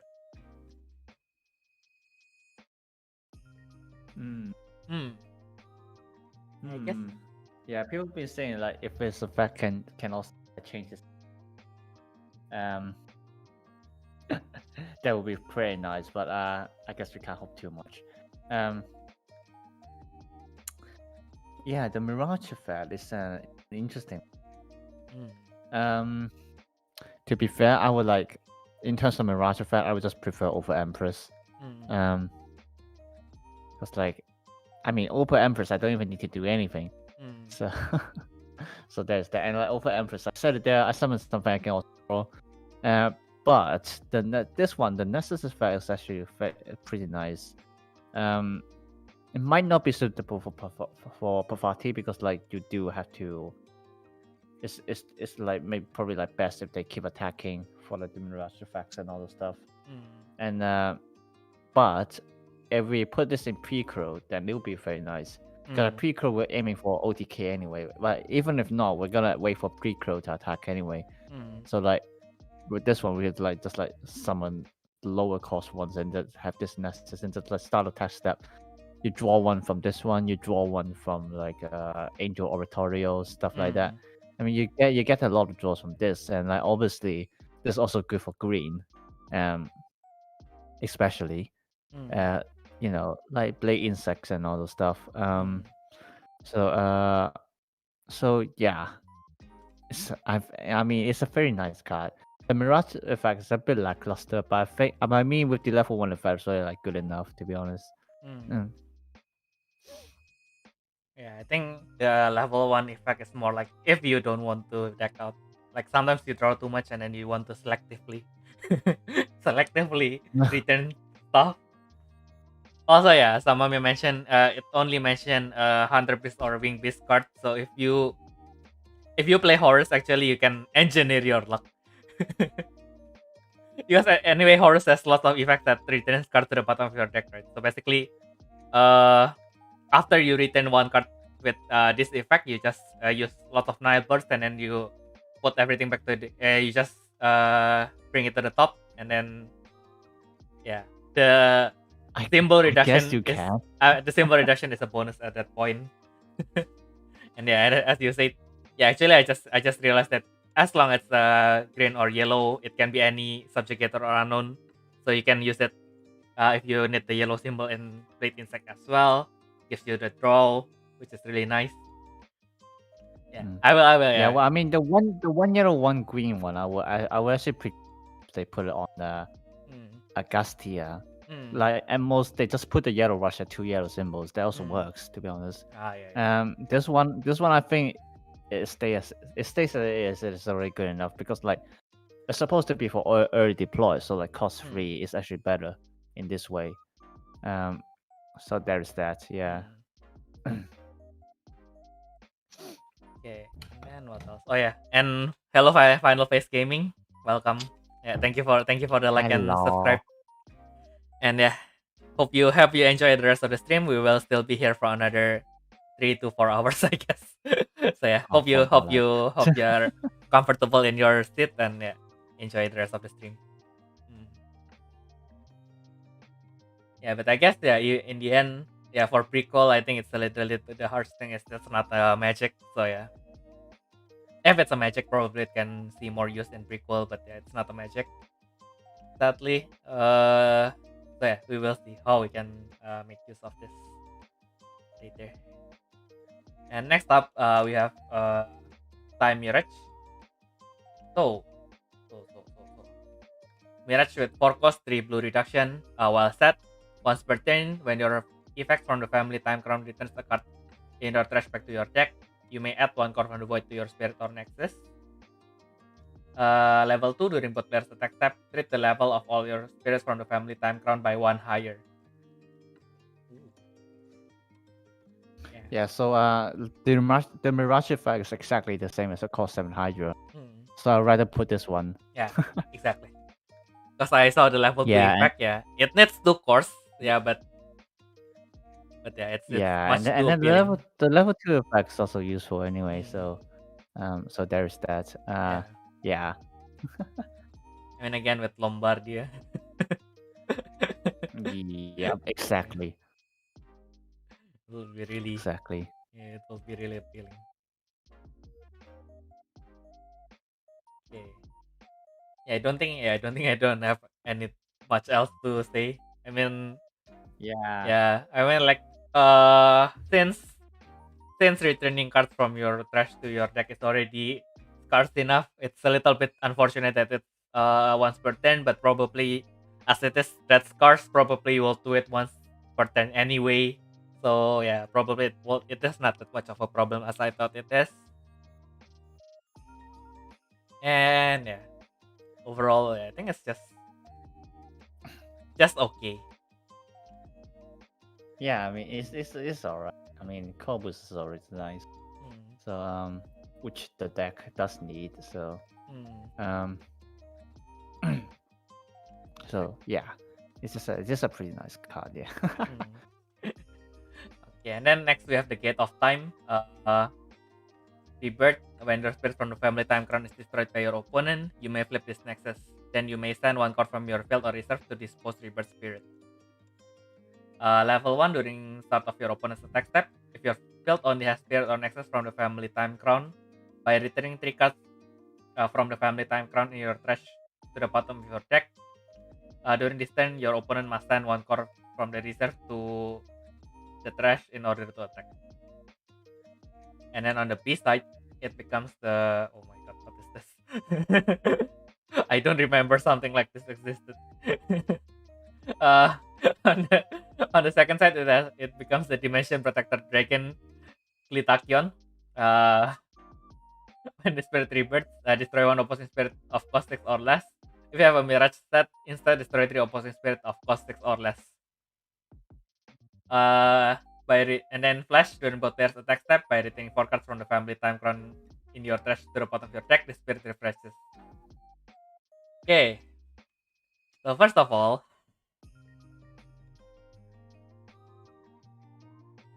So first of all, Mm.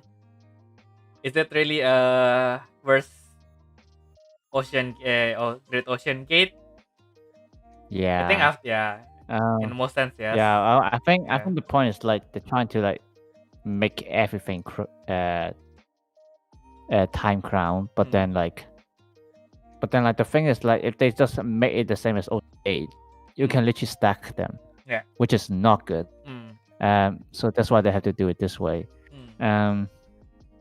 I mean, I think it's all right, to be honest. Cause like the thing is like it's probably like cause like first of all, this one also hits blue decks. So like it's not like Ocean Gate where like you're facing blue too, then like Ocean Gate just basically trash. And then like it also like gives you kind of like the option of like returning cost to bottom. So then like if you just only have this Nessus, then like you can still trigger the effects like time mirage and all those stuff. So I guess you can say like that's one of its perks. And then another thing is like obviously this one can stack. So if for some reason your trash is thick enough and you got 2 and 3 of these, it's it's a pretty good it's a pretty good card. Like you can like stack them and the opponent can't attack at all. So yeah, so there's that. On the flip side, is I mean it's just like for itself to stay on the field if it ever gets removed really. So like there's nothing much to say. I mean, destroy 3 cost 6 or less. I mean that's pretty good for field wipe. And then like the level 2 effect, I wouldn't use that. Might be too expensive. Returning 4 to refresh once. Well actually it's not once per turn, but like you won't have enough to refresh anyway. So yeah. There's that. I mean, it's okay. I think the Nexuses is okay, like despite like what the other people say. But then like after it flips, it just like doesn't really do much. Yeah. I mean, I guess there's that. The only saving grace, if any, is also stops ultimates from attacking. And as you say, if you have 3 and your trash is stacked, then you can just basically return 6 cards and then they have to pay 3 each time they attack. I guess because it's 3, right? So if you need to return 3, so you will need to return at least 2 cards. Yeah. And then this is the niche stuff, but actually if you use on the B side, if you use Blue Demon Gut, then actually you can use the flash effect to attack continuously. So just draw 2, discard 2, and then if your deck is already thin enough, then then you basically just draw 2, discard 2, and then you return 2 with the flash effect, and then you can attack. You can basically keep on attacking, I guess. There's that, but it's not. The flip condition is too unreliable to make it your main combo. So I guess if you want to do that, you can do that. Otherwise, if you want to play thematic deck, probably the origin one is still much more stable. But I guess if you wanted to play the new kind of time crown, yes, Ayumu has pointed out, you don't really have to return anything to the. You don't have to return stuff to the bottom of the deck that often anyway. So yeah, don't worry about it too much, I guess. Yeah. I mean, it's not like all the time you need to use the effect. Exactly. Well, I mean, we'll see when it comes to play. Okay, next up we have the Domination Mirage. So for Mirage with 4 cost and 2 blue reduction. While set during your attack step once per turn, when your Spirit of Original cost 5 or more, discard a card. Okay. While set during your attack step once per turn, when your Spirit of Original cost 5 or more, discard a card of cost 5 or less by deck destruction effect. You may send one card from your opponent's life to the reserve. Mm. Mm. It's a And then yeah. it's a pretty weird card. Like, Yeah. why would you want to reduce their life when you're doing the discard thing? But I suppose it gives options. Mm. Well, I think the thing is that like this is actually for explode dragon. I see. Yeah. So yeah, just like telling you to make a red blue primal deck, which I mean, it's like completely valid to do so. Mm. Like it does have the support, so like you can try to do that. So yeah, and because it had like a concept, so that means it's going to be appear in the enemy.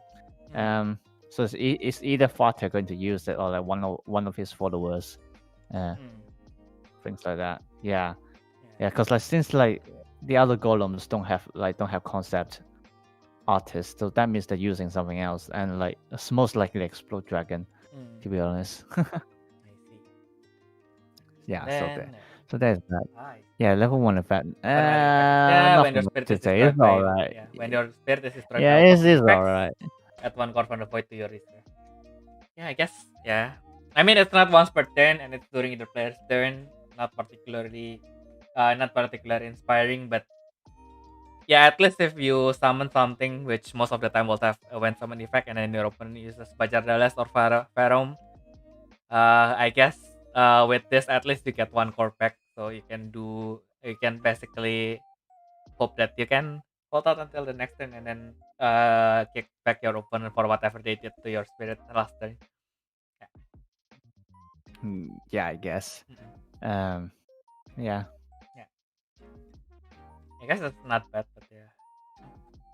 Yeah, I guess it's not Yeah, bad. but like ironically, like it's very funny because like the card is called Domination Mirage, but then the flavor text isn't dominating at all.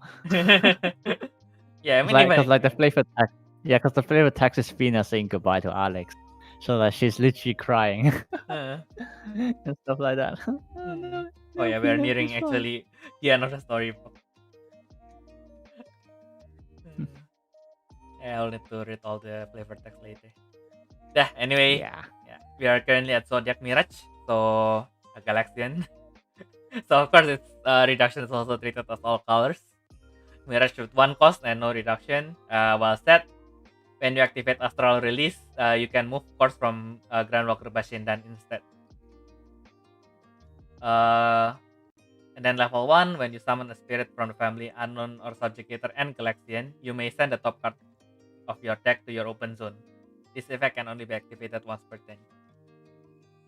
I mean, it's pretty nice when it's on the field, especially at 1 every turn. The Mirage effect is interesting though. It's just one of those cards like, hey, here's the connection, but then like, would you really do that? I don't know. Yeah. I mean, we'll see if Temperance, the Sagittarius Temperance doesn't give enough power, then I suppose like people have to resort it back to Sagittarius Worm and all those things. Which makes sense. I mean, like I think you're gonna stuff like 2 or 3 of this in the deck anyway, so it wouldn't hurt like you also add Sagittarius Worm like on the way and stuff like that. So it's alright. Like the cost isn't really expensive anyway, so yeah. Yeah, I guess this is one of those cards that they thought they can put it just to mean like we will support both of them at once, but we will give only one good thing for each side. But actually, as we have established, this actually gives access to the new Galaxian to use strong cards from the old Galaxian, such as how to say,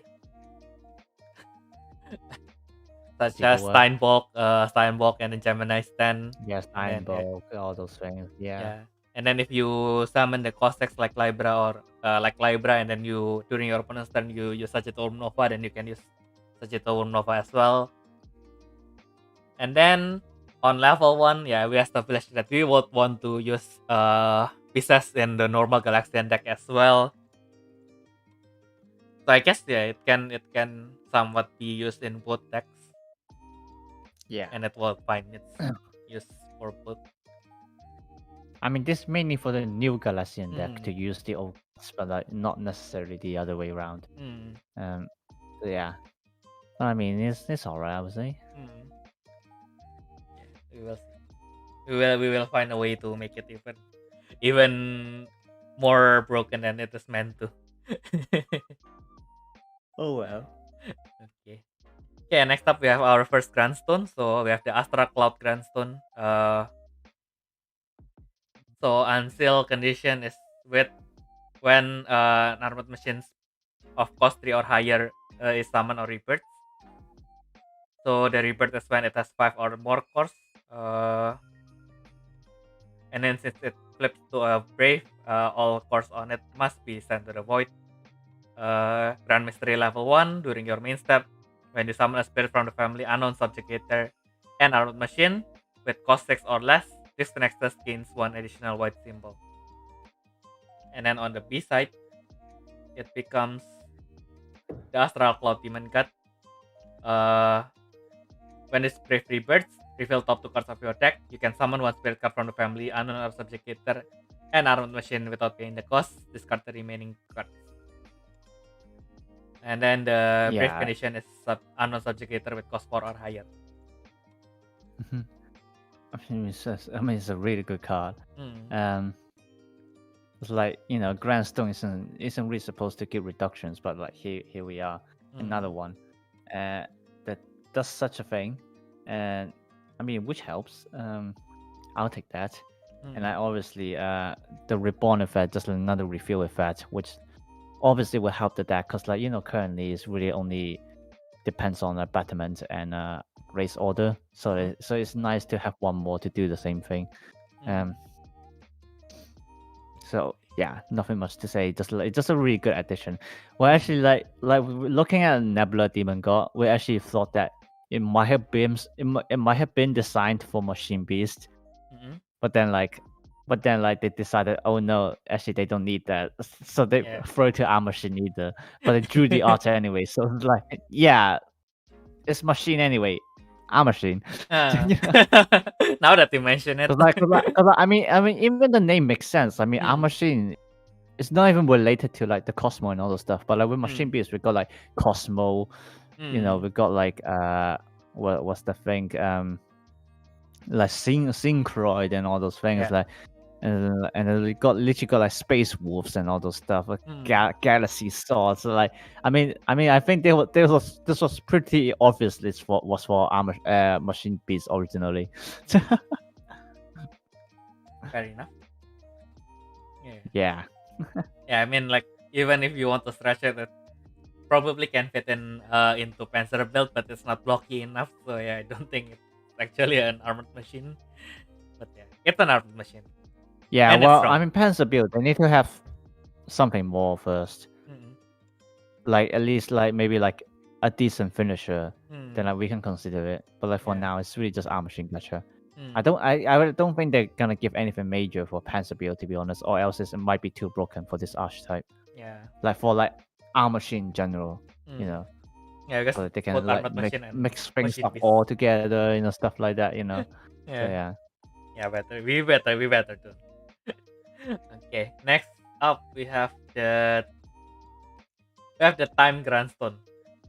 So unseal condition is when Time Crown with cost 3 or higher is summoned or rebirth.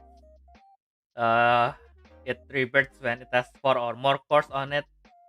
Then Grand Mystery level 1 once per turn. When you summon a spirit from the family Time Crown, draw 1 card from your deck and then discard 1 card from your hand. And then on the B side, it becomes the Time Crown Demon God. When this Brave rebirths, ignoring the cost of Brave, destroy an opposite spirit or ultimate with cost 8 or less. Brave condition is Time Crown and cost 5 or higher. When Brave attacks, by returning 3 cards from the family Time Crown in your trash to the bottom of your deck, your opponent cannot play magic cards with cost 5 or less. Yeah, so this one's really good. Like, we just look at the Grand Mystery and it's like, yes, this is what the deck needs. and I sure enough, it's like it's like really good. Especially since it can also stack. So like Oh. Yeah. So that's the good part. Like at least they know that if the deck is lacking some discard. So this is good. And I mean the B side is also really good. I mean like on reborn, let's cost 8 or less with annoying brave cost. It's a really big range. And then like the on attack effect, like it's like even better, to be honest, because like you're already skipping their turns, and then like you're like, nah, you can't use magic cards at all, stuff like that.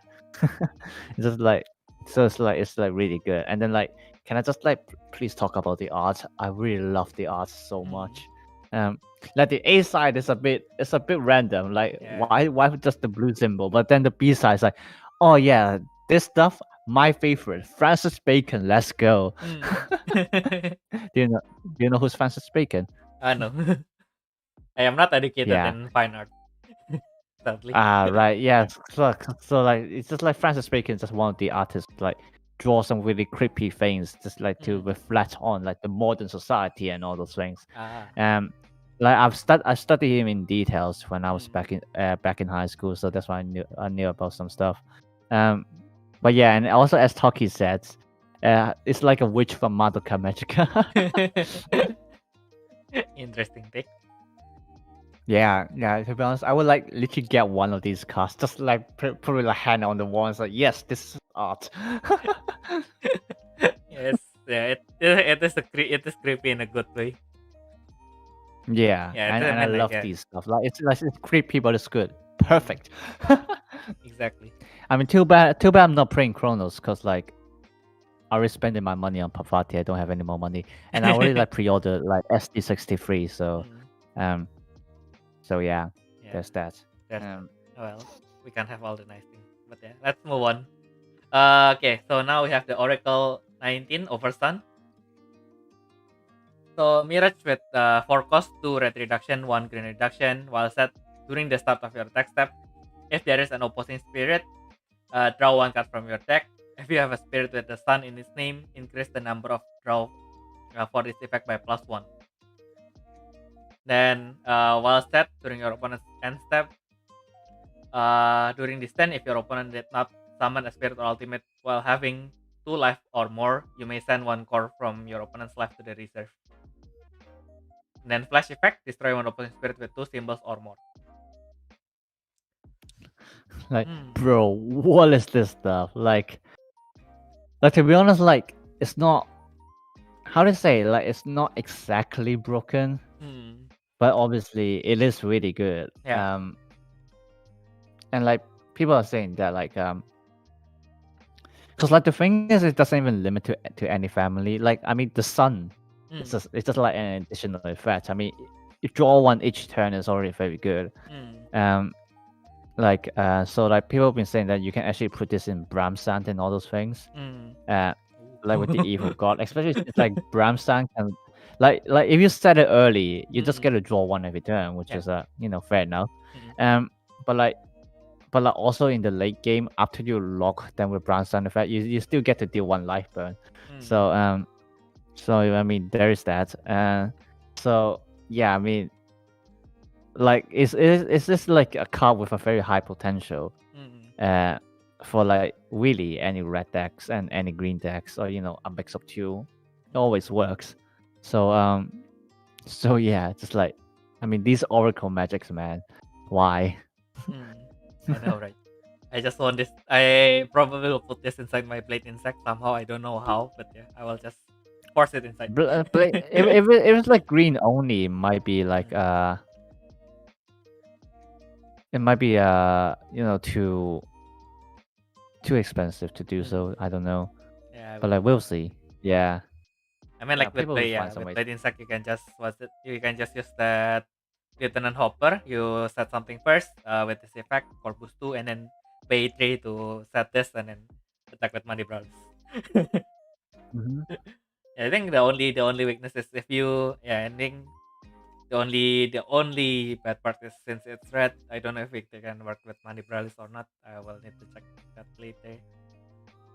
But at least you cannot set it with Money Brawls. Oh man, Oh no, you can't set with money Belarus because Yeah, you it's cannot set money it, is but set yeah. in green, But you green can and just yellow. return it. But yeah, Yeah, you can just set a new one and then return the overstand to hand, right? I guess. but like I mean, you can always like pull in like the bulldog Gregory stuff like that for like a green Astro Blazer deck with mixing some like other colors of Raj and stuff like that. I mean, that one also works, I would say. Yeah. Yeah, I guess that can work.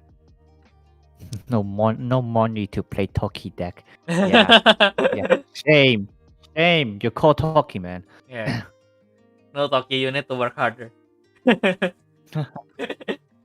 there's no such thing as you have no money. You have to work harder. No, just kidding. I mean, technically, I can build Chronos, but like, At what cost? I just don't want to throw so much money at once. So, yeah. Yeah, but I don't think it will be that expensive, right? It won't be that expensive, but like, it's still money. Yeah, I know. And like, it's not like I'm playing a lot right now anyway. Yeah, fair enough. Freaking stay in Europe. Who's gonna play with me? Fair enough. So yeah. So yeah. Oh well. Yeah, you're not even in the EU anymore. I also gonna save money for the divas. Yeah, like, you're not even in the EU EU if anymore. you're actually going to order more divas cards, I don't mind sharing with you. Yeah. Just like open them and like send the cards that I need, and I'll pay you back bank transfer and stuff like that. Yeah, I guess we can work that out, I guess. Yep. Okay. Anyway, next up we have Oracle 9 over Hermit. So Mirage with 4 costs, 2 purple reduction and 1 white reduction. While set during the start of your attack step, you may send 1 core from your opponent's field to the reserve. And then while set during the start of your opponent's attack step, your opponent sends all cores, leaving 1 core from you. Okay, so the first one is during the start of your attack step, you may send 1 core from your opponent's field to the reserve. And then the second one is while set during the start of your opponent's attack step, your opponent sends all cores, leaving 1 core from one of their spirit or ultimate to the reserve. If you have a spirit with the hermit in its name, cores sent to the reserve by this effect can be sent to trash. And then flash effect, destroy 1 opponent spirit or ultimate with 3 cores or more. I see. Yeah. Nice. Yeah. So it's a pretty nice control card. Cause like you are forcing them to like keep their spirits as like 1 core, stuff like that. Which obviously will help your defense and all those stuff. Unfortunately, it doesn't answer on the Q&A, but I assume that like for the opposing attack step effect, they can just target a spirit with 1 core and not send anything. So like, I mean, I think like the rest of the effects are just like irrelevant, Yeah. But like if not, then like it would be like better than we all thought. Cause like that means they like every time they have to level up something. Like for example, if they have to attack something with level 2, they like their other spirit also have to be level 2 so that they have cause to send. But like if not, then like it's still alright. I mean, it's a good control tool right there, and you can also like save the deck space by removing Snake Vision and just put something else, stuff like. And then like obviously this card also really goes well with itself, because like you set the Mirage, you force them to be at 1 core, but then like the attacker's like, I'm just gonna attack with 3 cores or more. So you can just flash and like copy it over Hermit from hand. Like, nope. Nope. Yeah, exactly. Yeah. Yeah, I guess it's the weaker one. I mean, like it specifies Aite wa Aite no spirit ultimate itai no ko ao ikko ni naru yo ni rizavu ni oku. So I think it's comparing it to the previous green cards, with this wording, your opponent is the one who chooses which spirit. It is them choosing. So that's why I'm saying like they can probably choose one with only 1 core, so they don't have to send anything. So yeah. And then you clean up the rest of the clean up their main attacker with over Hermit in your hand. Yeah, Sneaky, exactly. Yeah, stuff like that. Yeah, sneaky hermit. cheeky pepper. Exactly. Okay, next up we have Oblivion Wind. So Flash, during this turn, all your spirits from the family wing beast or hunter beast gains when the spirit attacks, opposing burst effects cannot be activated. Good card. Next one. Yeah. It's just a I good mean, card what, for your what am final. I supposed to say? Yeah, Um, no, not much to yeah, say. I It's mean, yeah, it's I mean, good if card you for have your enough last turn. cost, if you have enough cost, it is like, if you have enough cost, it's like good for hunter beasts because like they don't really have these kind of effects. Yeah. And it's probably also better than like actually never mind about that. But yeah, like it is an option for hunter beasts. But wherever you put that, but probably not. It's too expensive. Free cost. Yeah. Probably I'll just put one just to irritate my opponent. Yeah. Bruh. So what you're setting your you just search for your Alex and you're setting it. No. No. Bruh. Okay, next up we have great tank impact. Flash return one opposing spirit and one opposing brave to the bottom of the deck. And if you return, you can summon one spirit card with Panzer built in its name from your hand or trash without paying the cost. In addition, if you have a spirit with Hermit in its name, treat this card as colorless. Yeah.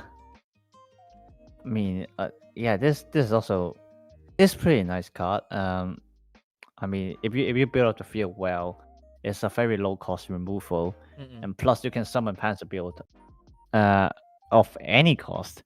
I mean, for now, like your best target is probably the Master Rare from earlier, the Keenix Tiger. Yeah, Keenix Tiger.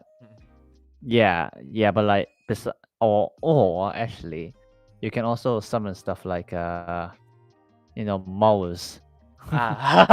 I see. Exactly. Yeah, I mean, they even got mouse in the illustration, so I think they know what you want to do. But yeah, it's I mean, it's like it has a potential, but then like for now, like probably won't use it yet, because like with purple white, you don't really, first of all, you don't really have that many Panzer build, and second is like it is still a very high cost card, so like in the early game you wouldn't really use it that often. So that is that. But like it is there, it is an option, and it has this potential. So like just keep an eye on it. Like especially if you're playing like Armor Machine or Purple White, like keep 2 or 3 copies. When a good Panzer build card comes in, then this one can be godlike. Yeah. That's a better observation. Okay, so I guess we'll just move on to the next one. So we have the Yellow Magic Bright Hope. Flash effect level 2. Yeah. Bright Hope, but yeah, my eyes a little bit not bright. Flash return to opposing spirit of level 2 and draw one card from the bottom of your deck. After this card, after the effect resolve, you can activate this card's Rebirth. So the Rebirth is, if you have a yellow Mirage set, you may flip this card. Then Brave this post Rebirth Brave to your spirit, or send one card from your spirit or reserve to remain in spirit form. And then on the second side, it becomes the Skywing Blade Heaven's Edge. When this Brave Rebirth, return 2 opposing spirits of level 1 to the bottom of the deck. Brave condition is unknown or subjugator with cost 4 or higher. When Brave, if you have a yellow Magic Mirage set, this spirit gains 1 additional yellow symbol. Yeah, so I'm glad that Bandai didn't make a Grandstone for the Divine Spirits, because like that is obviously not what they need. So like this magic really helps prequel, obviously, because like it is like one magic card to use without cost. So like that's gain 1 symbol. After you Brave again, gain another symbol, and like that's like 3 already. use a Mirage Flash for stuff like that. You get what I mean? And like but like the B side range is higher, obviously higher than the A side. But then like I guess it depends. Like personally, I don't see a lot of level 2 in these days, but it is a target, I guess. And then like for the B side, like I have seen people saying like, oh my god, why does it just not give a symbol? Why does it have to be like that? Like you need to have Mirage set and all those stuff. But like the thing is like it actually makes sense, I would say, because like in some sense, you're basically high speeding a yellow brave out. And like you can even draw and bounce with that. So then obviously it can't they can't allow you to kind of abuse it in like the other decks, because like obviously it's limited to unknown subjugator like for the brave condition. But then like just yellow in general, you got a lot of like ignoring brave conditions. You know, you got Rin, you got Maochu, and then like even outside of that, there are other spirits which like ignore brave conditions. And so like this fine spirit, like they already have a lot that limit themselves, like having stairs, ways, and all those stuff. Because like, so the Bandai's already being more careful. So like with this one, if they just give it a plain symbol without any conditions, it would just limit the future cost further, because it is a very generic magic card. So like it makes sense. And I mean, like if you use it in unknown and subjugator, you're gonna have a Mirage set anyway. So like it's fine. And plus 7k is a lot. I'm just saying that. Okay, let me process this first. So Bright Hope is 6 cost. I wonder who used to use this with. I think they already made it really obvious who you should use this card with. I don't really see other than prequel what other card can really use this card to its full potential. But then again, I think 1 to 2 max. It's more like an emergency to if you really need that extra mile to finish your opponent. I will not really rely on the bounce to level 2.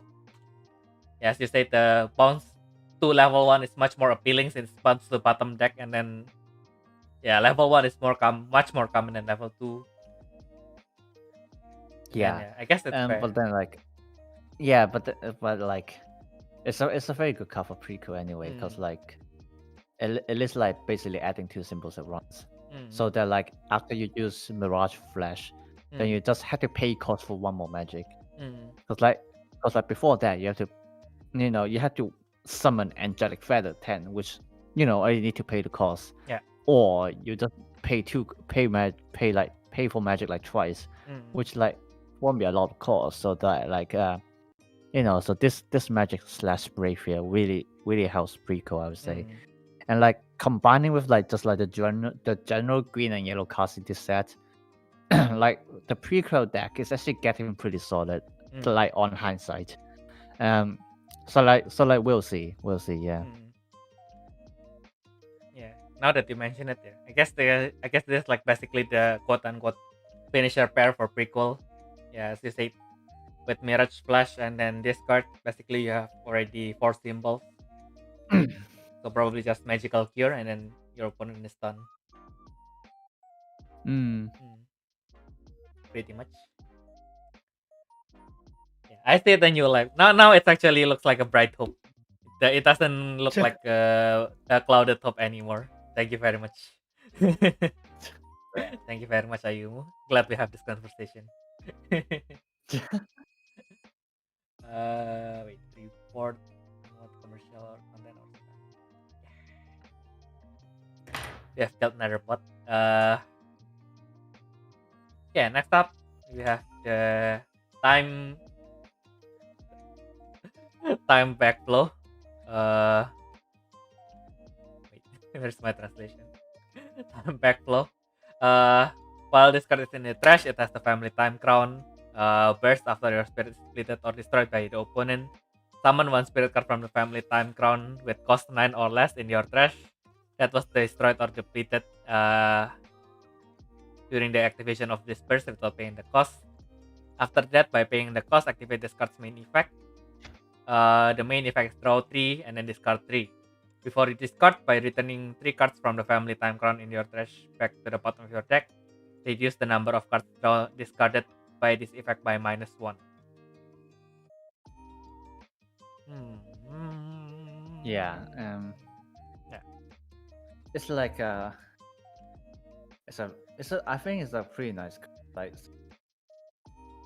why is it not cost 10? Why can't I summon nobody? Blah blah. On that matter, I'm not gonna say much. Yeah. I mean, Bandai have their reasons. Say. Mm. So like there's that. And then like, I suppose like in some ways you can think about it in this way, like Lombardi attacks already skip your main step, and then like during your attack step you manage to survive like it's time rewind or time skip, and then you I'm gonna destroy Lombardia. Remember it's unaffected already. Yeah, so like you destroy it and then boom, time backflop. You're just gonna summon it back out again. Next time, just gonna skip your main step again. Like you can see how badly this will go. So like I understand why like they won't allow cost 10. Yeah, cause that's just too much. Because remember it's not once per game. Like Shin Chronos, like at least you skip your turn. So that's a different matter. Yeah. But like this one is not. So so like Lombardia is not. So like they can't allow you to just summon it back out like that. And so like for the main effect, I like the main effect. Like there's nothing much to say. It's like a designated strong draw for the Chronos deck. And like it also gives you the options to like just discard one more or like return 2 to 3 to bottom to -1 discard. Which means it like if you like activate the later effect, it means like it doesn't change the number of Chronos cards in your trash anyway. Cause like it says return 3, but let's be honest, you're only returning 2. So yeah, so there's that. So like I mean, it's a solid card. Yeah. Yeah, I think Amamiya only. Yeah, don't forget because it's also time crown, so you can recycle it. Oh yeah, exactly. Yeah, I think the only bad part is during the early game. You need to discard 3, right? So when you still need your hand doesn't increase. Yeah, actually it's a -1, right? Because you throw 3 discard. Yeah, 3. I mean, I would say it's fine. People use Lakshman in that way anyway. So yeah, I mean arguably with Lakshmana you get one blue symbol left. Yeah. But yeah, I guess. Yeah, but but like Lakshman is basically more generic. This one, I mean, if you use that time crown deck, I mean, I think you will have plenty to do before using this magic anyway. So yeah, I mean, like all your Nexuses are like cost 4 or less. I mean, your spirits, like if you max them out, you still got like 6 to 9 to summon, and then like you got the cost 4 with like core boost and all those stuff. Like you got plenty to do before using this magic. So I wouldn't really mind about that too much. Yeah. And then in the end, since it draw 3, discard 3, yeah, I guess I can see why they cannot give it draw 3, discard 2, because we already have mantra draw and we already know how it basically crashes the game. Yeah, but in the end, this one is basically just a weaker mantra draw. If you need the prioritize the combo over the number of cards in your hand, probably you can consider it. Otherwise, don't talk to Amamiya. He will talk you out of it. Bruh. Okay. Yeah. Guess. Yeah, we have one more magic to cover, which is the Oracle 10 over Wheel of Fortune, which is also look at that card type category. Like the name is so long that like the box does like pop out. All right. Oh yeah. Oh my goodness, I just realized that. Yeah. They needed to make a special exception for this card Interesting. Well, this card is also treated as unknown or Galaxian. And then there's Mirage with 2 cost and 0 reduction. While set, when this Mirage is set, if you have a spirit card with the Wheel of Fortune in this name, send the top 2 cards of your deck to your open zone. And flash at the end of the battle and the attack step. In addition, if you have 3 or more cards from the family, unknown or subjugator, and Galaxian in your open zone, during this turn, if your life is to be reduced by 2 or more in one instance, your life will not be reduced. Okay, wait, I think I skipped something. Okay, so at the end of this battle and the attack step. In addition, if you have 3 or more cards from the family, unknown or subjugator, and Galaxian in your open zone, during this turn, if your life is to be reduced by 2 or more in one instance, your life will not be reduced. Yeah. Just a very nice defensive card, Galaxian. I mean, nothing much to say. I mean, the one set effect is it's also really good too. Like, imagine that you already summon and then like return 4, put 4 out again, and just set the Mirage. I'm just gonna put 2 more out. That's a lot of cards. So yeah, obviously it also helps with like Sagittarius Temperance. With like stacking like 9 cards in the open zone, stuff like that. So yeah, I mean, it's a good generic card. And one interesting thing is that I mean, I suppose in some sense, Zero's Barrier still be better, but like this is also an all color card. So like you can, I mean, if you just want the end step effect, you can actually use in colors. I'm specifically thinking about yellow, but you get what I mean. But yeah, there's that. I guess the one interesting thing is if you are facing the old Galaxian that uses the Grand Sagittarius Nova, basically this just shut down Grand Sagittarius Nova, right? Because it has 2 symbols. It has 2 symbols, and then the effect is shoot 2 life. So yeah, basically if your opponent tries to become Sagittarius Nova, you can just play this card. Oh yeah, that's true. Yeah. Then now you cannot damage me. Yeah. It's an anti-mirror card. I see. But then again, if they really wanted to, they can just descend into a Grand Sagittarius Nova again, and then just choose to shoot 1 with the effect. Then you can basically bypass that. But yeah, that's an option. Okay, so that's an option, but would you really do that? I know, right? Well, yeah. But then, like, actually, now that it reminds me, the thing is, like, it is a Galaxian and it is also purple, so that means you can recycle with Steinbock. Oh. Jeez. Yeah. Oh no. Ooh. Like the moment of realization. Oh no. Oh no. Oh no.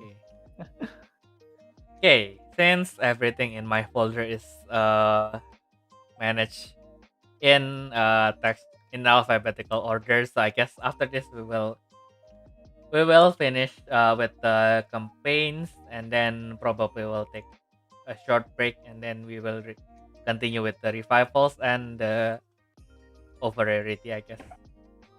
Okay, yeah. Okay. And next up we have the first revival, the Shine Dragon Deity, Shining Dragon Overray. So main Axel, cost 5 with 4 breath reduction. Summon any number of Rebirth Brave cards from the family Sword Blade in your hand without paying the cost. After this effect resolves, send this card face up to your open zone.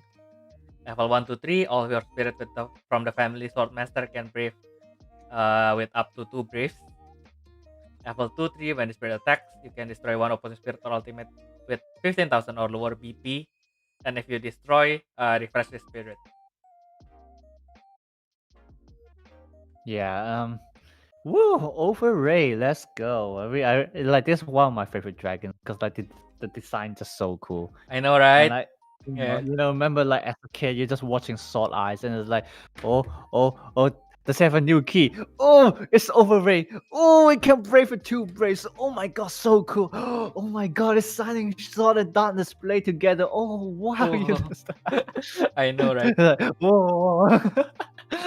Oh yeah, good times, good times. Exactly. And like the main event, I thought is pretty nice, especially since like it doesn't limit the color. Like, would we really see any use? I wouldn't say so, to be honest. Like I mean, obviously you can build a deck around itself, but like, I mean, I what this kind of refresh like. It's like playable, but then like, instead of decent finisher, I might have to you might have to rethink it. But I mean, it's just a campaign promo. It's not even an X Rare, so like it makes sense at this level. But obviously you can always mix it with like overrate 10 stuff, which like would be a lot better. But yeah, like the main step X out of that, like some people like actually suggest to like just to play with sword spam, especially since like there's another magic card which like allows like refresh and unblockable stuff like that. I mean, I think refresh for sure. I can't remember if the unblockable exists, but yeah, there is that. And then like obviously they say you can put it in Saber, but then like in my opinion, like I don't think it's really that useful in Saber. You got cross Saber to do that anyway. But I suppose in some sense, since cross Saber can only summon cross 5 for this one can like kind of cover it a little bit. Yeah, so there's that. And then I also seen some YouTubers like playing proxy with it, and like they're using it pretty well with like just like as a fencer deck in general. So or like Swordmaster, I don't know how you guys call it, but yeah. Yeah, so there is that. Yeah, just another fun fact. We decided to call it Fencer instead of Swordmaster because like the family actually doesn't suggest that. You know, like because like the family just means the ones who use swords. Like it doesn't mean they're masters at it. So that's why we decided to call it Fencer, instead of Swordmaster. Yeah. Yeah, it's actually just swordsman, right? Yeah, it's just swordsman. But then like we were trying to make a swordsman, but then we realized there's no you know, this might trigger some debates about, you know, first of all they're not humans, and second of all the name doesn't include women, you know. Stuff like that. And then I mean it like the consideration is ridiculous, but like we are building up the wiki, which like basically everyone in the world can use. So like we're just trying to avoid any kinds of like complaints or like discussions. So like we just like Fencer, that's it. Neutral. Exactly. You know? Yeah. Yeah. Actually, yeah. The other interesting thing about the translation is because it has Ken, but it's not Bleed. So yeah. And like that is the interesting thing, right? I mean the kanji Ken with other stuff like Blade Insect. We have Blade Insect, we have Blade Beast, but this one is neither translation has Blade in it. It's really hard thing to balance. So yeah. Thank you guys for your hard work. It's fine. Yeah, I mean, I mean, overall, it Bray is also my favorite dragon. And like the transition good. from Shining Dragon to Shining Dragon arc is a little bit okay. So it's Shining Dragon but with glitters.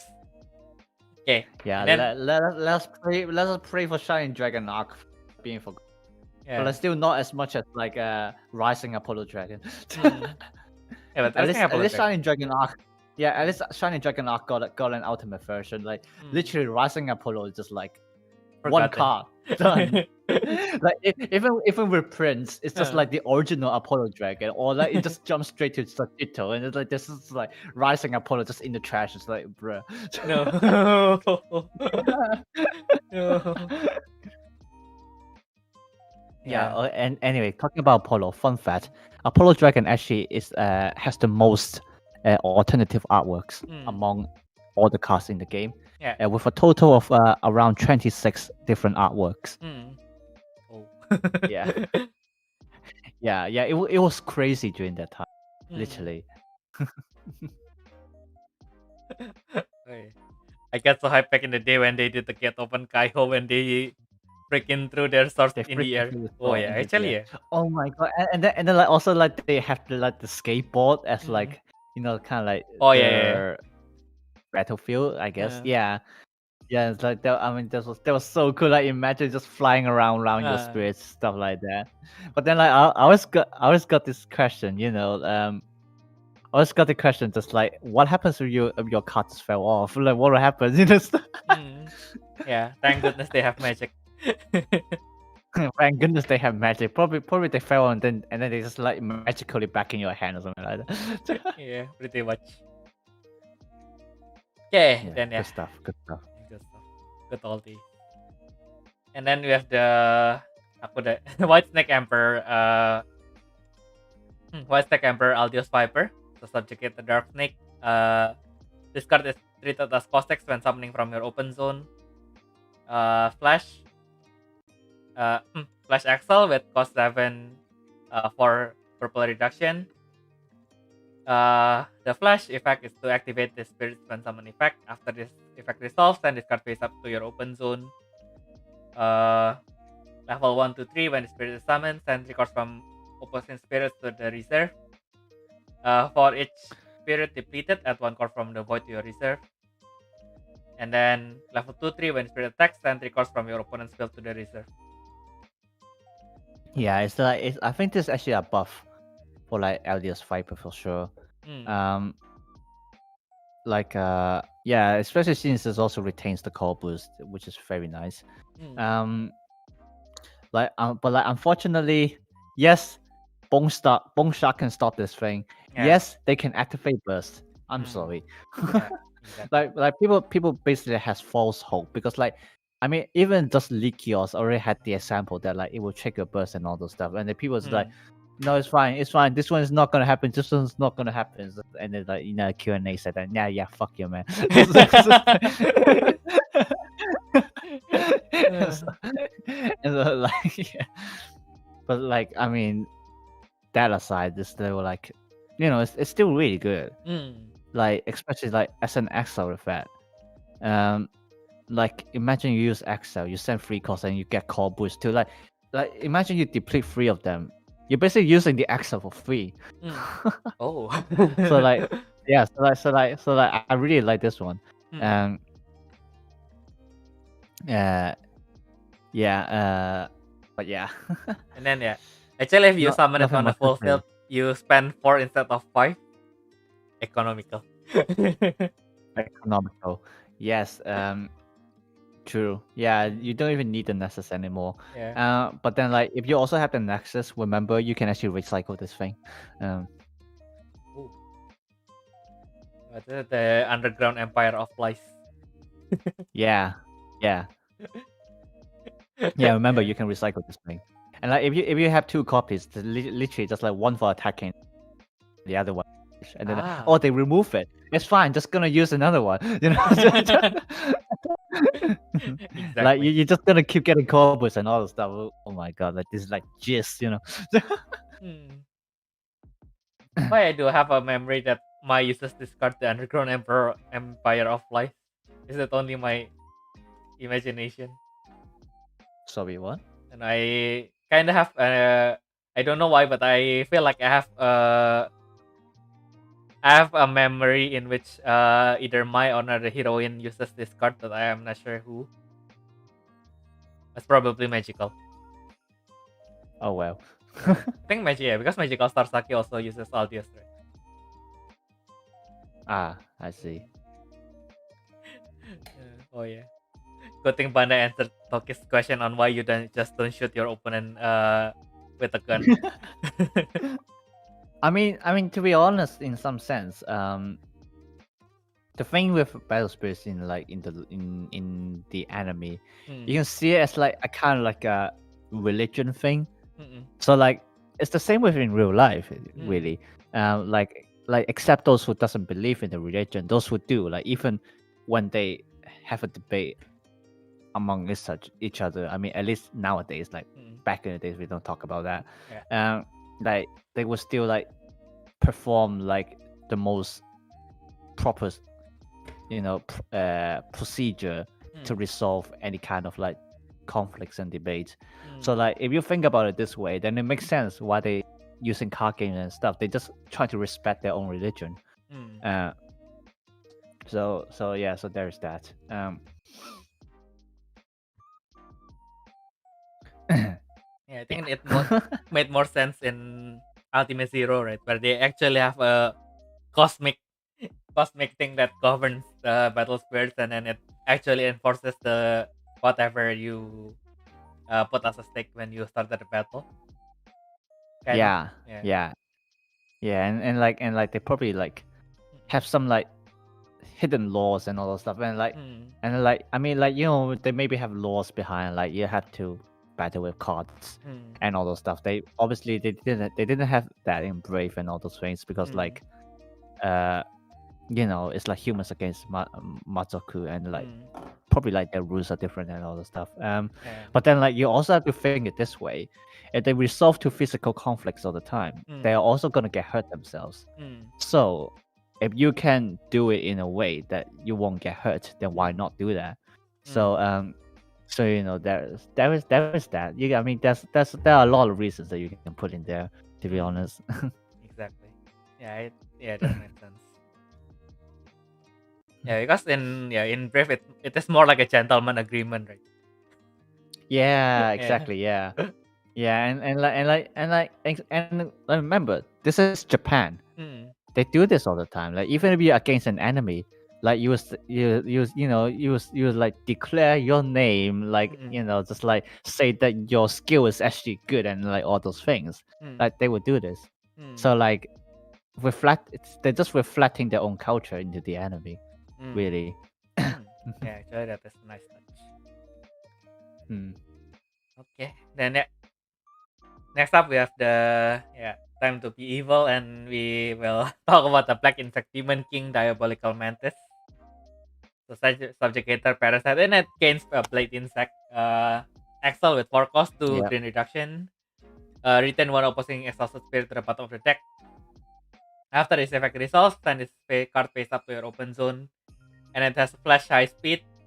An effect named Flash High Speed. After that, if the cost was all paid from the reserve during either player's attack step, you can summon it without paying the cost. Level 2, during your attack step, when the attack of your spirits with an effect that has high speed in its name reduces your opponent's life, send 1 core from your opponent's life to the trash. Yeah, this is also some really good stuff too. Again, I'm looking forward to using this in like my high speed deck. What do you just call the keyword again? Flash High Speed. Flash High Speed. Yeah. Similar stuff. We call it we call it Flashing Swift in Wiki, because like Flash High Speed we think is a bit too long and it's just a bit plain, But yeah, back to the effect though. Obviously a pretty nice defensive card. Like if you think about it, because like I mean, a 4 cost with 2 reduction is like the natural cost for like returning something back to the bottom green. But like with this one, except for that, you also get a free body out. So like that's quite a good thing, and like 12k is quite a lot. So like yeah, and like the good thing is that like it doesn't like the cost to be put onto it. It doesn't have to be from the reserve. You just have to pay the SL cost from the reserve. So like that's another good thing. And like the thing is like the good thing is about with the keyword, that means you can bounce it back to hand with all your like kind of high speed supports. Because like a lot of them have the effects like bounce your spirit with high speed named effect to the hand and stuff like that. So you can basically recycle its extra effect all the time. So yeah, it's a nice touch there, and I'm actually looking forward to use this one. Mantis has a really cool design. Exactly. And actually, like even in the anime, like I just don't know why, but I think its insect sound it's just so good. Oh yeah. It's just like when it's someone else and then it just had this insect cry. And like with his wings flapping, it's like, oh my god, that's so cool, Yeah, I think that is also the nice part of Fellow Spirits, right? I mean, like yeah. they made every single animal really cool. Mm, Yeah, they can just make true. almost any animal a boss, and then it will still look really cool. Yeah, exactly. Yeah, I mean they can probably pull a house cat, and then it will still look really badass in the anime. Don't know how. Pull a but yeah, what? house cat, like a normal house cat, like probably for Toy Biz or something, and then the Yeah, it's probably Yeah. gonna be yellow, and it's like it's probably gonna be something like Blade, like attack, and then it's just gonna bump into the leg and it just goes squish. No.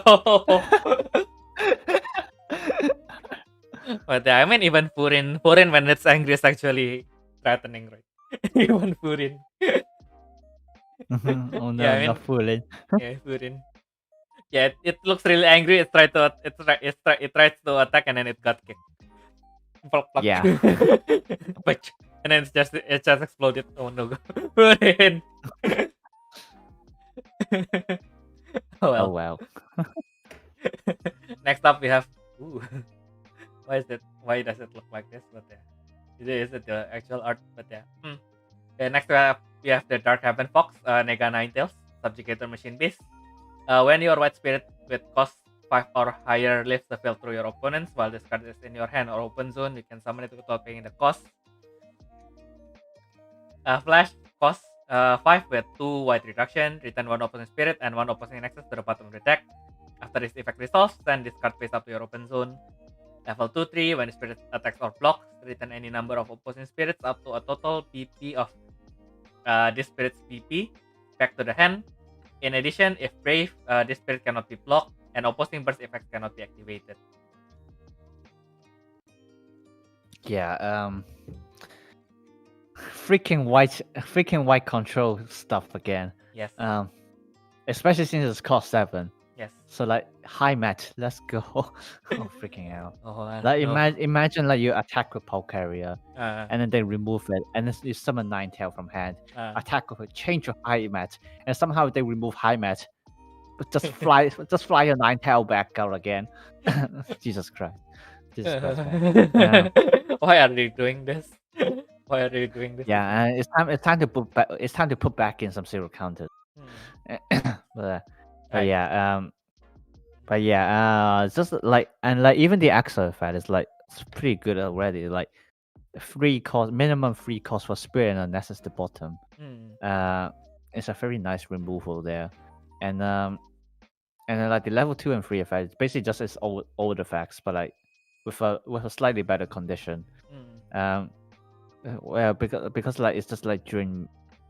I'm not sure actually during Brave. Yeah, I mean, yeah, you wouldn't really try to match with yellow or green rush anyway. And even during his time with his own deck, you're just gonna use a Midnight Sun anyway.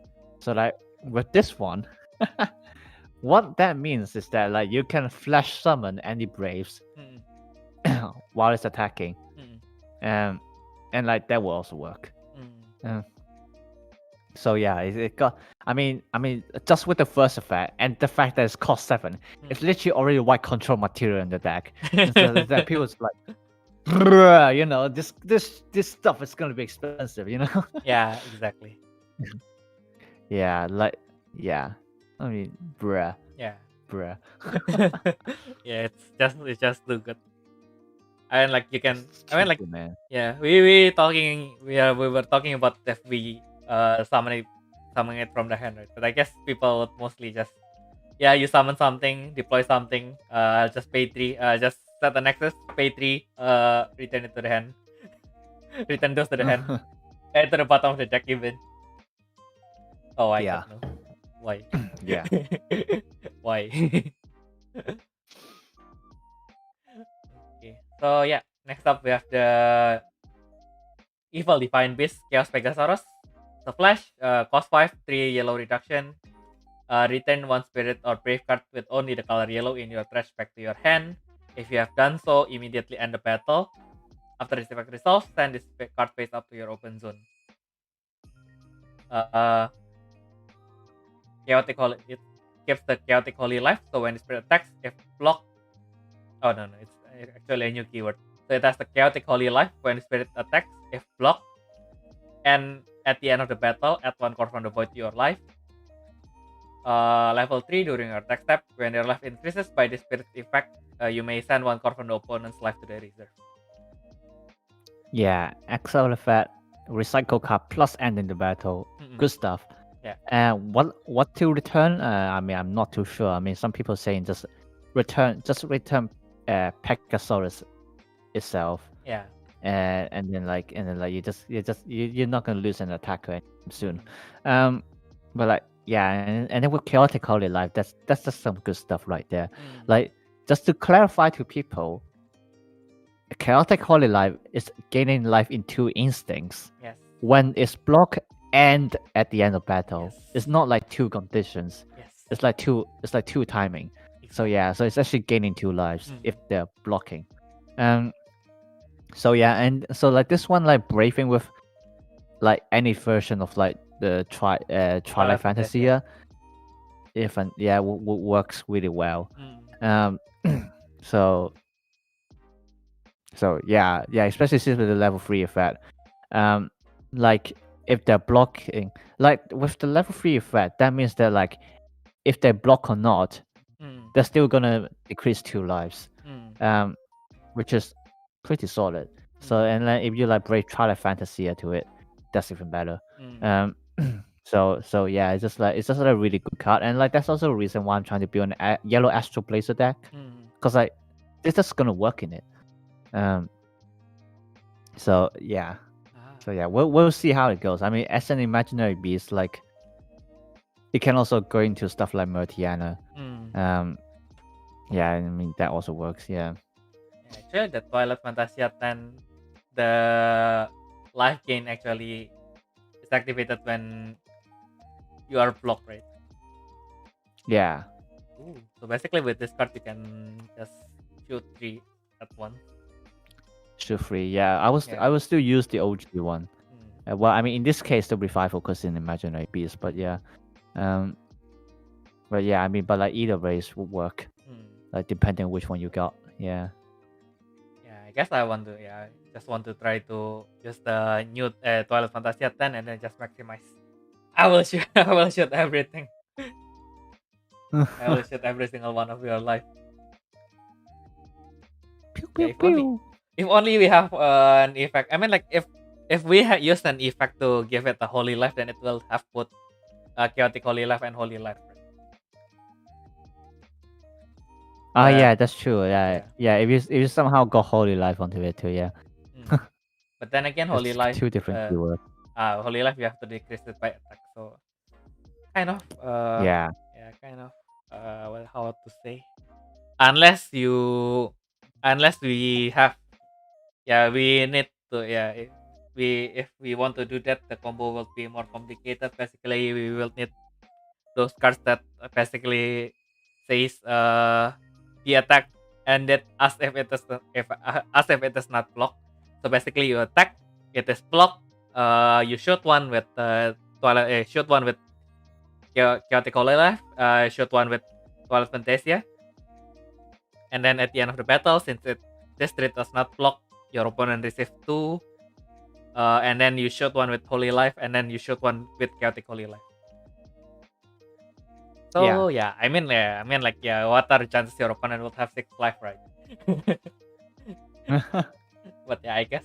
So that's why we're brave to revival version is even better.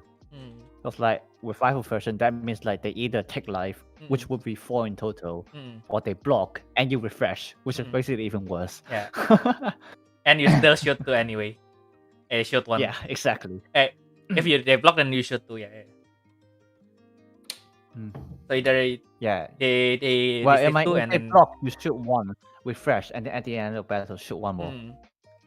Which doesn't mean anything because they're gonna attack again. Yeah.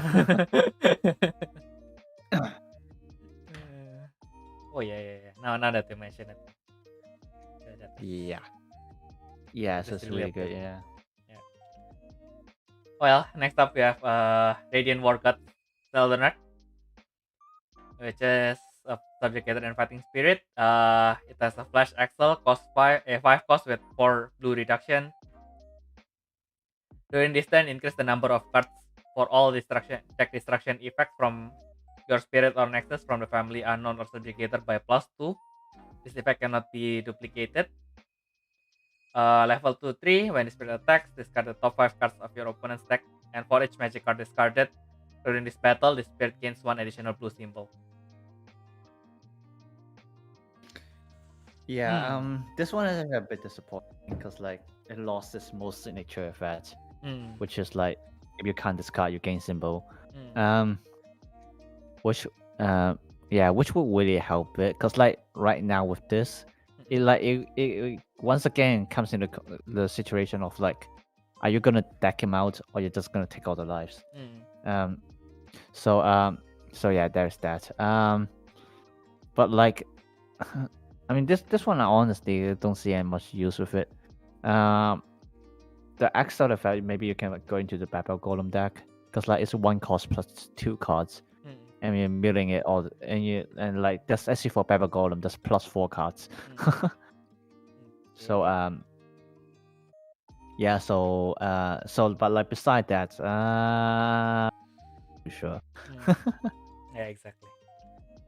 Yeah, it's a little bit underwhelming compared to whatever else Yeah, we can compared have. to yeah, exactly, yeah. Yeah, I guess if you're a fan, you can collect it. I guess. Hey, it's still a cool card. Yeah, it's still a cool card. Look at that almighty smash. That's the Detroit Smash. Very well. Then next up we have the everyone's favorite main character, GranWalker Bashindan. As a core charge, Galaxy and cost 3 or higher, and Rebirth Nexus. Level 1-2, discard symbol is also treated as any color. No, that's the reduction symbol. Oh no, yeah, I read it wrongly. So discard reduction symbol is also treated as any color. Grand skill 2, during both players attack step, flash, send 2 cards from this nexus to the void, send 1 card from your hand to your open zone. If you done so, destroy one opposing spirit of the same color as the card that you sent. Then Grand skill 4 on level 2, flash during both players attack step. Once per turn, send 4 cards from this nexus to the void. Pay 1 cost to summon 1 spirit card from the family, unknown or subjugator, and Galaxian in your open zone. Yeah, it's like what is this? So good. Yeah. I mean, just grand skill 2 is like it's basically like no condition destruction. Yeah. It's just like you pay 2 costs. I mean at most you slap a 6 color one now and say, oh yeah, I'm just gonna destroy one of them, any one of them. Unless it's colorless, then I got nothing to say. Yeah. Oh yeah. Yeah. And then like grand skill 4 is also really good. I mean, it's like paying 1 cost to summon anything out, really. So like yeah, nothing much to say. I mean, you can you can even call charge from that, so it's basically grand skill 3. So so yeah, just like a very good GranWalker. That's just Sasuga Bashindan, but like yeah. Oh, I got simple but good. Yeah. The grand skill 2 is not once per turn, so actually, yeah, depending on how many cards you have. And actually, that reminds me, you will most likely put this in Galaxian anyway. But since it's also only charged for Rebirth Nexus, you can actually just put it into any generic red deck that is Nexus based. Oh, I got this. And then like, but then obviously, if that's, I mean, it depends on how you play it. If it's like mixed color, then it'll be very much better. But obviously, if it's red only, it's only good against like red mirror, But like, yeah. Yeah. It's up to you how to play it. Cause like actually the thing, since the reduction symbols all 6 colors, you can like basically throw into all kinds of like decks that play with Rebirth Nexuses. Mm. Actually, this wouldn't help quite a lot, but like, I think you can actually consider this in Ice Princess, just to play against Mirror. But then like they also have Palcaria, which gives red armor anyway. But like, well, we'll see. People are gonna figure it out. Nice. Nice. Okay. What was I thinking again? Oh yeah, yeah. Overall, it's nice. Yeah. The only thing that I can think of so far is basically Victory used to use this Origin Control Nexus deck, so it just brings all of the Vault Nexus, and then just use it as a bit stick after he uses Chrono Dragon and the rest.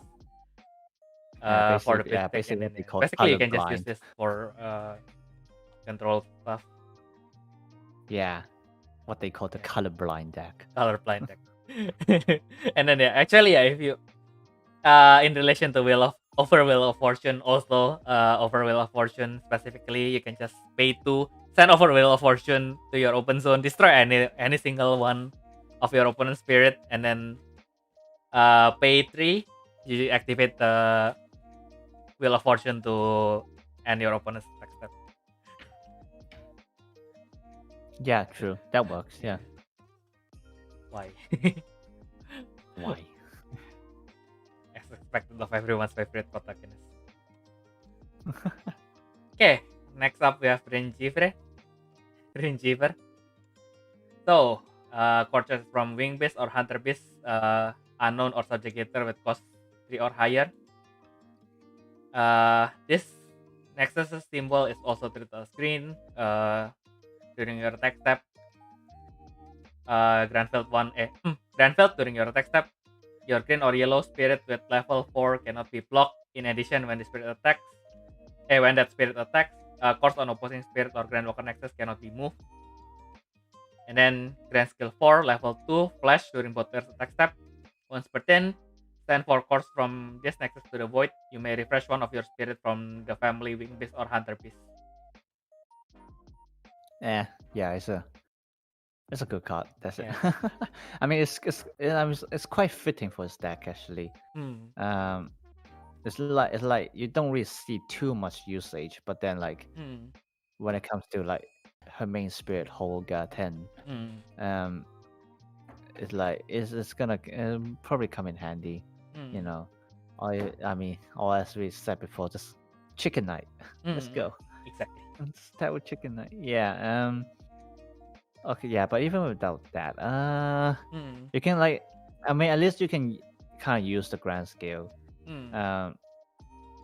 like all the time, especially with Wing. Like, I mean, it'll be especially useful in Wing Beast deck. Like we got a Wing Beast spirit deck anyway, with the God Kings and stuff. So like you can probably potentially consider that. But yeah, nothing much to say about this one. It's pretty nice for the yellow green deck. Yeah, I guess it's more like for her thematic deck.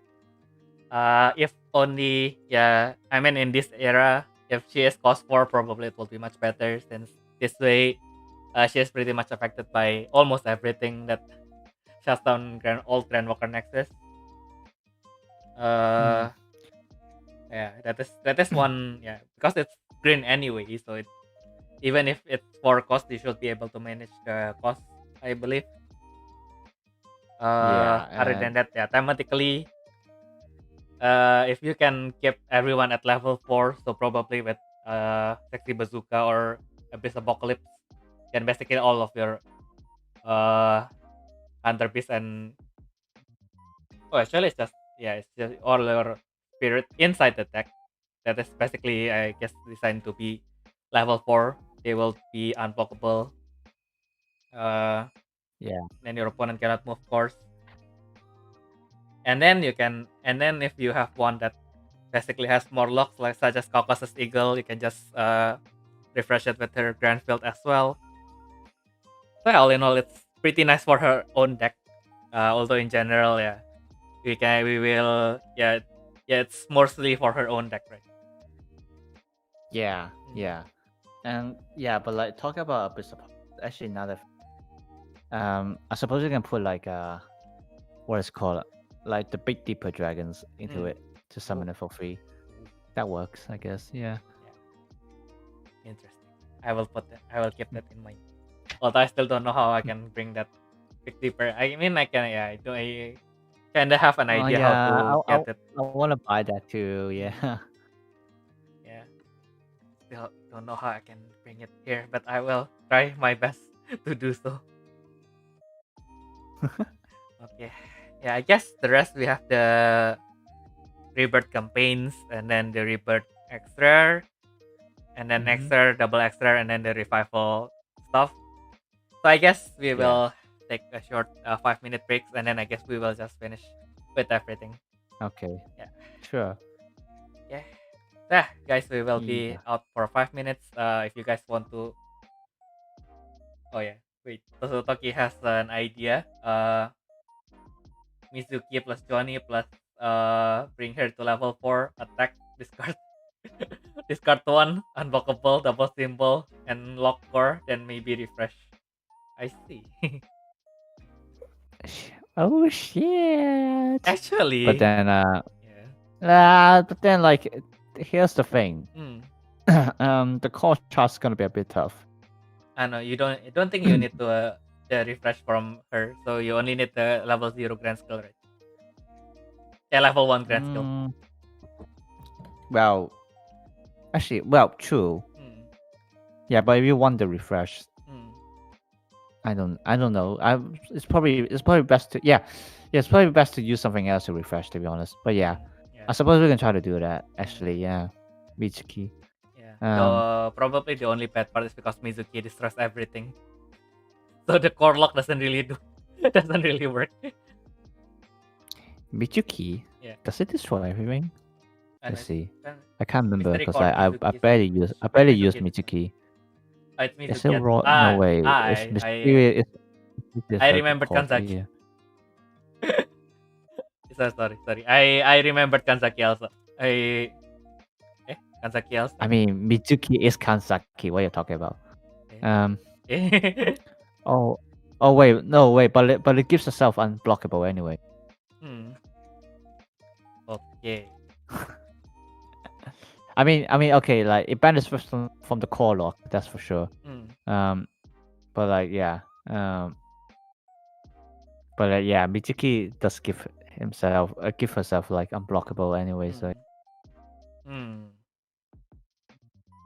Yeah, and then if you use the Royal Moon Cordi, you can basically just lock their hand. Well, no, you gotta attack. Cause and then like after you descend, you already waste the soul core. Depends on how you do it, I guess. Well, I guess you can just always use the Markiros kit, right? Oh well, I don't know. We'll see. We'll see. Well, anyway, thank you, Toki, for the idea. It was a nice idea to be talked about. But yeah, now we need to take a short toilet break, so we will be back in 5 minutes. Yeah, why you just make a popcorn or something, or just throw all the ideas. I will read them after I got back from the toilet.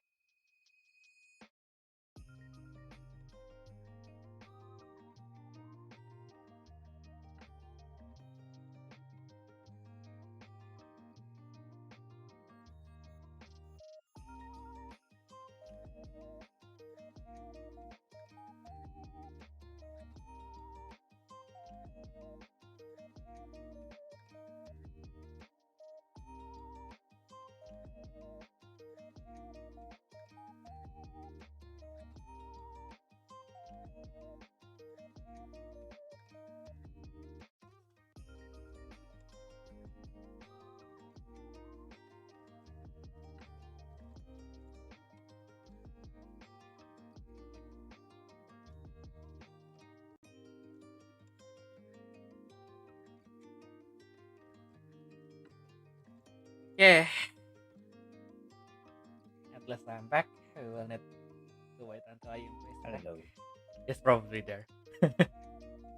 Okay, so we have 29 cards left.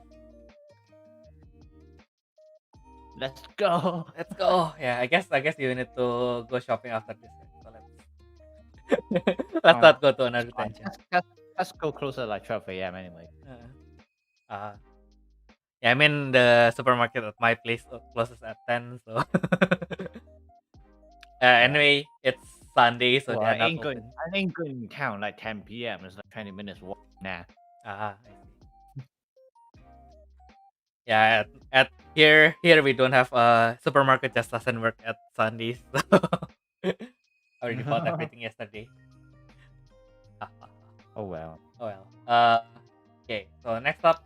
I mean, worst case scenario is just order McDonald's for the day or something. Yeah.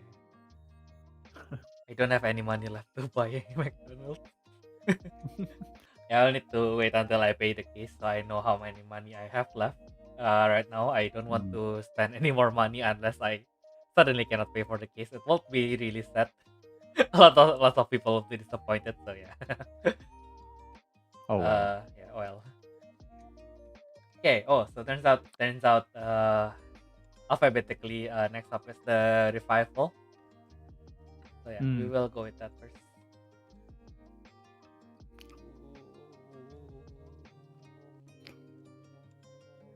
Okay. So first of all, we have the for the revivals, we have Meteor Sword Saint, Shooting Star, Subjugator, Swordmaster, Astral Dragon. When you summon a spirit with Shining Dragon in its name, while this card is in your hand, or Trash. when you summon a spirit with Shining Dragon in its name, while this card is in your trash, you may return it back to your hand. This effect cannot be duplicated. And then level 1, 2, 3, draw blade. When this spirit is summoned, you can summon one brave card from the family sword blade that can be brave with this spirit from your hand without paying the cost. Level 2, 3, when you summon a brave from the family sword blade, you can draw one from your deck. This effect cannot be duplicated. It's an alright card. Being a cost 5 means it's kind of like brave to most things. So no, it's a very nice card. But then like you also have stuff like Espada, but for this one, like the good thing is that it's also Astral Dragon. So like if you like have to limit to that family specifically, you got this one instead of using Espada. Plus it can recycle itself. So that's that. But yeah, Unchef, long time no see keyword. Like I actually thought that what do you call it? Draw blade. Draw blade. I actually draw blade. Yeah. What though? Yeah, we decided to shorten it, just call it Unchef. We used to call it draw blade too. But yeah, like I used to think that like there's a lot of Unchef cards, but then like when I was organizing the wiki myself, I realized there was only like 11 of them, which is actually not a lot, surprisingly. So yeah, but anyway, yeah, good card that allows you to use like other braves that's not red and stuff like that. So like, yeah, good, very good. Oh my god, the way you say it good just now sounds really German. Yeah, I guess. Yeah, actually, most of the effects is not changed from the original one. Only the level 2, 3 is changed from when it battles. 2, when a brave with swordblade is summoned, which is a nice touch. So basically, it rewards you to summon something. Basically, change this card into a Big Dipper Apollo Dragon. and it also has one more reduction symbol.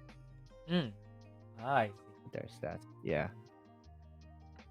Yeah, and then actually the fun thing is, I think you can do that, right? So you can just summon this card on level 1, summon an Abyss Apocalypse, use Abyss Apocalypse effect to get it to maximum level, and then draw one with this effect. That works, yeah. Yeah. That works. Because it's on standby, but you don't have the level check yet. And then as you raise your level, it comes to the check timing, and then you are already at level 3. Ooh, Yeah, interesting. that works. Yeah. And then another interesting point is it has to fulfill this spirit's brave condition. It has to be able to brave with that card, but you don't really have to summon it brave to this card, right? And I think that is one. Yeah, you don't have to direct brave to it. Yeah.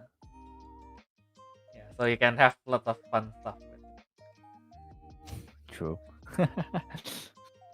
Okay, next up we have the Demon Swordmaster Priscilla. It's also Subjugator, Swordmaster, and Nightling. That's an Excel on main, 6 cost, 3 purple reduction, 1 blue reduction. Destroy 1 opposing exhausted spirit. After this effect resolves, send this face up card to your open zone. When summon, draw 1 card.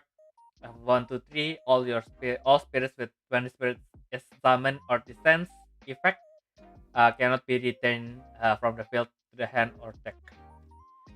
Do you mean when we're born, the fact? Oh, yeah, reburn. It's not when you send.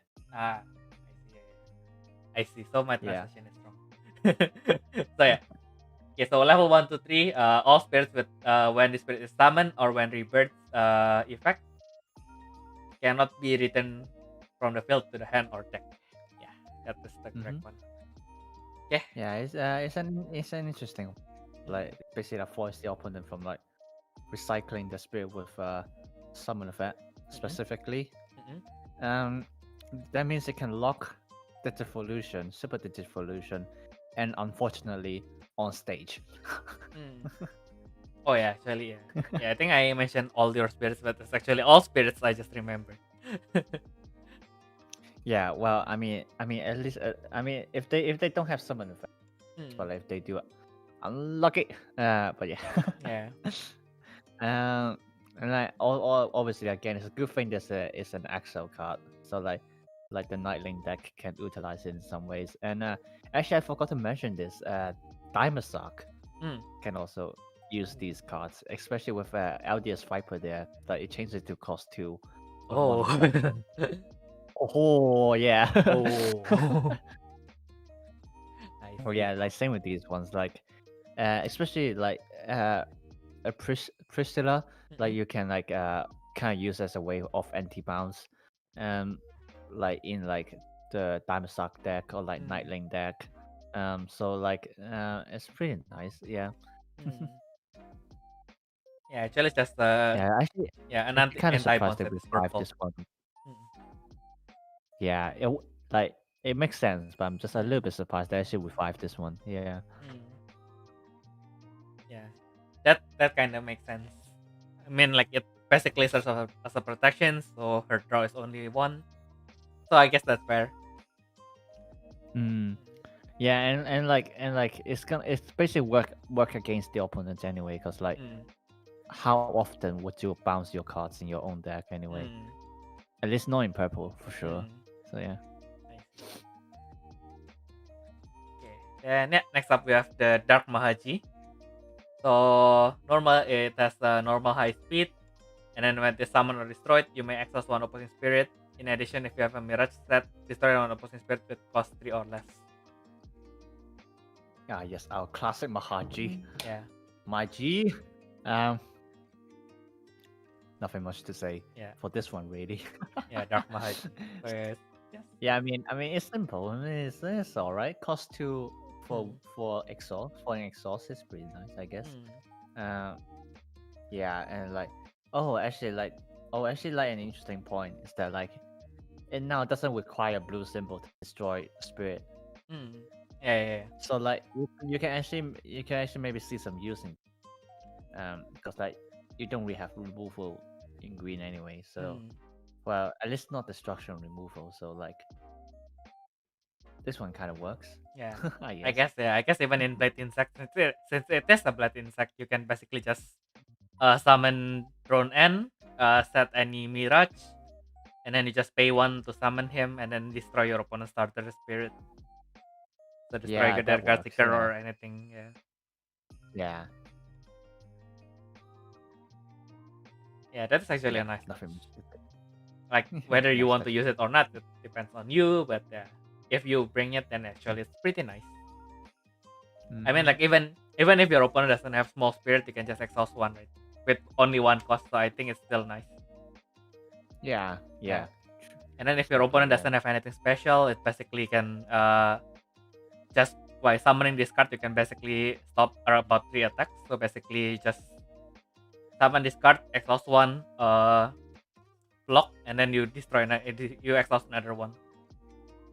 Mm-hmm, Oh yeah, mm-hmm. actually, if you say it like that, it's a pretty strong card. It's Yeah, okay. I mean, When it basically goes back to its main usage. Hmm. Theo, let me ask you, when did you start playing Battle Spirits? Hmm? I think I When did started you... around the God King saga. fair enough. Yeah. Yeah, because like I actually look back to the history. Like I don't Mm. remember. Like obviously I wasn't in tournament when I was like Mm. 8 or 9 years old. But basically, what happens like Mahaji was like one of the best tech cards Mm. during that time, because like the original ones like cost one high Mm. speed, right? Yeah. And like I mean, obviously at that time you won't have any kind of reactions like burst, Mm. stuff like that. It Yeah. doesn't exist. It's literally just spirit necessary magic. Mm. So they're like with like a one cost high speed, Yeah. people literally put Mahaji in basically every deck, Mm. because like you just finish attacking. It's like, oh my god, they only have one life left. High speed Mahaji. And it's like, and it's just so like during that apparently like during that time, Mm. everyone uses Mahaji, and everyone was very scared of Mahaji when they had one life. Because they never know what's gonna happen. So yeah, it was an interesting card. It's like probably like the first tech card in the game ever. So, yeah. Yeah. Yeah. So like it has some history. Very good. Mm. Oh, by the way, I learned this from Professor Moria. Mm. So I'm gonna go check that out. Yeah. Exactly. Yes, yeah. If you want to learn the history of Battle Spirits, he is a good YouTuber that covers it. Mhm. Only in Japanese, sadly, but maybe one day we can Yeah. work with him to bring his contents to English, probably. Yeah, we can try that. Yeah. Yeah. Yeah, I wouldn't mind. Interesting too. Mm. Yeah. Shall we move on? Yeah. Then we move on. Next up we have the Artifact Failure. So unknown machine android. Flash Excel with 4 cost 2 white reduction. If you have a mirage set while your counter is 5 or less, flip one of your pre-rebirth spirit with the Yggdrasil in its name. After this effect resolves, send this face up card to your open zone. Flash during both players attack step. By exhausting the spirit during this turn, one of your other spirit gains PP plus 5000. After that, you can return the spirit back to your hand. Yeah. Like it's an interesting card there. Like obviously, like the condition is very situational. Mm. But like I suppose in some cases, like if you really need to flip your there, you can do that. Like with the SD one, I mean, you're missing 3 core boosts, but like I suppose still good enough. You need a big attacker. At the moment. But yeah. But then for the other Yggdrasil, on the offense, it's not gonna be too useful. But like when it comes to defense, you can like just like immediately flip it, and then like basically either return opposite spirit to bottom or like discard one of their bursts. Like either way works. So like it is an interesting card to play around with, especially since like after summon it, you can even bounce it back to hand. So yeah, so it's an interesting card, and I'm looking forward to see how like people play with it. Yeah. Yeah, for Amamiya, he just wanted to pay 2 to boost 3. Just to be fair, it's still good enough. And then, actually, do I need to give spirit plus 5000 to return it to the hand? It's Sonogo, right? No. Well, yeah. Actually, yes. Or else you won't have the den effect, I think. Oh, actually, no. Good question. I'm not sure. Yeah. Dot Sonogo kono spirito te budani moduru koto nga dekiru. Yeah, you might be able to just like return it to hand. Oh, which would be which will be stupidly strong in some sense. Yeah, I mean it's not stupidly strong, but it I gives it mean, a I mean whole the new thing. niche. I mean, Yeah. well, actually, no. Here's the thing. Hmm. If there's, actually no. Yeah, okay. I get where the question comes. Like, if it's attacking by itself, can I like just bounce itself to hand? The Q&A doesn't say it, obviously. Hmm. For God's sake. Yeah. Okay, let's see. Well, we'll see. We'll see. People are eventually going. Yeah, because the other case with Mistral Bit, it has 3 effects and then it is before the dot. So yeah, we will see later. Yeah, if it can, then yeah. I mean, like it has a niche. So basically, if you know that your opponent has something that destroys it at the end of the battle or something, or if it needs to be, I mean, like if for example you are facing again Blade Beast and then you don't want it to be destroyed, you don't want it to block, you can just use its effect to return to hand. If it's possible, then it will be nice. If it cannot, then it's already plenty strong with Yggdrasil as we have established. Yeah, it's nice either way, but hopefully we can. Okay. Yeah. And then yeah. Next up we have Tower Golem. I just realized we don't have. Do we have any? Oh, I see. Okay. So okay, main. So it is an unknown artificial soldier. Main excel with 3 cost, 2 blue reduction. Draw 2 cards from your deck. After that, return 2 cards from your hand back to the top of your deck, or discard 1 spirit from the family artificial soldier in your hand. After this effect resolves, then discard face up to your open zone. Level 2-3 during your opponent's attack step. This spirit can block while exhausted. If blocking, discard the top 3 cards of your opponent's deck. Yeah, an interesting card. I'm glad that they haven't this. But like tower fiend, how can you not have tower? Now the good stuff. Yeah. And main extra is interesting, like especially a designated strong draw for the golems, which is pretty nice, pretty interesting. I'm surprised they only followed this effect now, to be honest. And then like the level 2 and 3 is also pretty nice. Like obviously the BP won't be too high, so like you're probably just gonna activate it once if you ever want to. But then like discard 3 or 4 with over tower. I mean that's probably plenty, to be honest. So yeah, it's just like generally a thing in the tower deck. Yeah. Or you can even put it in Hephaestus. Oh yeah, actually with Hephaestus you can engineer your future. Yeah, too bad has to discard spirit card, but then you got Sapphire Golem anyway. So oh yeah. Yeah, lots of way to have fun with this. Yeah, I mean like any cards that can help you to engineer your future has something to do, has something to offer, I guess. And that's why I like the soul refrain so much, right? Yeah. Okay, yeah. Since it can yeah, you can also make use of that in some ways, I guess. Yeah. Yeah, other than that, as you mentioned, when blocked, you can just discard 3. If you have an over tower, then it's 4. I guess it's okay. If you have the tower demon god, probably high chance it can survive most attack. The only in that case, the last thing that we need to consider is how to force opponent to attack. Yeah, probably just magic rope, but I mean, I wouldn't really do it to that extent. It's not worth it, really. Yeah. I'll just try to surprise them and summon something, and then. Okay, now you have to discard this much. Okay, so next up, we have the. Because I was like So why is it suddenly blue? Why don't we have anything for yellow? And then I just realized I checked the folder and then we have a break.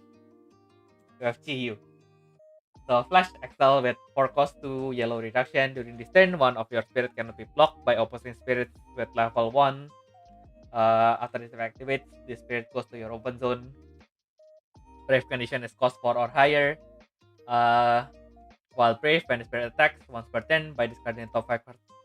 By discarding the top 5 cards of your deck, add 1 card from the void to your life, and the spirit cannot be blocked by opposing level 2 or 3 spirits. Very nice card. I mean, Chill has always been useful, so like it's a good thing they revive it. It's also nice that like basically if you want your spirit to be completely unblockable, just like use its extra effect and like brave it in the same turn, and that also works. So that you got the option there, which is pretty nice. But yeah, there's nothing much to say. I guess. Yeah, and it's just a really solid card to play. Yeah, you need 5 cards in order to play everything that way, but yeah, still, I think it's kind of worth it if you just make it. If it's in like it's like pure yellow deck, then yeah. But like if you consider in like the rain deck, then like it's like minimum 3 costs if you want all the effects, which isn't really that bad, to be honest. Yeah. Yeah. Then again, with rain deck, you already have the unblockable from the beginning, so. True. Yeah, we will see. I think this will be probably more up for the hunter beast, since it is a hunter beast and imaginary beast. So actually, even if you don't have anything to brave it with, since it can attack by itself, it can trigger all of your life burn stuff. Yeah, fair enough. Yeah. Okay, so next up, we are done with the revival spirit. So we are now with the revival commons. So now we are going to the Tensei campaign. We will be starting with. Oh my god, where is it? Yeah, the Darkness Curse Sword, Dark Blade 10. So when this brave is summoned, you can destroy one opposing Nexus, and the destroyed Nexus cannot activate its effects. If destroyed by this effect, draw 2 cards from your deck. While Brave, when this brave attacks, you can target attack one opposing spirit or ultimate. And then, while Brave, you can, as usual with all campaign Sword Blade, while Brave, when the spirit leaves the field, because of your opponent, you may separate this Brave and then flip this Brave. And then on the B side, it becomes the Darkness Curse Sword, Dark Blade 10 Rebirth form. When the spirit rebirths, refresh the spirit. In addition, during this turn, all your spirit gains PP plus 10,000. Then level 2-3, when the spirit attacks, you can target attack one opposing spirit or ultimate. Alternatively, you can destroy one opposing Nexus. Yeah. Just like the A side just retaining its original effect. But like obviously better because you draw 2 and it locks their effects.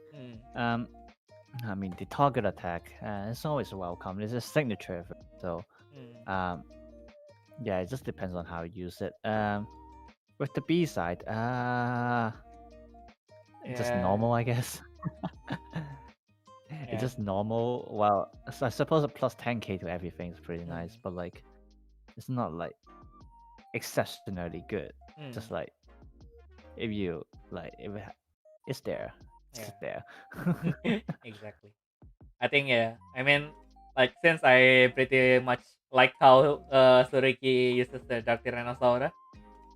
So yeah, I think the only the only underwhelming part is it doesn't keep the Dark Tyrannosaurus effect to shoot 1 life when it kills something. Because true. Yeah, because in this state, it gives PP plus 10,000 to everyone, but it doesn't reward you for actually attacking. It keeps the target attack, but if there's nothing at the end of the tunnel, it feels like, why even doing it? Why are we still here just to suffer? Yeah, but well, to be honest, plus 10k, 23k, and can get rid of something quite easily. So yeah. Yeah, I guess that's Yeah. fair. And maybe you can like pair with some other braves and stuff. Like, you know, it works. Yeah, equip it with another Dark Blade. That's pretty useless. Exact. Oh yeah. Okay. Bruh. And then Yeah, next up, we're all still waiting for Tyrannosaurus. yeah, Dark Revival. Tyrannosaurus revival. Yeah, it was like, oh my god, that blade. Does that mean we're gonna get that revival and it's like a shining Nope. dragon overray? Nope. I mentioned Dragon Overray also uses Dark Blade, so so oh well. Oh, Yeah. whoa. Then okay, so we have the next up we have the Gale Double Edge Blade, Kamui Hayate 10. So when this brave is summoned, you can exhaust one opposite spirit or ultimate. If you exhaust it, add 2 cards from the void to your reserve. And then brave condition is cost 5 or higher. When spirit attacks while brave, once per turn by exhausting one opposing spirit or ultimate, the spirit refreshes. And then as usual, if it leaves the field because of the opponent, you can separate the brave and flip it. And then it turns into the Gale Double Edge Blade Kamui Hayate 10 Rebirth form, which is a wing beast. When this spirit rebirth, you can refill top 3 cards of your deck. You can summon 1 brave card from the family sword blade without paying the cost. Discard the remaining card. When level 2, when the spirit attacks, you can exhaust 3 opposing spirit or GranWalker Nexus. If 3 was exhausted, you can refresh the spirit. Yeah, so the A side is like the summon effect. But like, I mean, actually both effects are pretty good. Too badly lost like high speed. I think it used to have that, does it? I mean, the revival one has. I'm not sure about it actually. But like, yeah. But like that's fine. The B side though, I think like the reborn effect is a bit excessive. Cause like I believe you're gonna have quite. You don't really bruh, give me a sec. You don't really need that many braves. Well, I guess it depends on how you use it. A green brave deck. I haven't really thought about that before. But I suppose you can try to make it work, I guess. But then like the B side for the level 2 effect, that one is pretty nice. Yeah. So like overall it's like a really nice card, but like you just don't know where to use it basically. Probably in the end just more green ram. Basically. Oh yeah. Oh yeah, true. Yeah. Basically just to give you more option of brave that of cost 6 card that when summon you can core boost to. Whether it's actually effective or not, we don't know, but yeah, at least you have the option. And then with the open tree, I guess you can use it to instead search for cards that is added to your hand when refilled like Yatagarai. And then yeah, the rest fair is enough. discarded. So yeah. Fair enough. Discarded. So I guess fair enough. You can probably, if you need to salvage if you really need to salvage anything, you can just use revive draw. Otherwise you can just use it within your deck. If you get another Kamui Hayate, that will be probably the best outcome that you can hope for, I guess. Yeah, overall it's just good card if you know when to summon it. Yeah, good luck with it, guys. Okay, and then we have the last sword blade of the set, which is the Azure Secret Sword Maelstrom 10. When this brave is summoned during this turn, increase the number of cards for all spirits dex destruction effect by +1. Brave condition is cost 5 or higher, and then it gives assault 2 when brave. And then with all the sword blades, when they are removed from the field, you can flip it. So the second side, when you rebirths or attacks, destroy one opposing spirit or ultimate with the lowest cost. And then level 2-3, it gives a great assault 2. Yeah. Yeah. I mean, Assault 2 is always good. The summon effect, I'm a bit skeptical about it, but I don't know. Like, I've barely seen any of these effects being used, like, in any ways, to be honest. Like, especially this one's like, it's like a cost 6 brave. So, I'm not too sure.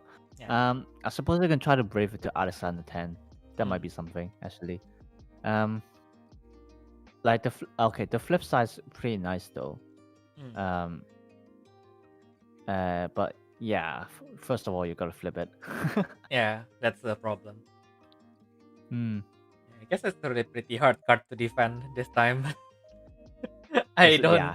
Yeah, every time I try to. I mean, for like, for Maelstrom, it's like a signature part is really the Assault 2.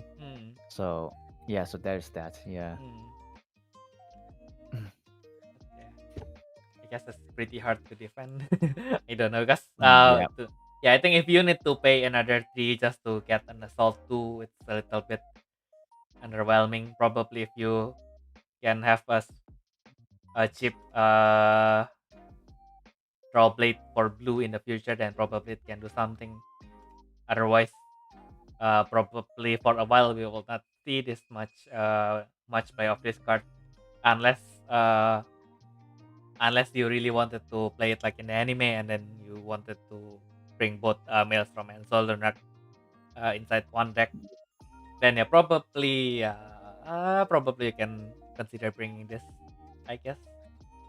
Yeah, that's true. Otherwise it's really hard to defend. I don't know what else to say. Yeah, so let's just move on. Okay, and then we have our first Tensei X Rare.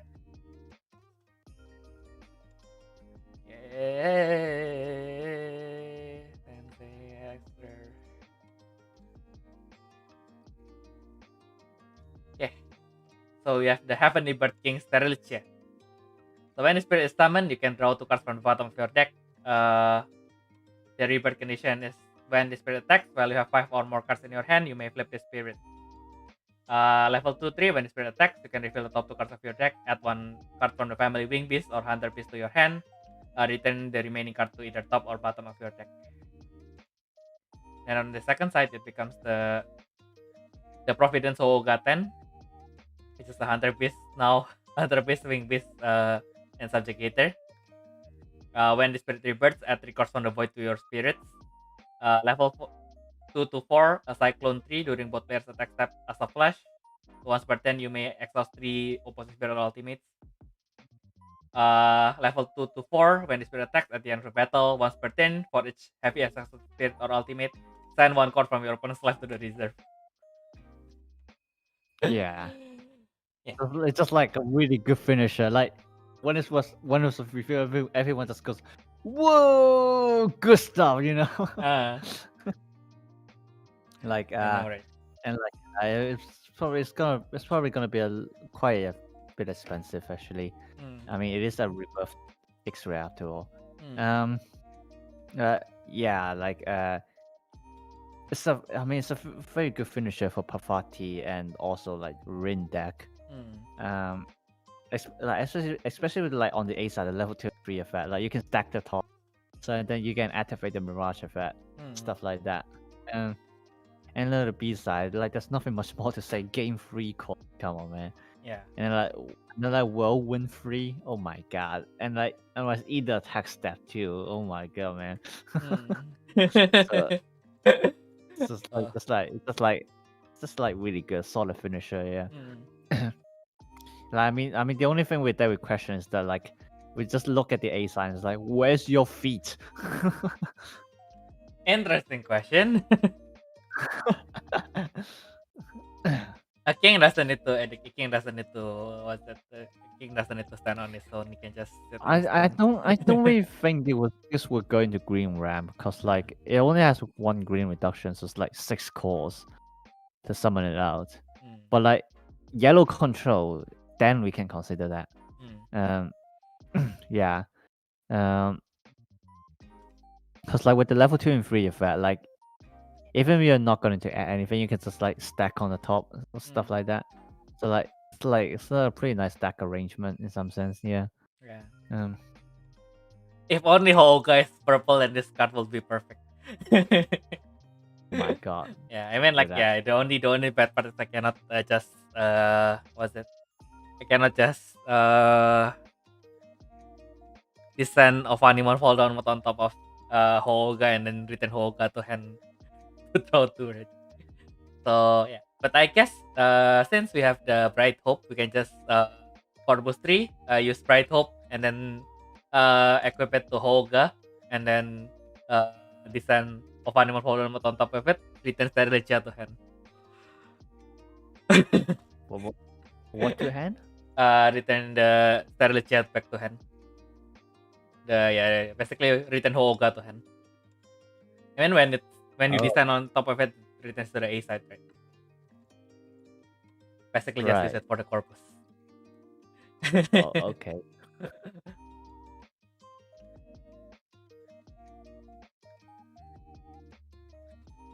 Well, yeah. I mean, yeah. I mean, if you play it on the second turn after you play Green World, yeah, I guess fair enough. You can basically just use it to. You can summon it for 6 cost, attack. You draw 2 and then attack. Flip Corvus 3. Yeah, I guess it's fair. Yeah, I guess. Yeah. Yeah, I like it. I like the fact that it doesn't tie its rebirth condition to Mirage, which is really nice. Oh, Now yeah, that I true. think about it, yeah, that is like Yeah. that's like the most problem with the cards in this saga. This card is really, the B side is really good, and then okay, so when you attack, you need to have a Mirage set. What? So you are saying that now I cannot use this effect because I don't have a Mirage set. So I have all these other strong cards, and then I cannot use all of them because I don't have a Mirage set. Yeah. After I play Machine Dragon, I realized how harsh it is to have the condition of having a Mirage set. Yeah. Mm. It's surprisingly easy to lose, to not have Mirage on your field. Yeah, true. Yeah, but yeah, overall it's nice. So instead of the original Hoga eating your course to refresh itself, it now just basically just eats your opponent's life directly, which is really nice. And then previously I complained about Hunter Beast not having enough removal. Yeah, now I don't need any removal. Now you can have your 4 spirits on the field. I don't care. I'm okay with that. Yeah. Yeah. And then I and think like being green too means it bypasses yellow armor. So Mm. yeah. So there's that. Yeah, I mean, even if they bypass yellow armor, if they are already exhausted anyway, yeah, you can have those in the field. I don't care. I am fine. Yeah, I guess the only thing is how to bypass Dark Room Nova. As long as I can pass Dark Room Nova, I think that's perfect. Yeah, we'll probably have 1 Dark Room Nova, 2 Tarfos, 1 Tarfos, 1 what's it, Perita, and then they will I mean, probably if you have Dark One Nova, you really wouldn't be attacking Stricture anyway. Because like if you have Dark One Nova, you have Ambica on the field, and then just attack with Durga or something like that. Yeah. Yeah, fair enough. Okay, so yeah, next up we have the muscle doctrine Mirage. So this is we were talking about the religion that Hierophant is leading. This is the muscle doctrine, basically their religion, I guess. So Mirage with it has a Mirage with 4 cost, 2 green reduction, 1 red reduction. While set, that's the new keyword called Phantom Rebirth. So when your red or green spirits from the family, unknown or subjugator destroys an opposing spirit ultimate, and it's during your attack step, you may send one card from your opponent's life to the reserve. If you've done so and your spirit is cost 6 or higher, you may send any number of cards from your reserve to this mirage and flip it onto your field. Then level 1 on the field, all your red or green spirit gains PP plus 5000. And then on the second side, we have the Beast Angelia Leol. When this side is flipped, when the spirit rebirths, by setting one red or green mirage from your hand without paying the cost, add 3 cards from the void to your spirits. And then during your turn, all your level 2-3, all your red or green spirits from the families unknown or subjugator with PP 12,000 or more gains 1 additional green symbol. In addition, if only the opposing spirit is destroyed by during the BP comparison by your red or green spirits from the family subjugator, you can refresh that spirit. Oh, that's just one long. Yeah. Fun fact: this is the first Angelia that's not in the Divine Spirit family. Exactly. But yeah, Phantom Rebirth. It's an interesting one. Kind of expected them to do it anyway, because like, why not? They had the chance. But yeah, for this one, it is quite a conditional rebirth. Actually, you gotta destroy something, and that spirit gotta be cost 6 or more, which I suppose it makes sense, because then the other side is like really good too, because like. You set another Mirage without paying the cost, and you call boost 3 again for some reason. And then obviously the level 2 and 3 effect is also very good, because like it's not just about the adding symbol part, it's also about activating the rush effects. So yeah, and then like obviously like it also pairs very well with Ultra Clash, because you force them to block and then you just refresh again and stuff like that. So yeah, like it's a very good Mirage. Well, it's a very good card. So yeah. Exactly. I was still fascinated by his muscles. I don't know what else to say. But yeah, I think everything that I want to say already said by you. So let's move on to the next one. Yeah. Oh no, oh no, the song is coming back to my head. No, next another time. Yeah. Anyway, next up we have still Moon Mirage. It's unknown Galaxian. So of course, this card's reduction symbol is also treated as all colors, and it can be set from your open zone. There's a Mirage with 2 costs and no reduction. There's Phantom Rebirth as well, which means it rebirths from your Mirage from the burst zone when it is set as a Mirage. When your opponent's life is reduced, when your or your opponent's life is reduced, you may send the top card of your deck to your open zone. After that, if you have 4 or more cards from the family collection in your open zone, you may send any number of cards from your reserve to this Mirage and flip it onto your field. Then level 1 effect is your opponent's zone is unaffected by any opposing effects and cannot be counted by opposing effects. And then on the second side, it turns into the Machine Lion Deity of Power, Strike Worm Leo Strength. So Subjugator Collection, when the spirit rebirths or attacks, return one opposing spirit to the bottom of the deck by discarding two cards in your open zone. This effect cannot be guarded by opposing effects. Level 1 to 3, Heavy Armor, Red, Purple, White, Yellow. This spirit is unaffected by opposing...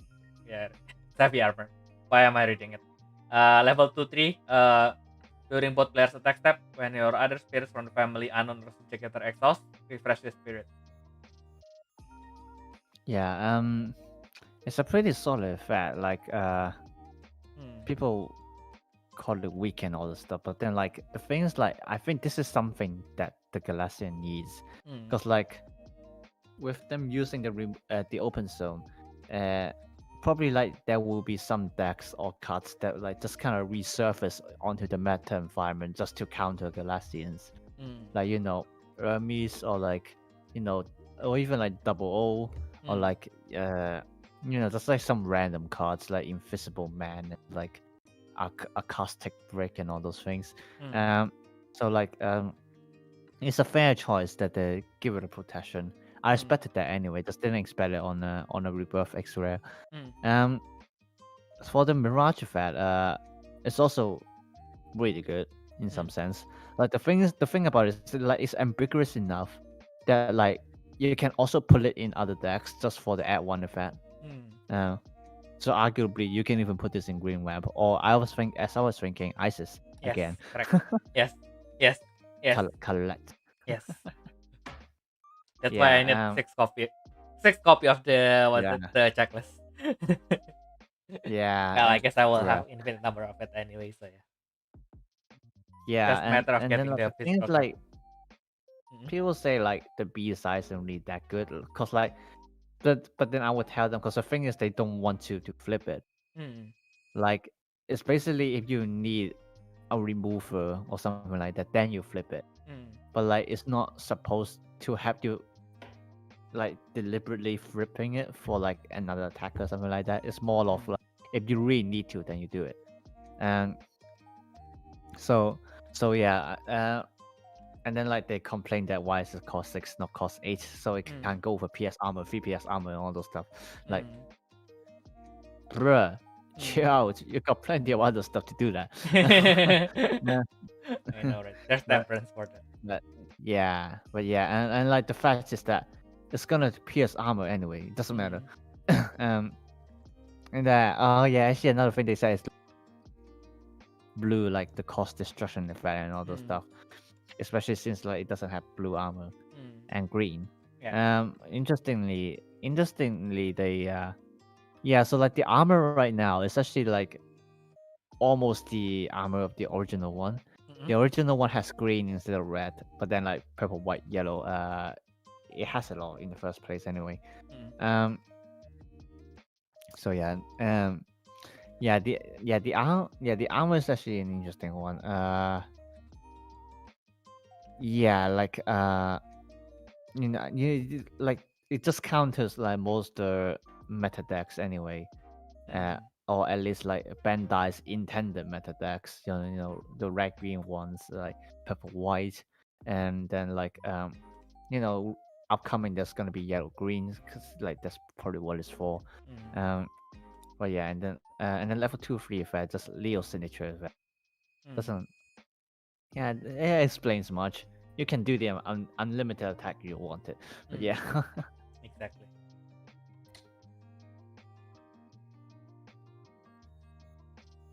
And yeah, what else? What else is the interesting point? I mean, like as Samamiya said, you can just read, probably just brave Midnight Sun to it, and then the armor will be complete. Yeah, but do we really need to? I don't. And at this point, the only thing that actually threatens it is Green World, right? Yeah, I don't think you would put it. I don't think you will use Midnight Sun anyway. Why you randomly put unrelated Brave into the Galaxian deck? Like, remember, in the first place, you need to have Galaxian cards to flip it. So yeah. I mean, now you have. I mean, you have the Still Moon Mirage. You have the Wheel of Fortune. Probably, yeah. I don't know. We will. Let's see what we can do with. Okay, so next up. Oh, we already reaching the extras. Yeah, we can finally see the end of the tunnel. We only have the extra and the double extra left. Finally, we are close to finishing. Yeah, I can finally see the light at the end of the tunnel. So let's dash through to it. So first of all, we have the 21 Oracle Pillars, 19 the Sun. It is unknown subjugator as usual. When the spirit attacks, you can destroy one opposing spirit or nexus with one symbol, and the destroyed spirit or nexus cannot activate its effects.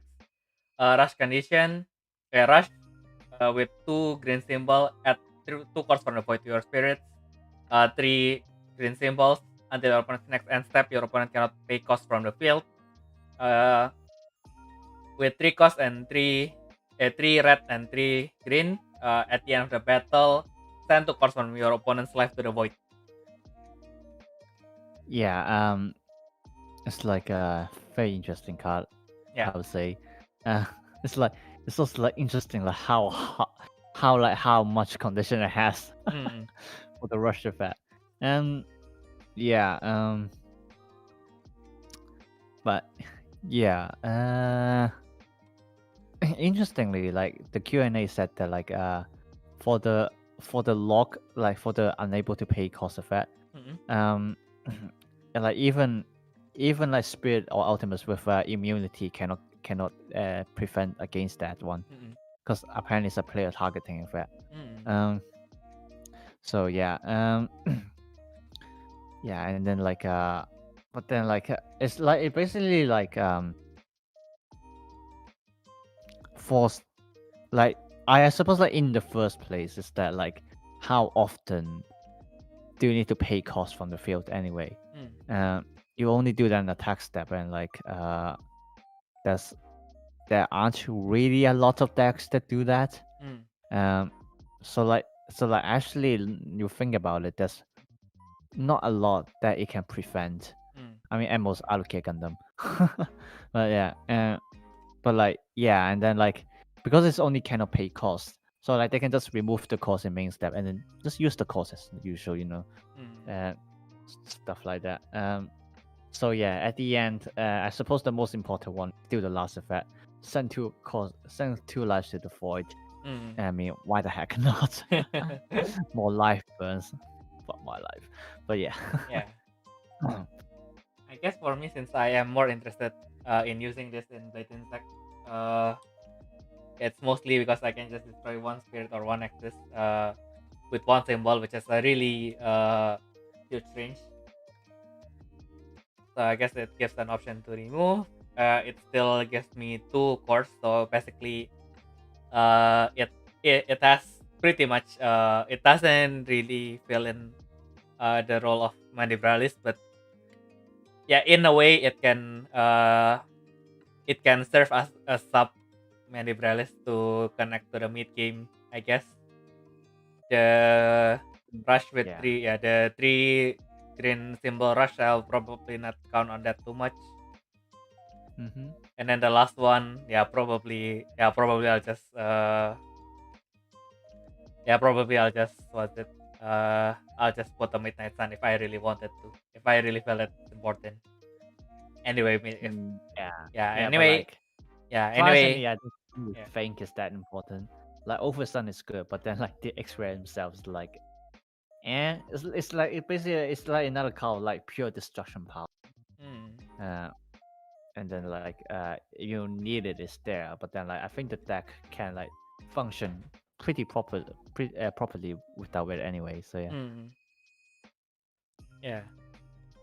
Yeah. Just killing the Nexus, just the option of destroying Nexus in green is already strong. So yeah. Well, that's true. Yeah. There. Yeah. There you go, mommy. Yeah. Your new toy. Okay, so next up we have another red X Rares, so which is so this is going to be long. This also has actually this one also has the category box move upward. What? So I have the Shan Centaurus Deity Sagitta Upload Dragon of Temperance. So actually we have it's actually the Temperance Shan Centaurus Deity Sagitta Upload Dragon Temperance. Yeah. Yeah. Freaking long. Yeah, it's Subjugator Collection, so this card's reduction is also treated as purple, green, white, yellow, blue. When it is summoned, it has Astral Sign 2. So send top 2 cards of your deck to your open zone. For each unknown Subjugator or Collection that is sent, destroy an opposing spirit or ultimate with 20,000 or less PP. And the destroyed spirit or ultimate cannot activate their effect. Level 2-3, when it attacks, for every 3 cards from the family unknown Subjugator and Galaxian in your open zone, send 1 card from your opponent's life to the trash. Maximum is 3. Yeah. So I mean it's just a sort of famous to say is like destruction and life burn. I mean that's ref way. But like, I do seen people complaining that like the level 2 effect is just like worm and all those things.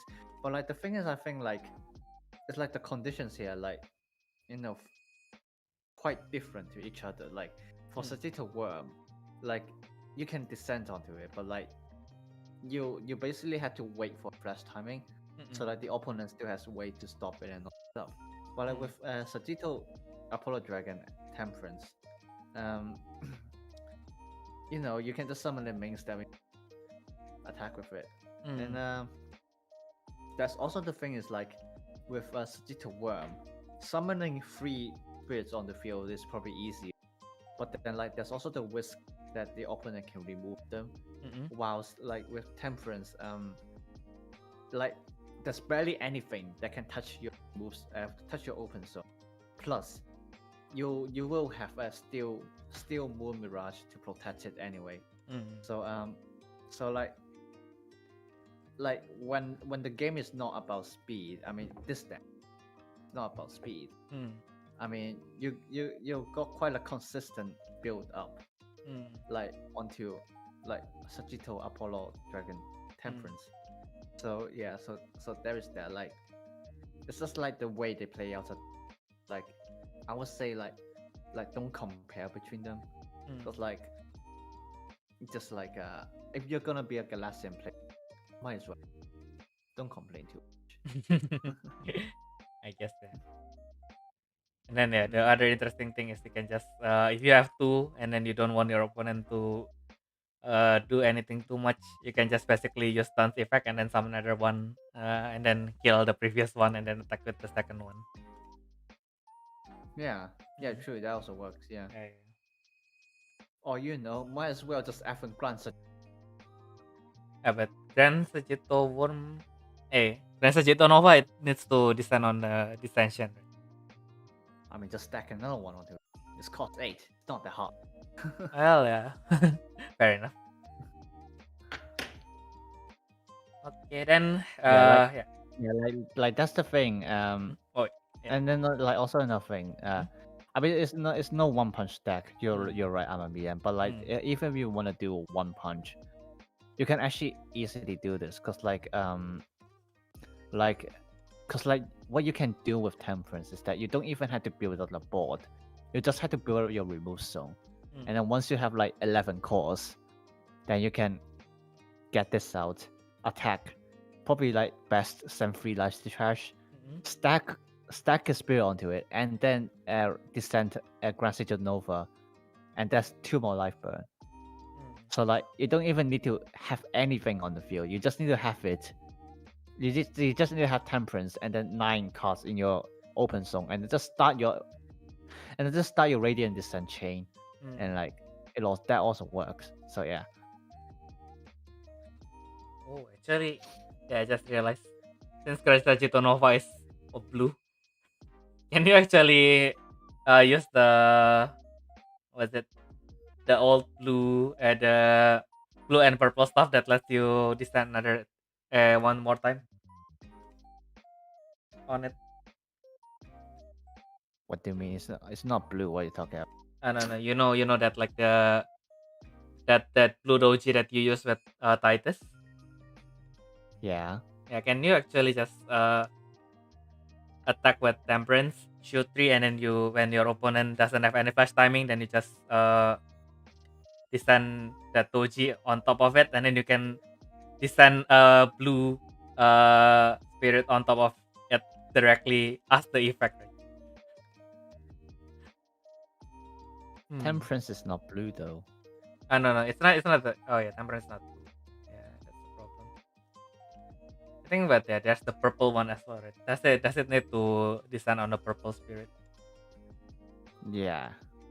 I mean, obviously it does. If it doesn't, like people have been abused a while. Right? Let's be honest. Yeah, fair point.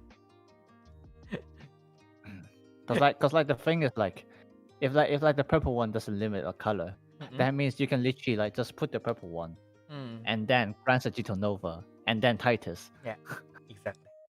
I mean, so yeah, yeah, that's not gonna happen, unfortunately. Oh well. I mean, we still have Braves. We can do something about it, I guess. No, it's not necessary. Don't guys, don't. just a crazy idea. Anyway, yeah. Welcome back, I Fisher. I see that you're Netflix and chilling with your wife. Yeah, good thing. Good thing. Good thing for you. We are happy for you. Good for you. Good for you.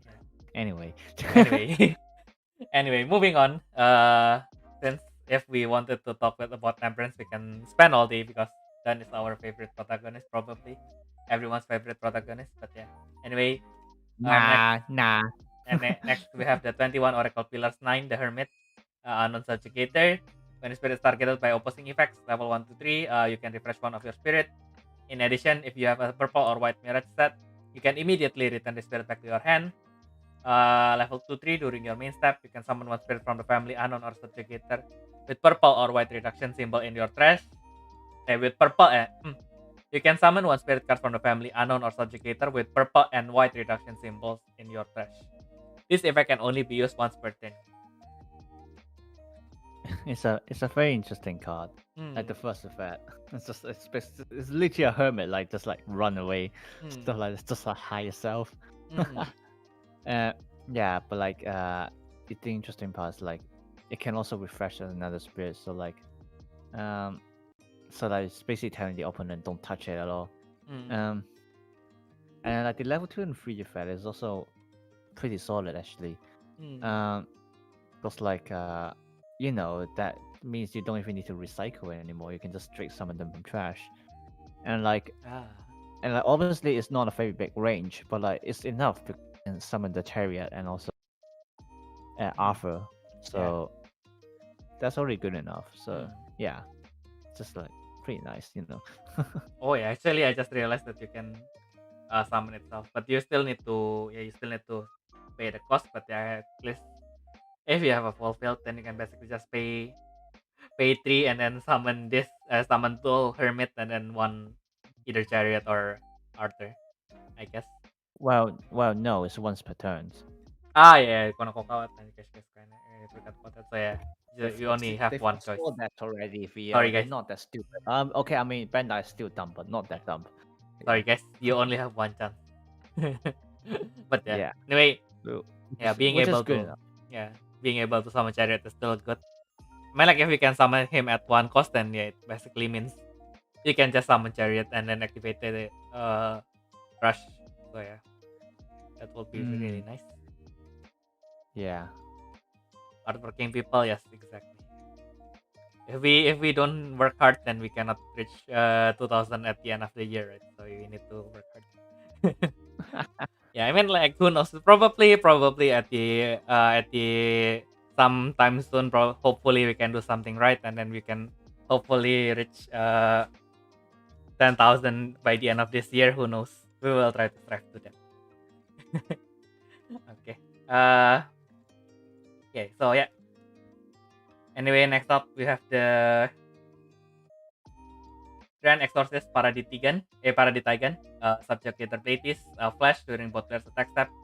You can summon this card from your open zone. If you've done so, you may refresh one of your red organic spirit from the family unknown or subjugator. Flash Exile with 6 costs, 2 green and 2 red reduction. You may exile 2 opposing spirit or ultimates.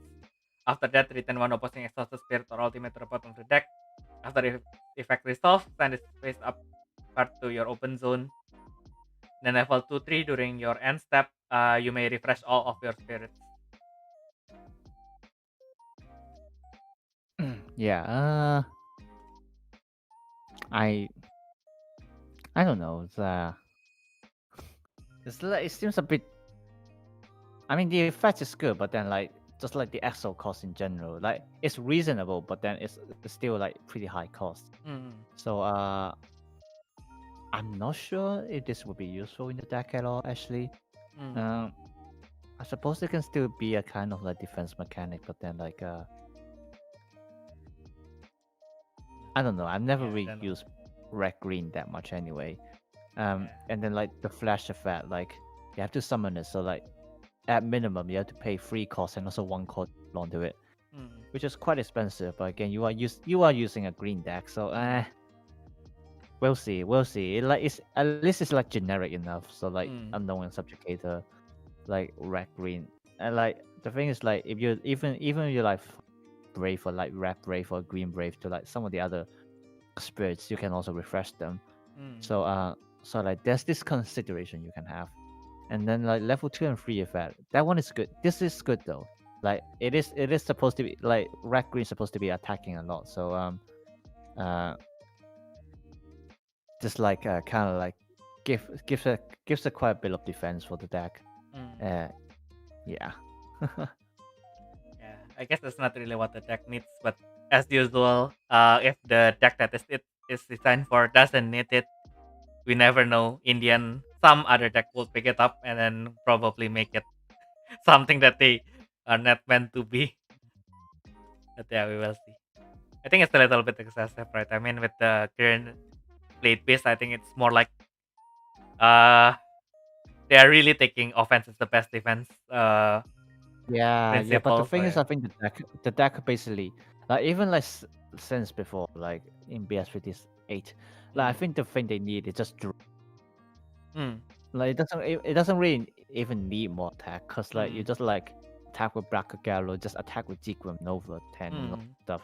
I mean just those two are really enough to deal with the opponent. So like what it really needs is boss draw, or like not low cost but like early turn. Like I mean I suppose like we gotta see if like the Over Sun can solve that stuff like yeah. Exactly. Yeah, I guess during the early turn you want to mostly you will target attack anyway. You will probably use the Ultra Clash anyway to clean your opponent's build. So yeah, I think it's a little bit too excessive. So yeah, we will see. If there are other decks that will make use of it, but we will need to see. And then next up we have the Noble Guardian's Giving. When this card is revealed from your deck by the effect of your spirits from the family, unknown or subjugator and armored machine, you may add it to your hand. Flash Axle, 4 cost with 2 white reduction. You can reveal the top 2 cards of your deck. You can summon or deploy 1 card from the family, unknown or subjugator and armored machine, or from the family Grandstone.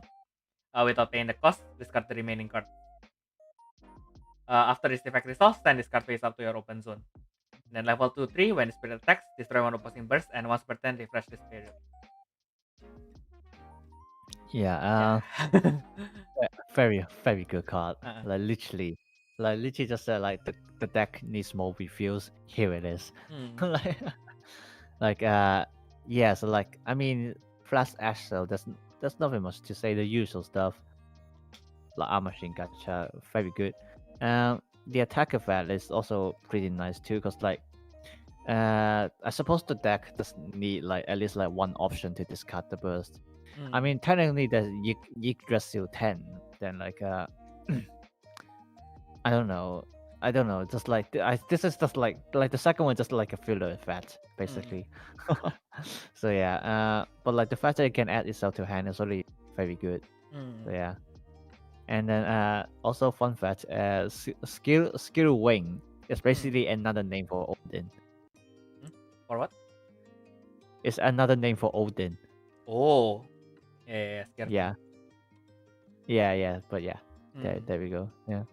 Well, actually, this one is also good because I can also like Grandstone and all those stuff. So yeah. Okay, Taio. Yeah. So only one, but yeah, I guess it's basically what's it? Basically, was it the Android one? I really forgot that one. Yeah. Anyway, it's basically Grace Order, but with Axel, right? So basically, if you fail your Grace Order, and then your Grace Order got removed, then you can basically just use this card, and then add another attack. Hopefully another Grace Order will come out. Yeah. And I think general is really strong.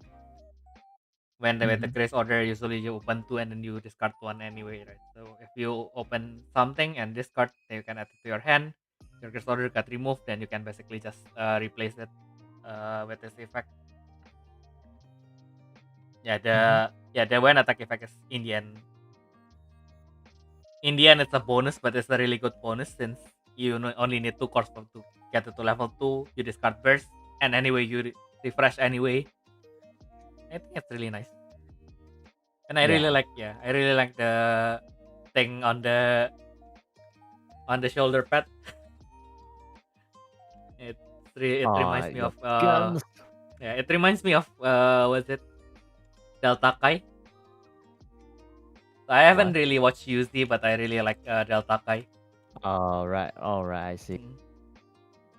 And then yeah, it has pretty much oh no, Delta Kai uses it on the hand. It has basically the part that it uses as the head when it turns into plane mode. Mm. It is really nice.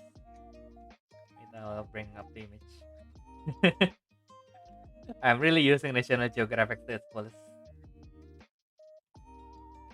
And then you know what? Interesting. Yeah. I mean, yeah, it's a really nice touch, right? Don't know why. I just really like really large weaponry that doesn't really do Yeah, anything. it just looks freaking like a Gundam. Yeah, basically a Delta Kai.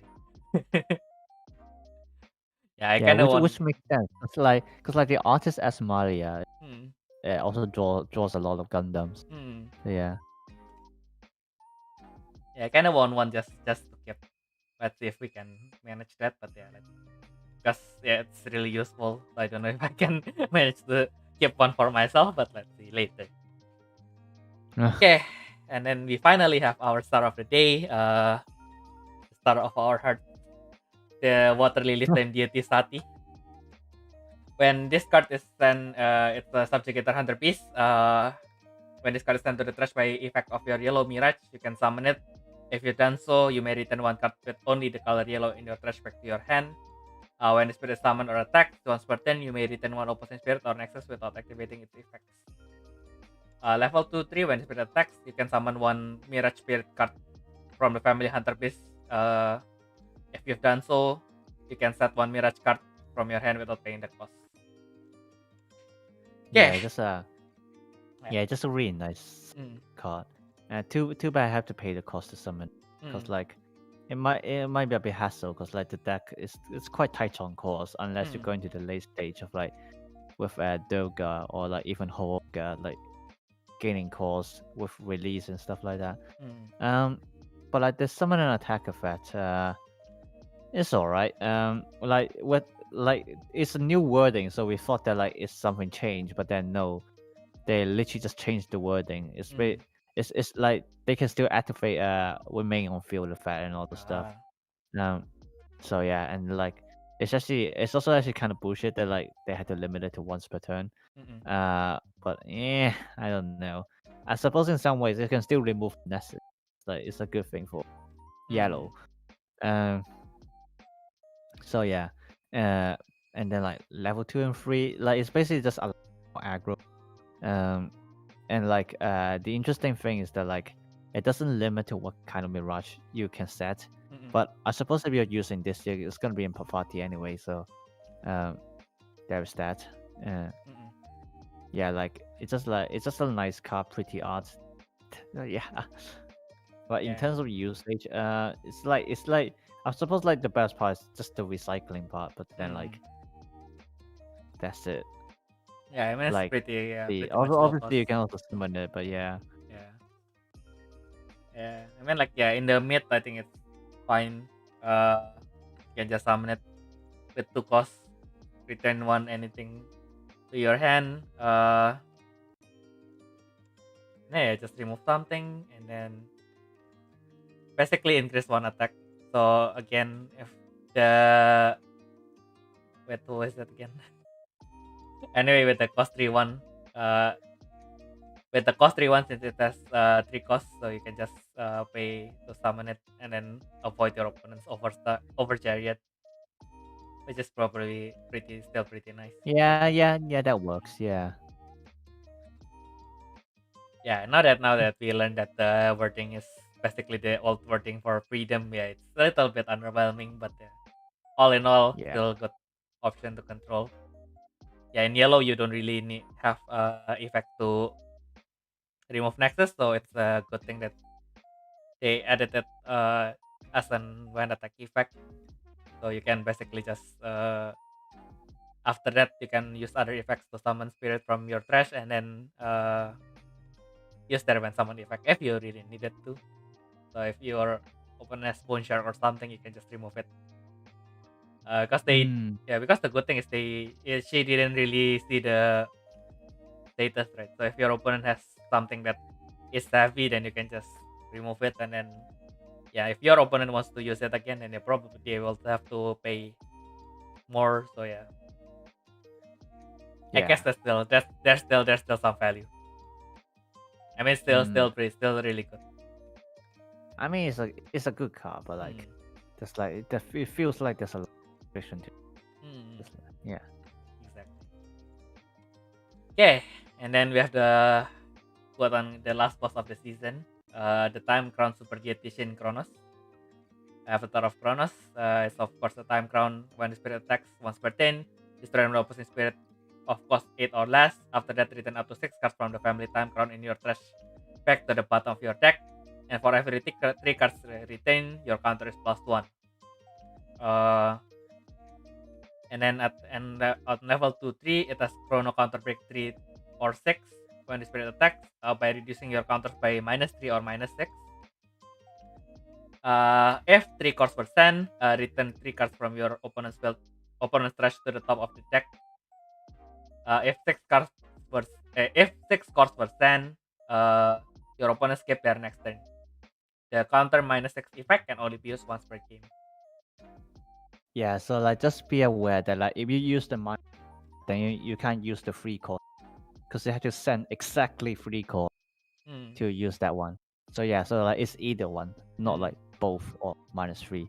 Yeah. But like it's a solid finisher, definitely. And like obviously it's just quite amazing and stuff. Like literally skipping the opposite turn. We kind of expected that because like Chronos the time got it anyway. So but like it's also interesting how like it adds counters for itself. So yeah, that's an interesting one. Like on the Q&A though, they mentioned an interesting thing is that like because like you're not opening an extra turn, you're skipping their turn. So what you can actually do is like you activate this one and also Judgment Dragoness in the same turn. So you got like one turn and then an extra turn, and then skip the opposing turn, and then you go into your third turn. Wait, how? Oh yeah. Okay. It's only 3 turns. Yeah. Cause you're not adding extra turn with Synchro, skipping their turn. So you can still add extra turn with other effects. I thought your game. I mean, like you gained 2 turns as expected, so I guess that's still fine. Yeah. But yeah, that happens. But I suppose like another interesting thing is that like practically you can actually use this in some kind of like just like blue control deck, because like the level 2 and 3 effect doesn't limit any family stuff. So like if you can somehow build up your counters to 6, you can just throw this one out as like kind of like a final finisher, something like that.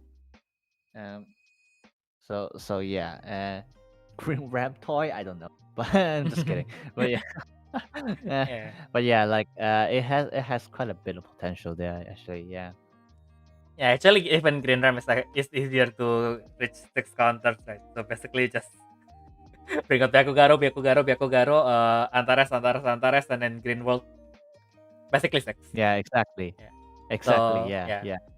That's even easier in Green World. Yeah, so you can actually put this Green Ram. Green control. Oh no, and then also add Judgment Dragoness to it, because why the heck not? Yeah. I mean, I'm pretty sure in Amamiya's deck he already have Judgment Dragoness anyway, so this is just something that he don't want to admit he will bring inside his deck. Oh boy. Yeah, I mean like Judgment Dragoness is still much easier to use than Shin Chronos, of course. Yeah, of course. Yeah. But yeah, I mean it's still really, I mean he is the type of guy who would want to gain 2 extra turns. Why not? Oh my god, just like how people activate Gamma Shot and the next turn just throw him Wooddow out. Yeah, don't. Please don't, guys. Please don't be like Amamiya. stop it. Get help. When someone did that with the Budo and Gamma Shot in the real tournaments, I watched them did it. It was crazy. Like they activate Budo first, and then like, oh my god, the opponent can't do anything, and then like next turn it's just like Gamma Shot. and then like the opponent, do you really have to do this? I know, right? Like no, he's dead already. You know. Anyway, yeah. I know, right? Okay, next up we have the 21 Oracle Pillars, the 10, the Wheel of Fortune. Unknown Subjugator, this card is treated to have the Family Collection. When Spirit is summoned, by returning up to 4 cards from the Family Collection to your open zone back to your hand. For each card retained, send the top card of your deck to your open zone. This effect can only be activated once per turn. Level 2-3, when Spirit attacks, once per turn you can activate one Astral Sign of your Spirit or from one card of... Okay. 自分の手元にあるコスト7以下のカードを書かれた一体一つをこの...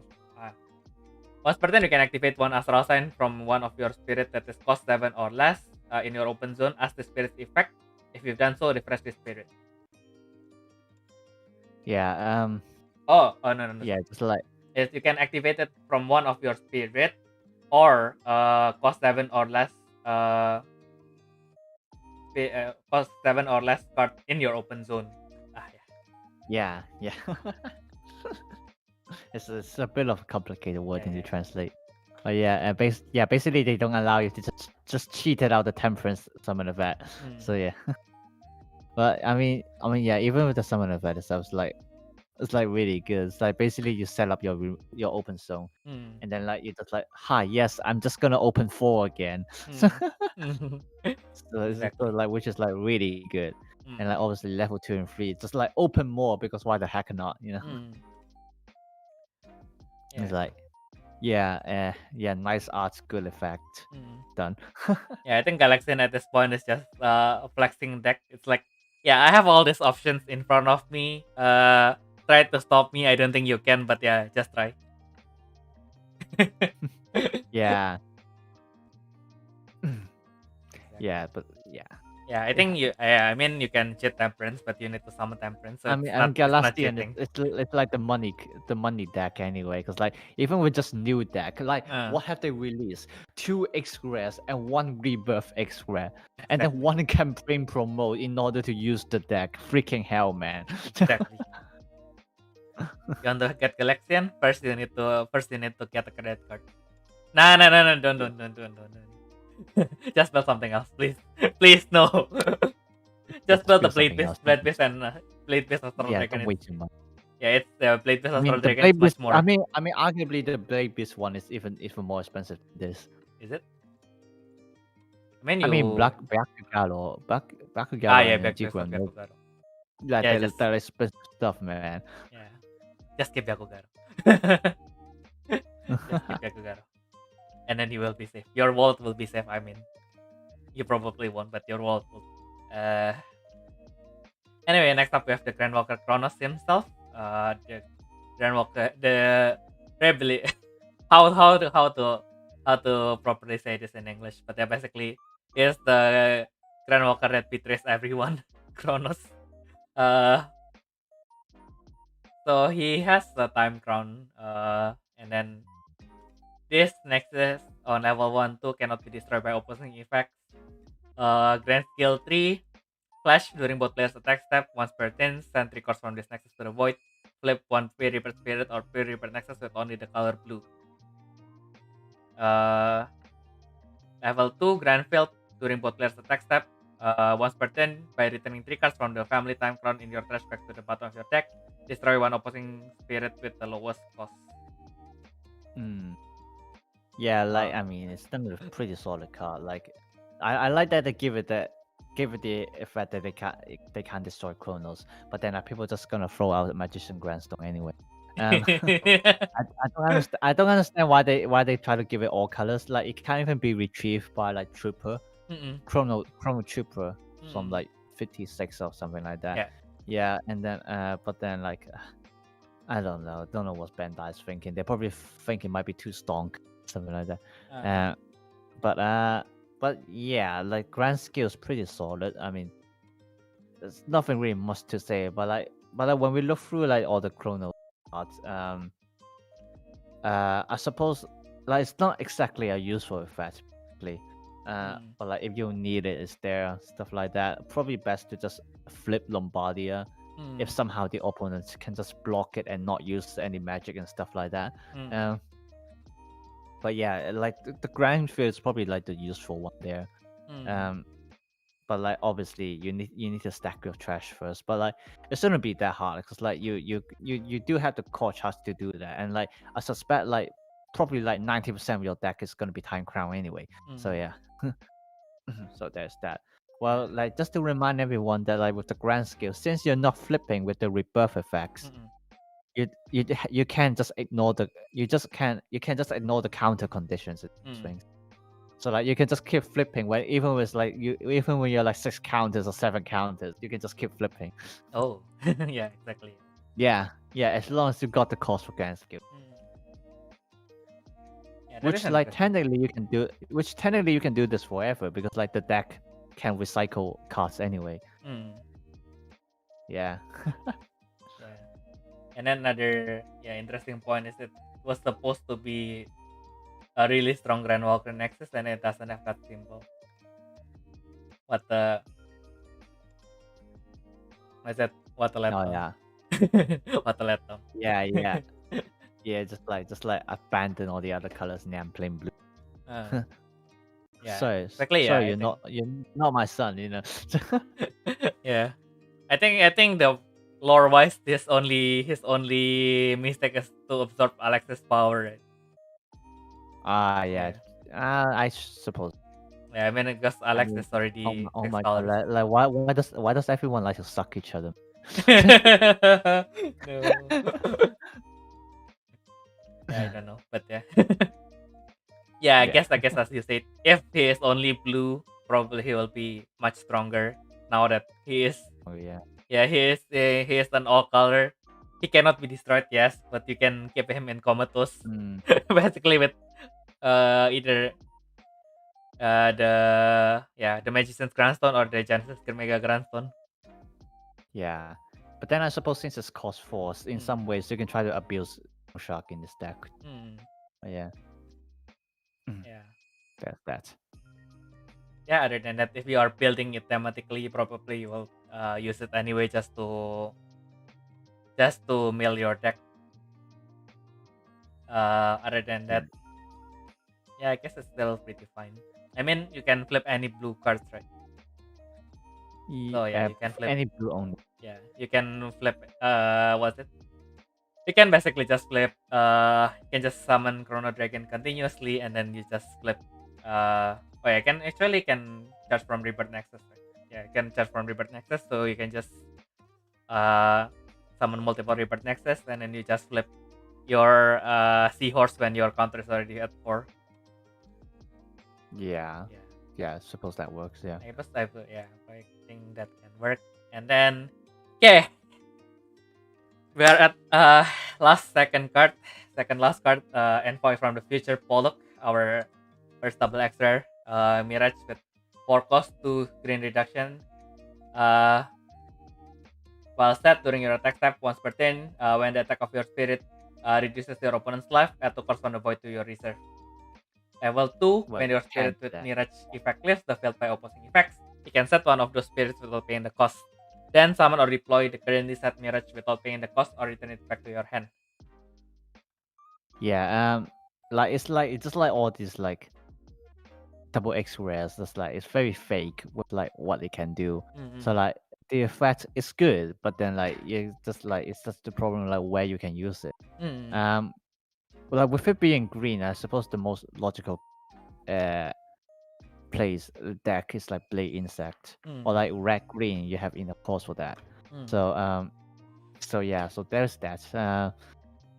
I mean, at least it's green, so that like the cost doesn't really matter that much in some ways. Some people have been saying like you can maybe try to put this in what is called the Showa deck. But yeah, I mean, we'll see. Yeah. I mean, at least the effects doesn't limit to colors. So like if you can manage, it can be used in any Mirage decks really. Yeah, I guess we will need to see how people play with this. I myself, as like Pollock is right now, I cannot see what how I can really play with him. Yeah. I was as blind as he is currently as to how to actually make him useful. But yeah, I guess yeah, you guys can, yeah. If you guys found out how to abuse them, just let us know. Amamiya have given up. I've given up. So yeah, please continue our fight in our stead. Yeah.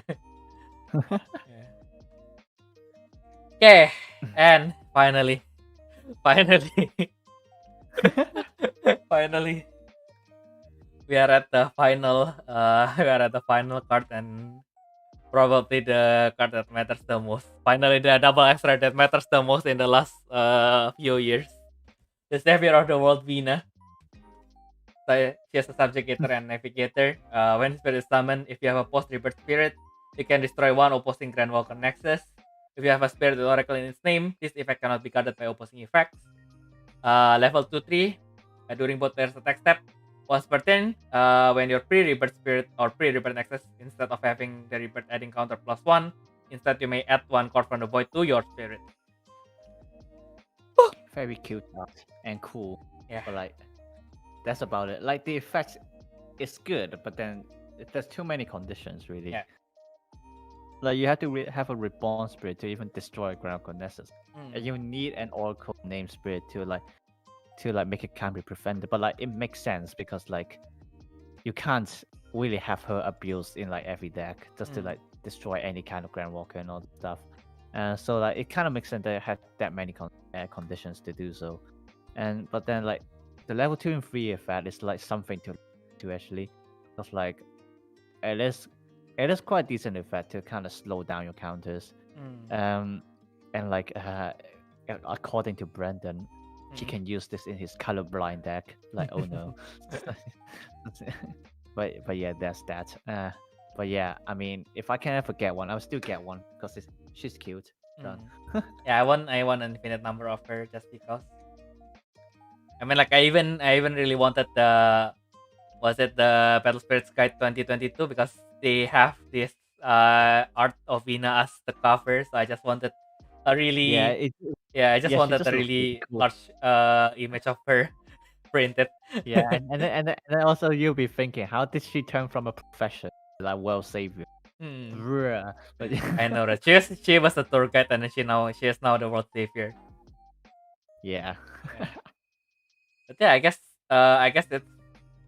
it is really nice because it's more like a flavor card that is really truthful to the lore. So basically, she is really strong, but it's mostly because she has the Oracle and the Galaxian beside her, and the Rebirth Spirits beside her. So it's basically just Grand Modern Choi and the Oracles, right?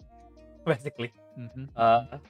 And you see, Chronos has an effect to prevent itself from being destroyed. Now it doesn't really matter anyway. If there's an Oracle, Ina can destroy him anyway. And then the level 2-3 effect again. I think I kind of agree with Brandon. Because most of the Rebirth decks doesn't really care if you have too much counter anyway. How many counters you have? Might even want you to have more counters, so like purple primal and things. Yeah. I mean, like unless your deck really uses the counter to for counter break or anything, or needing your counter at certain amount, then most of the time, being able to keep your counter as low as possible is always best, right? Especially since you get one Corpus in exchange for doing that. That would be really nice. Yeah, I kind of wanted to somehow fit it inside my yellow deck. I don't think it's possible, but yeah, we will try. Even if it's impossible, let's just try. Okay. Because my problem with minial deck is basically if my counters are already at 4, then I cannot rebirth anymore, right? It is not at the level that worth bringing a counter break. So yeah, Yeah. I guess this is one way to look at it. I don't think it's the final solution, but yeah, might be. And then yeah, I really wanted to make a thematic deck for her, just because this is basically a sunk cost fallacy. I already spent too much on Vina, so I already have the original Vina, the Grandstone, the Mega Grandstone. I only have one talisman, thankfully. So yeah, I will need to get her as well while I can complete the collection. Bruh, I'm still waiting for my For your still shipping. for which one? The original one, the Ah. GranWalker. Yeah, I think Yeah. that my original one is still in my house somewhere. I mean the normal one. I only have the secret one, so I only have 2 of them right now. Yeah. Yeah, and then and then this is another sunk cost fallacy, right? I already have 2 of the secret one. Should I get a third one Bruh. at this stage? Bruh, At this don't stage, do should I that. get a third one? Yeah, I will need to decide that later. But yeah, anyway, finally, we have finally reached the end of the folder. We have basically discussed every single card from BS59, the Moment of Ragnarok, as it is somehow translated in English. Although it already has an English title in itself in Japanese, but yeah, they decided to call it different in English. I don't know why. It's a minor difference anyway, but Oh well. anyway, yeah, I guess this is it. As usual, this is a final booster for the True Rebirth Saga. So the effects in general is mostly flavor effects to kind of quote unquote complete each theme that they have brought in the True Rebirth Saga. So nothing overly interesting, but yeah, I guess we have Yeah, but like, Galaxian. this like Yeah. just like strong, you know. Just like really strong, just hits you hard. It's like look at all these good cards, you know. Yeah. Yeah. Yeah, I'm actually very satisfied. Mm. Yeah. Yeah, I mean, like if you look at the whole set, it feels quite underwhelming. But if you look at single cards such as the Oh, if you look at cards such as Sterlicia, you look at Kamui Hayate, you look at the new Bashindan, you look at Temperance. Oh yeah, these cards are individually really good. And then Nega Ninetale as well. Yeah. Yeah, they are really nice additions to the game. Yeah, I think we need to slow down. We have been having like really strong sets recently, so yeah, I think it's a good time to pace it down, but still have Yeah. something interesting to play with. So if you want to play the thematic deck, I guess it's time to complete your decks. And yeah, this Vina is probably the biggest gift inside this set for me Bruh. personally. Bruh. So yeah. So yeah, my final takeaway is thanks to Ayumu, I was able to see the bright hope. I think I will finally complete my prequel deck that has been sitting inside my storage for a long time now because I ran out of sleeves. Oh yeah, I Yeah. need some sleep. God damn Yeah. it. And then yeah, Sterlicia is really strong, so I will want to incorporate it inside my deck somehow. The new Galaxian one is interesting, so I will definitely build it since I already bought a case anyway. So why not? I already sunk so much money. I will need to continue this. Bruh. Yeah. Yeah, I guess that's it. Yeah, and then the time crown. Yeah, it's certainly not too overwhelming, but not- yeah, it's certainly Yeah, something it's not too interesting if you want heavy. to play. Yeah. Yeah. Yeah, I guess mean, at least it's a functional. It's a Yeah. functional villain deck, Mm. unlike previous ones. Exactly. like Yeah. like Angel Moses. What was that? Yeah, I guess with the point Vanity Deity, everything is strong except for Angle Bosses. Yeah, Dionysus, what was that? Well, Dionysus, yeah, Dionysus. After that, it becomes quite decent, but yeah, it needs time. It took time. Yeah. Yeah. Yeah, So yeah. and like and then, like last era supposedly body was the final boss, but then like didn't really go anywhere, did it? Mm. Exactly. Yeah. Hopefully Chronos can do something. Yeah. Mm. Yeah. And then yeah, story wise, I think yeah, I guess since you mentioned that Vina is separating from Alex, I think it will be the end of saga for Vina. Pretty sad, but Yeah. we will need to see how they Yeah. develop the story. Because I think the one in the official lore, they ended it with the final battle between Vina and Kronos. So I haven't really read the flavor text, so I don't know how it goes. How is it I actually? haven't read that. I need to Yeah. read that too. Yeah. Yeah, probably you can find some hints. If they didn't separate in the end, probably the next saga will still be Vina and Alex gathering the remaining oracles to do something. Probably, yeah, probably just like Zeus Rolo. Probably in the end, Kronos is not the main villain. Probably no, someone not else. yet. We will see. Why? No, actually, no. We got hints that the meter things. Hmm? Gotta see about that. The meter. The What? meter, yeah, because it was the meter who sent Alex back Mm. to the past. So and then like obviously they also mentioned Hades in like the flavor test for Dionysus. So like probably like something's coming up. Yeah, you know. Or actually, oh yeah, Kronos. But Kronos is Kronos in which Kronos is Olympian. Right? I mean the myth. Does it tie to Yeah. Norse? Does it what? Does it tie to Norse mythology somehow? Will that? Chronos? Yeah, Kronos. No. It's Yeah. all Greek. Ah. I mean, he's the Titan, right? Probably somehow they just Yeah. connected it. Because the main villain for the Norse mythology is also Titans, right? Oh Basically. right. I mean they have similar. I mean it's not surprising. It's all in Europe. Yeah. So like they probably like, influence each other. Yeah. Yeah. I think it will be interesting how they will develop the story from here on, since now every character that they have currently is already somewhat complete. Alex already reached godhood. She's basically the strongest GranWalker there is. And then what else? Rolo. Well, I mean, there's still a lot of loose ends. Like for example, like what is Lolo doing now, and then like, what is Demeter's plans, and then like also like, is Amaterasu finally going to get Alex to replace her? You know.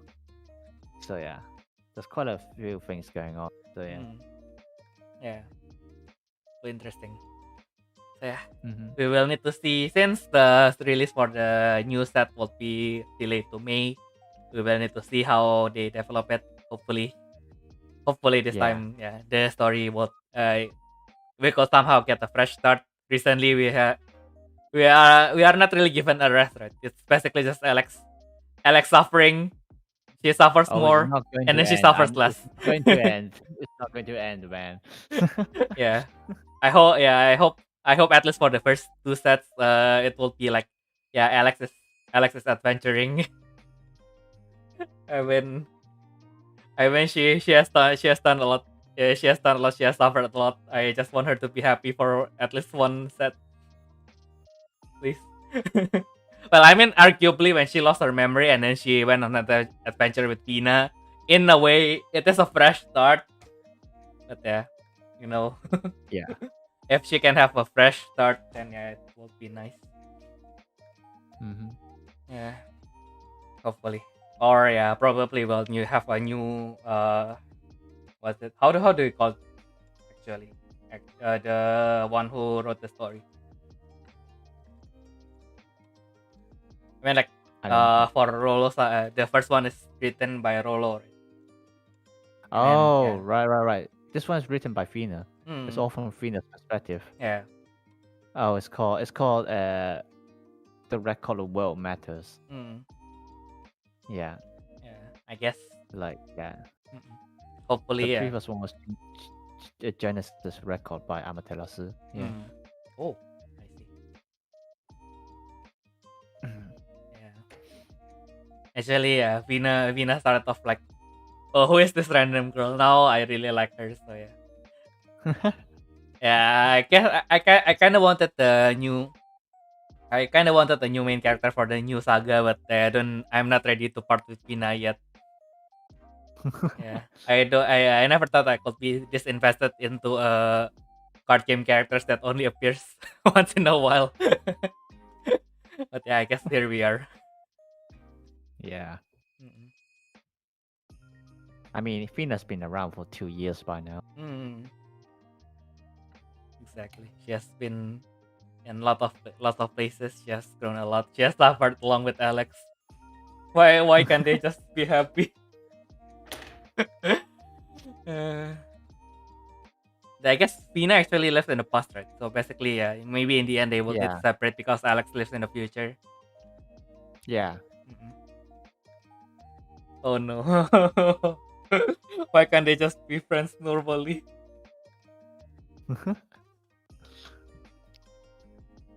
No, what is this? What is this? Why I'm becoming like Shino? I don't want to cry just because of Vina. Oh well. It's not the place. I will cry later on my private time. So yeah. Anyway, that yeah, I guess it took longer than I expected, but yeah, that is my takeaway for the set. So what do you think, Ayumu, about the set? What excites you the most? I mean, this is obviously gonna be yellow green for me. Hmm. That's like I'm gonna look forward to that. I'm actually, as I mentioned a few times already, also trying to build a yellow Ah. subjugated deck, Mm-mm. just a general one, or maybe I'm probably gonna try to build one for. So yeah, it's gonna like with this set out. That's quite a lot to mess around. So yeah. Mm-mm. Um, Yeah. well, thanks for having me here, I guess. Yeah. Thank you very much, Ayumu. It has been a pleasure for me. We have actually broken our last record of 7 hours and 33 minutes. So congratulations to ourselves. Yeah. Let me eat. Yeah, thank you very much. I guess we will see each other next month when we will be talking about Shining Song. Probably we need to track Toki as well. Since Yeah. it will probably be less about the effects and more about us fanboying fanboying about our Simp. favorite diva. Basically we're Horny just alert! simping. Horny alert! If you guys are interested in watching us simping for 5 hours next month, do subscribe to the channel. This channel is not always about simping. It's sometimes we do other stuff. Not sometimes. We do other stuff as well. I try to bring out more of the skit contents. Hopefully more ruling contents as well. Battle is always there. We are currently planning on somehow bringing back World Clash for the second year as well. So yeah, do look forward to that. So yeah. Thank you everyone for being whether you watch from the beginning or you watch from time to time or just join. Thank you very much for watching. To subscribe to the channel, we still have lots of things to bring to you, as I've mentioned earlier. If you want to play with us, with me, with Amamiya, or with Ayumu, or with Toki, or Fisher even, we are all in the Battle Spirit Battle Club. The link is in the description below, so do check it out. If you want to support the channel, the link is also in the description below. Otherwise, just watch and subscribe. And yeah, do let us know in the comments if you want to see anything specific from us. Otherwise, yeah, that has been a pleasure for both me and Ayumu for being able to accompany you guys for the last 8 hours and 8 minutes and 5 minutes. Sorry. Yeah. Okay. And yeah, yes, thank you guys. I guess if you guys are in Europe, it's almost night. It's almost time for you guys to rest. I know it's not almost night. It's already 9 in Germany. So yeah, I guess it's already 9 in most places in Europe. I guess have a nice rest. Hopefully tomorrow when you guys are back at work, you guys can work at your fullest. If you guys are in Asia, it's currently 3 a.m. in Indonesia, 5 a.m. in 4 a.m. Japan, 4 a.m. in Singapore, Malaysia, and Hong Kong. So yeah, While you're still here. yeah. If you guys are still here, please rest. We appreciate you for being here, but please rest after this. We still want you guys to be here next month as well. And yeah, considering this, probably if we have 100 cards inside the set, probably we'll start earlier next time. And then yeah, if you guys are in the US, I guess the day kind of just started for you guys. So have a nice weekend. And yeah, I guess that is all. 日本の視聴者がいますかどうかわからないけど、今まで、見てくれて、本当にありがとうございました。今回は、まだ、何か、こういう、生徒読み配信2回の、コンテンツもやりますので、ぜひ、高評価と、チャンネル登録もよろしくお願いします。はい、以上です。ようとあゆむでした。Okay. Bye. Okay, then yeah, I guess that is all for us. Thank you guys for joining us. And I guess I will need to let Ayumu go shopping so he can eat. I will just reheat my rice and then probably fry 2 sausage and have a nice dinner. So thank you guys again for joining us. And yeah, see you guys next time. Bye bye. Yeah, finally, Ayumu, you can finally be free. You can be free as a bird. You can be free as a kiwi bird. Yeah. You cannot fly, but at least you can run.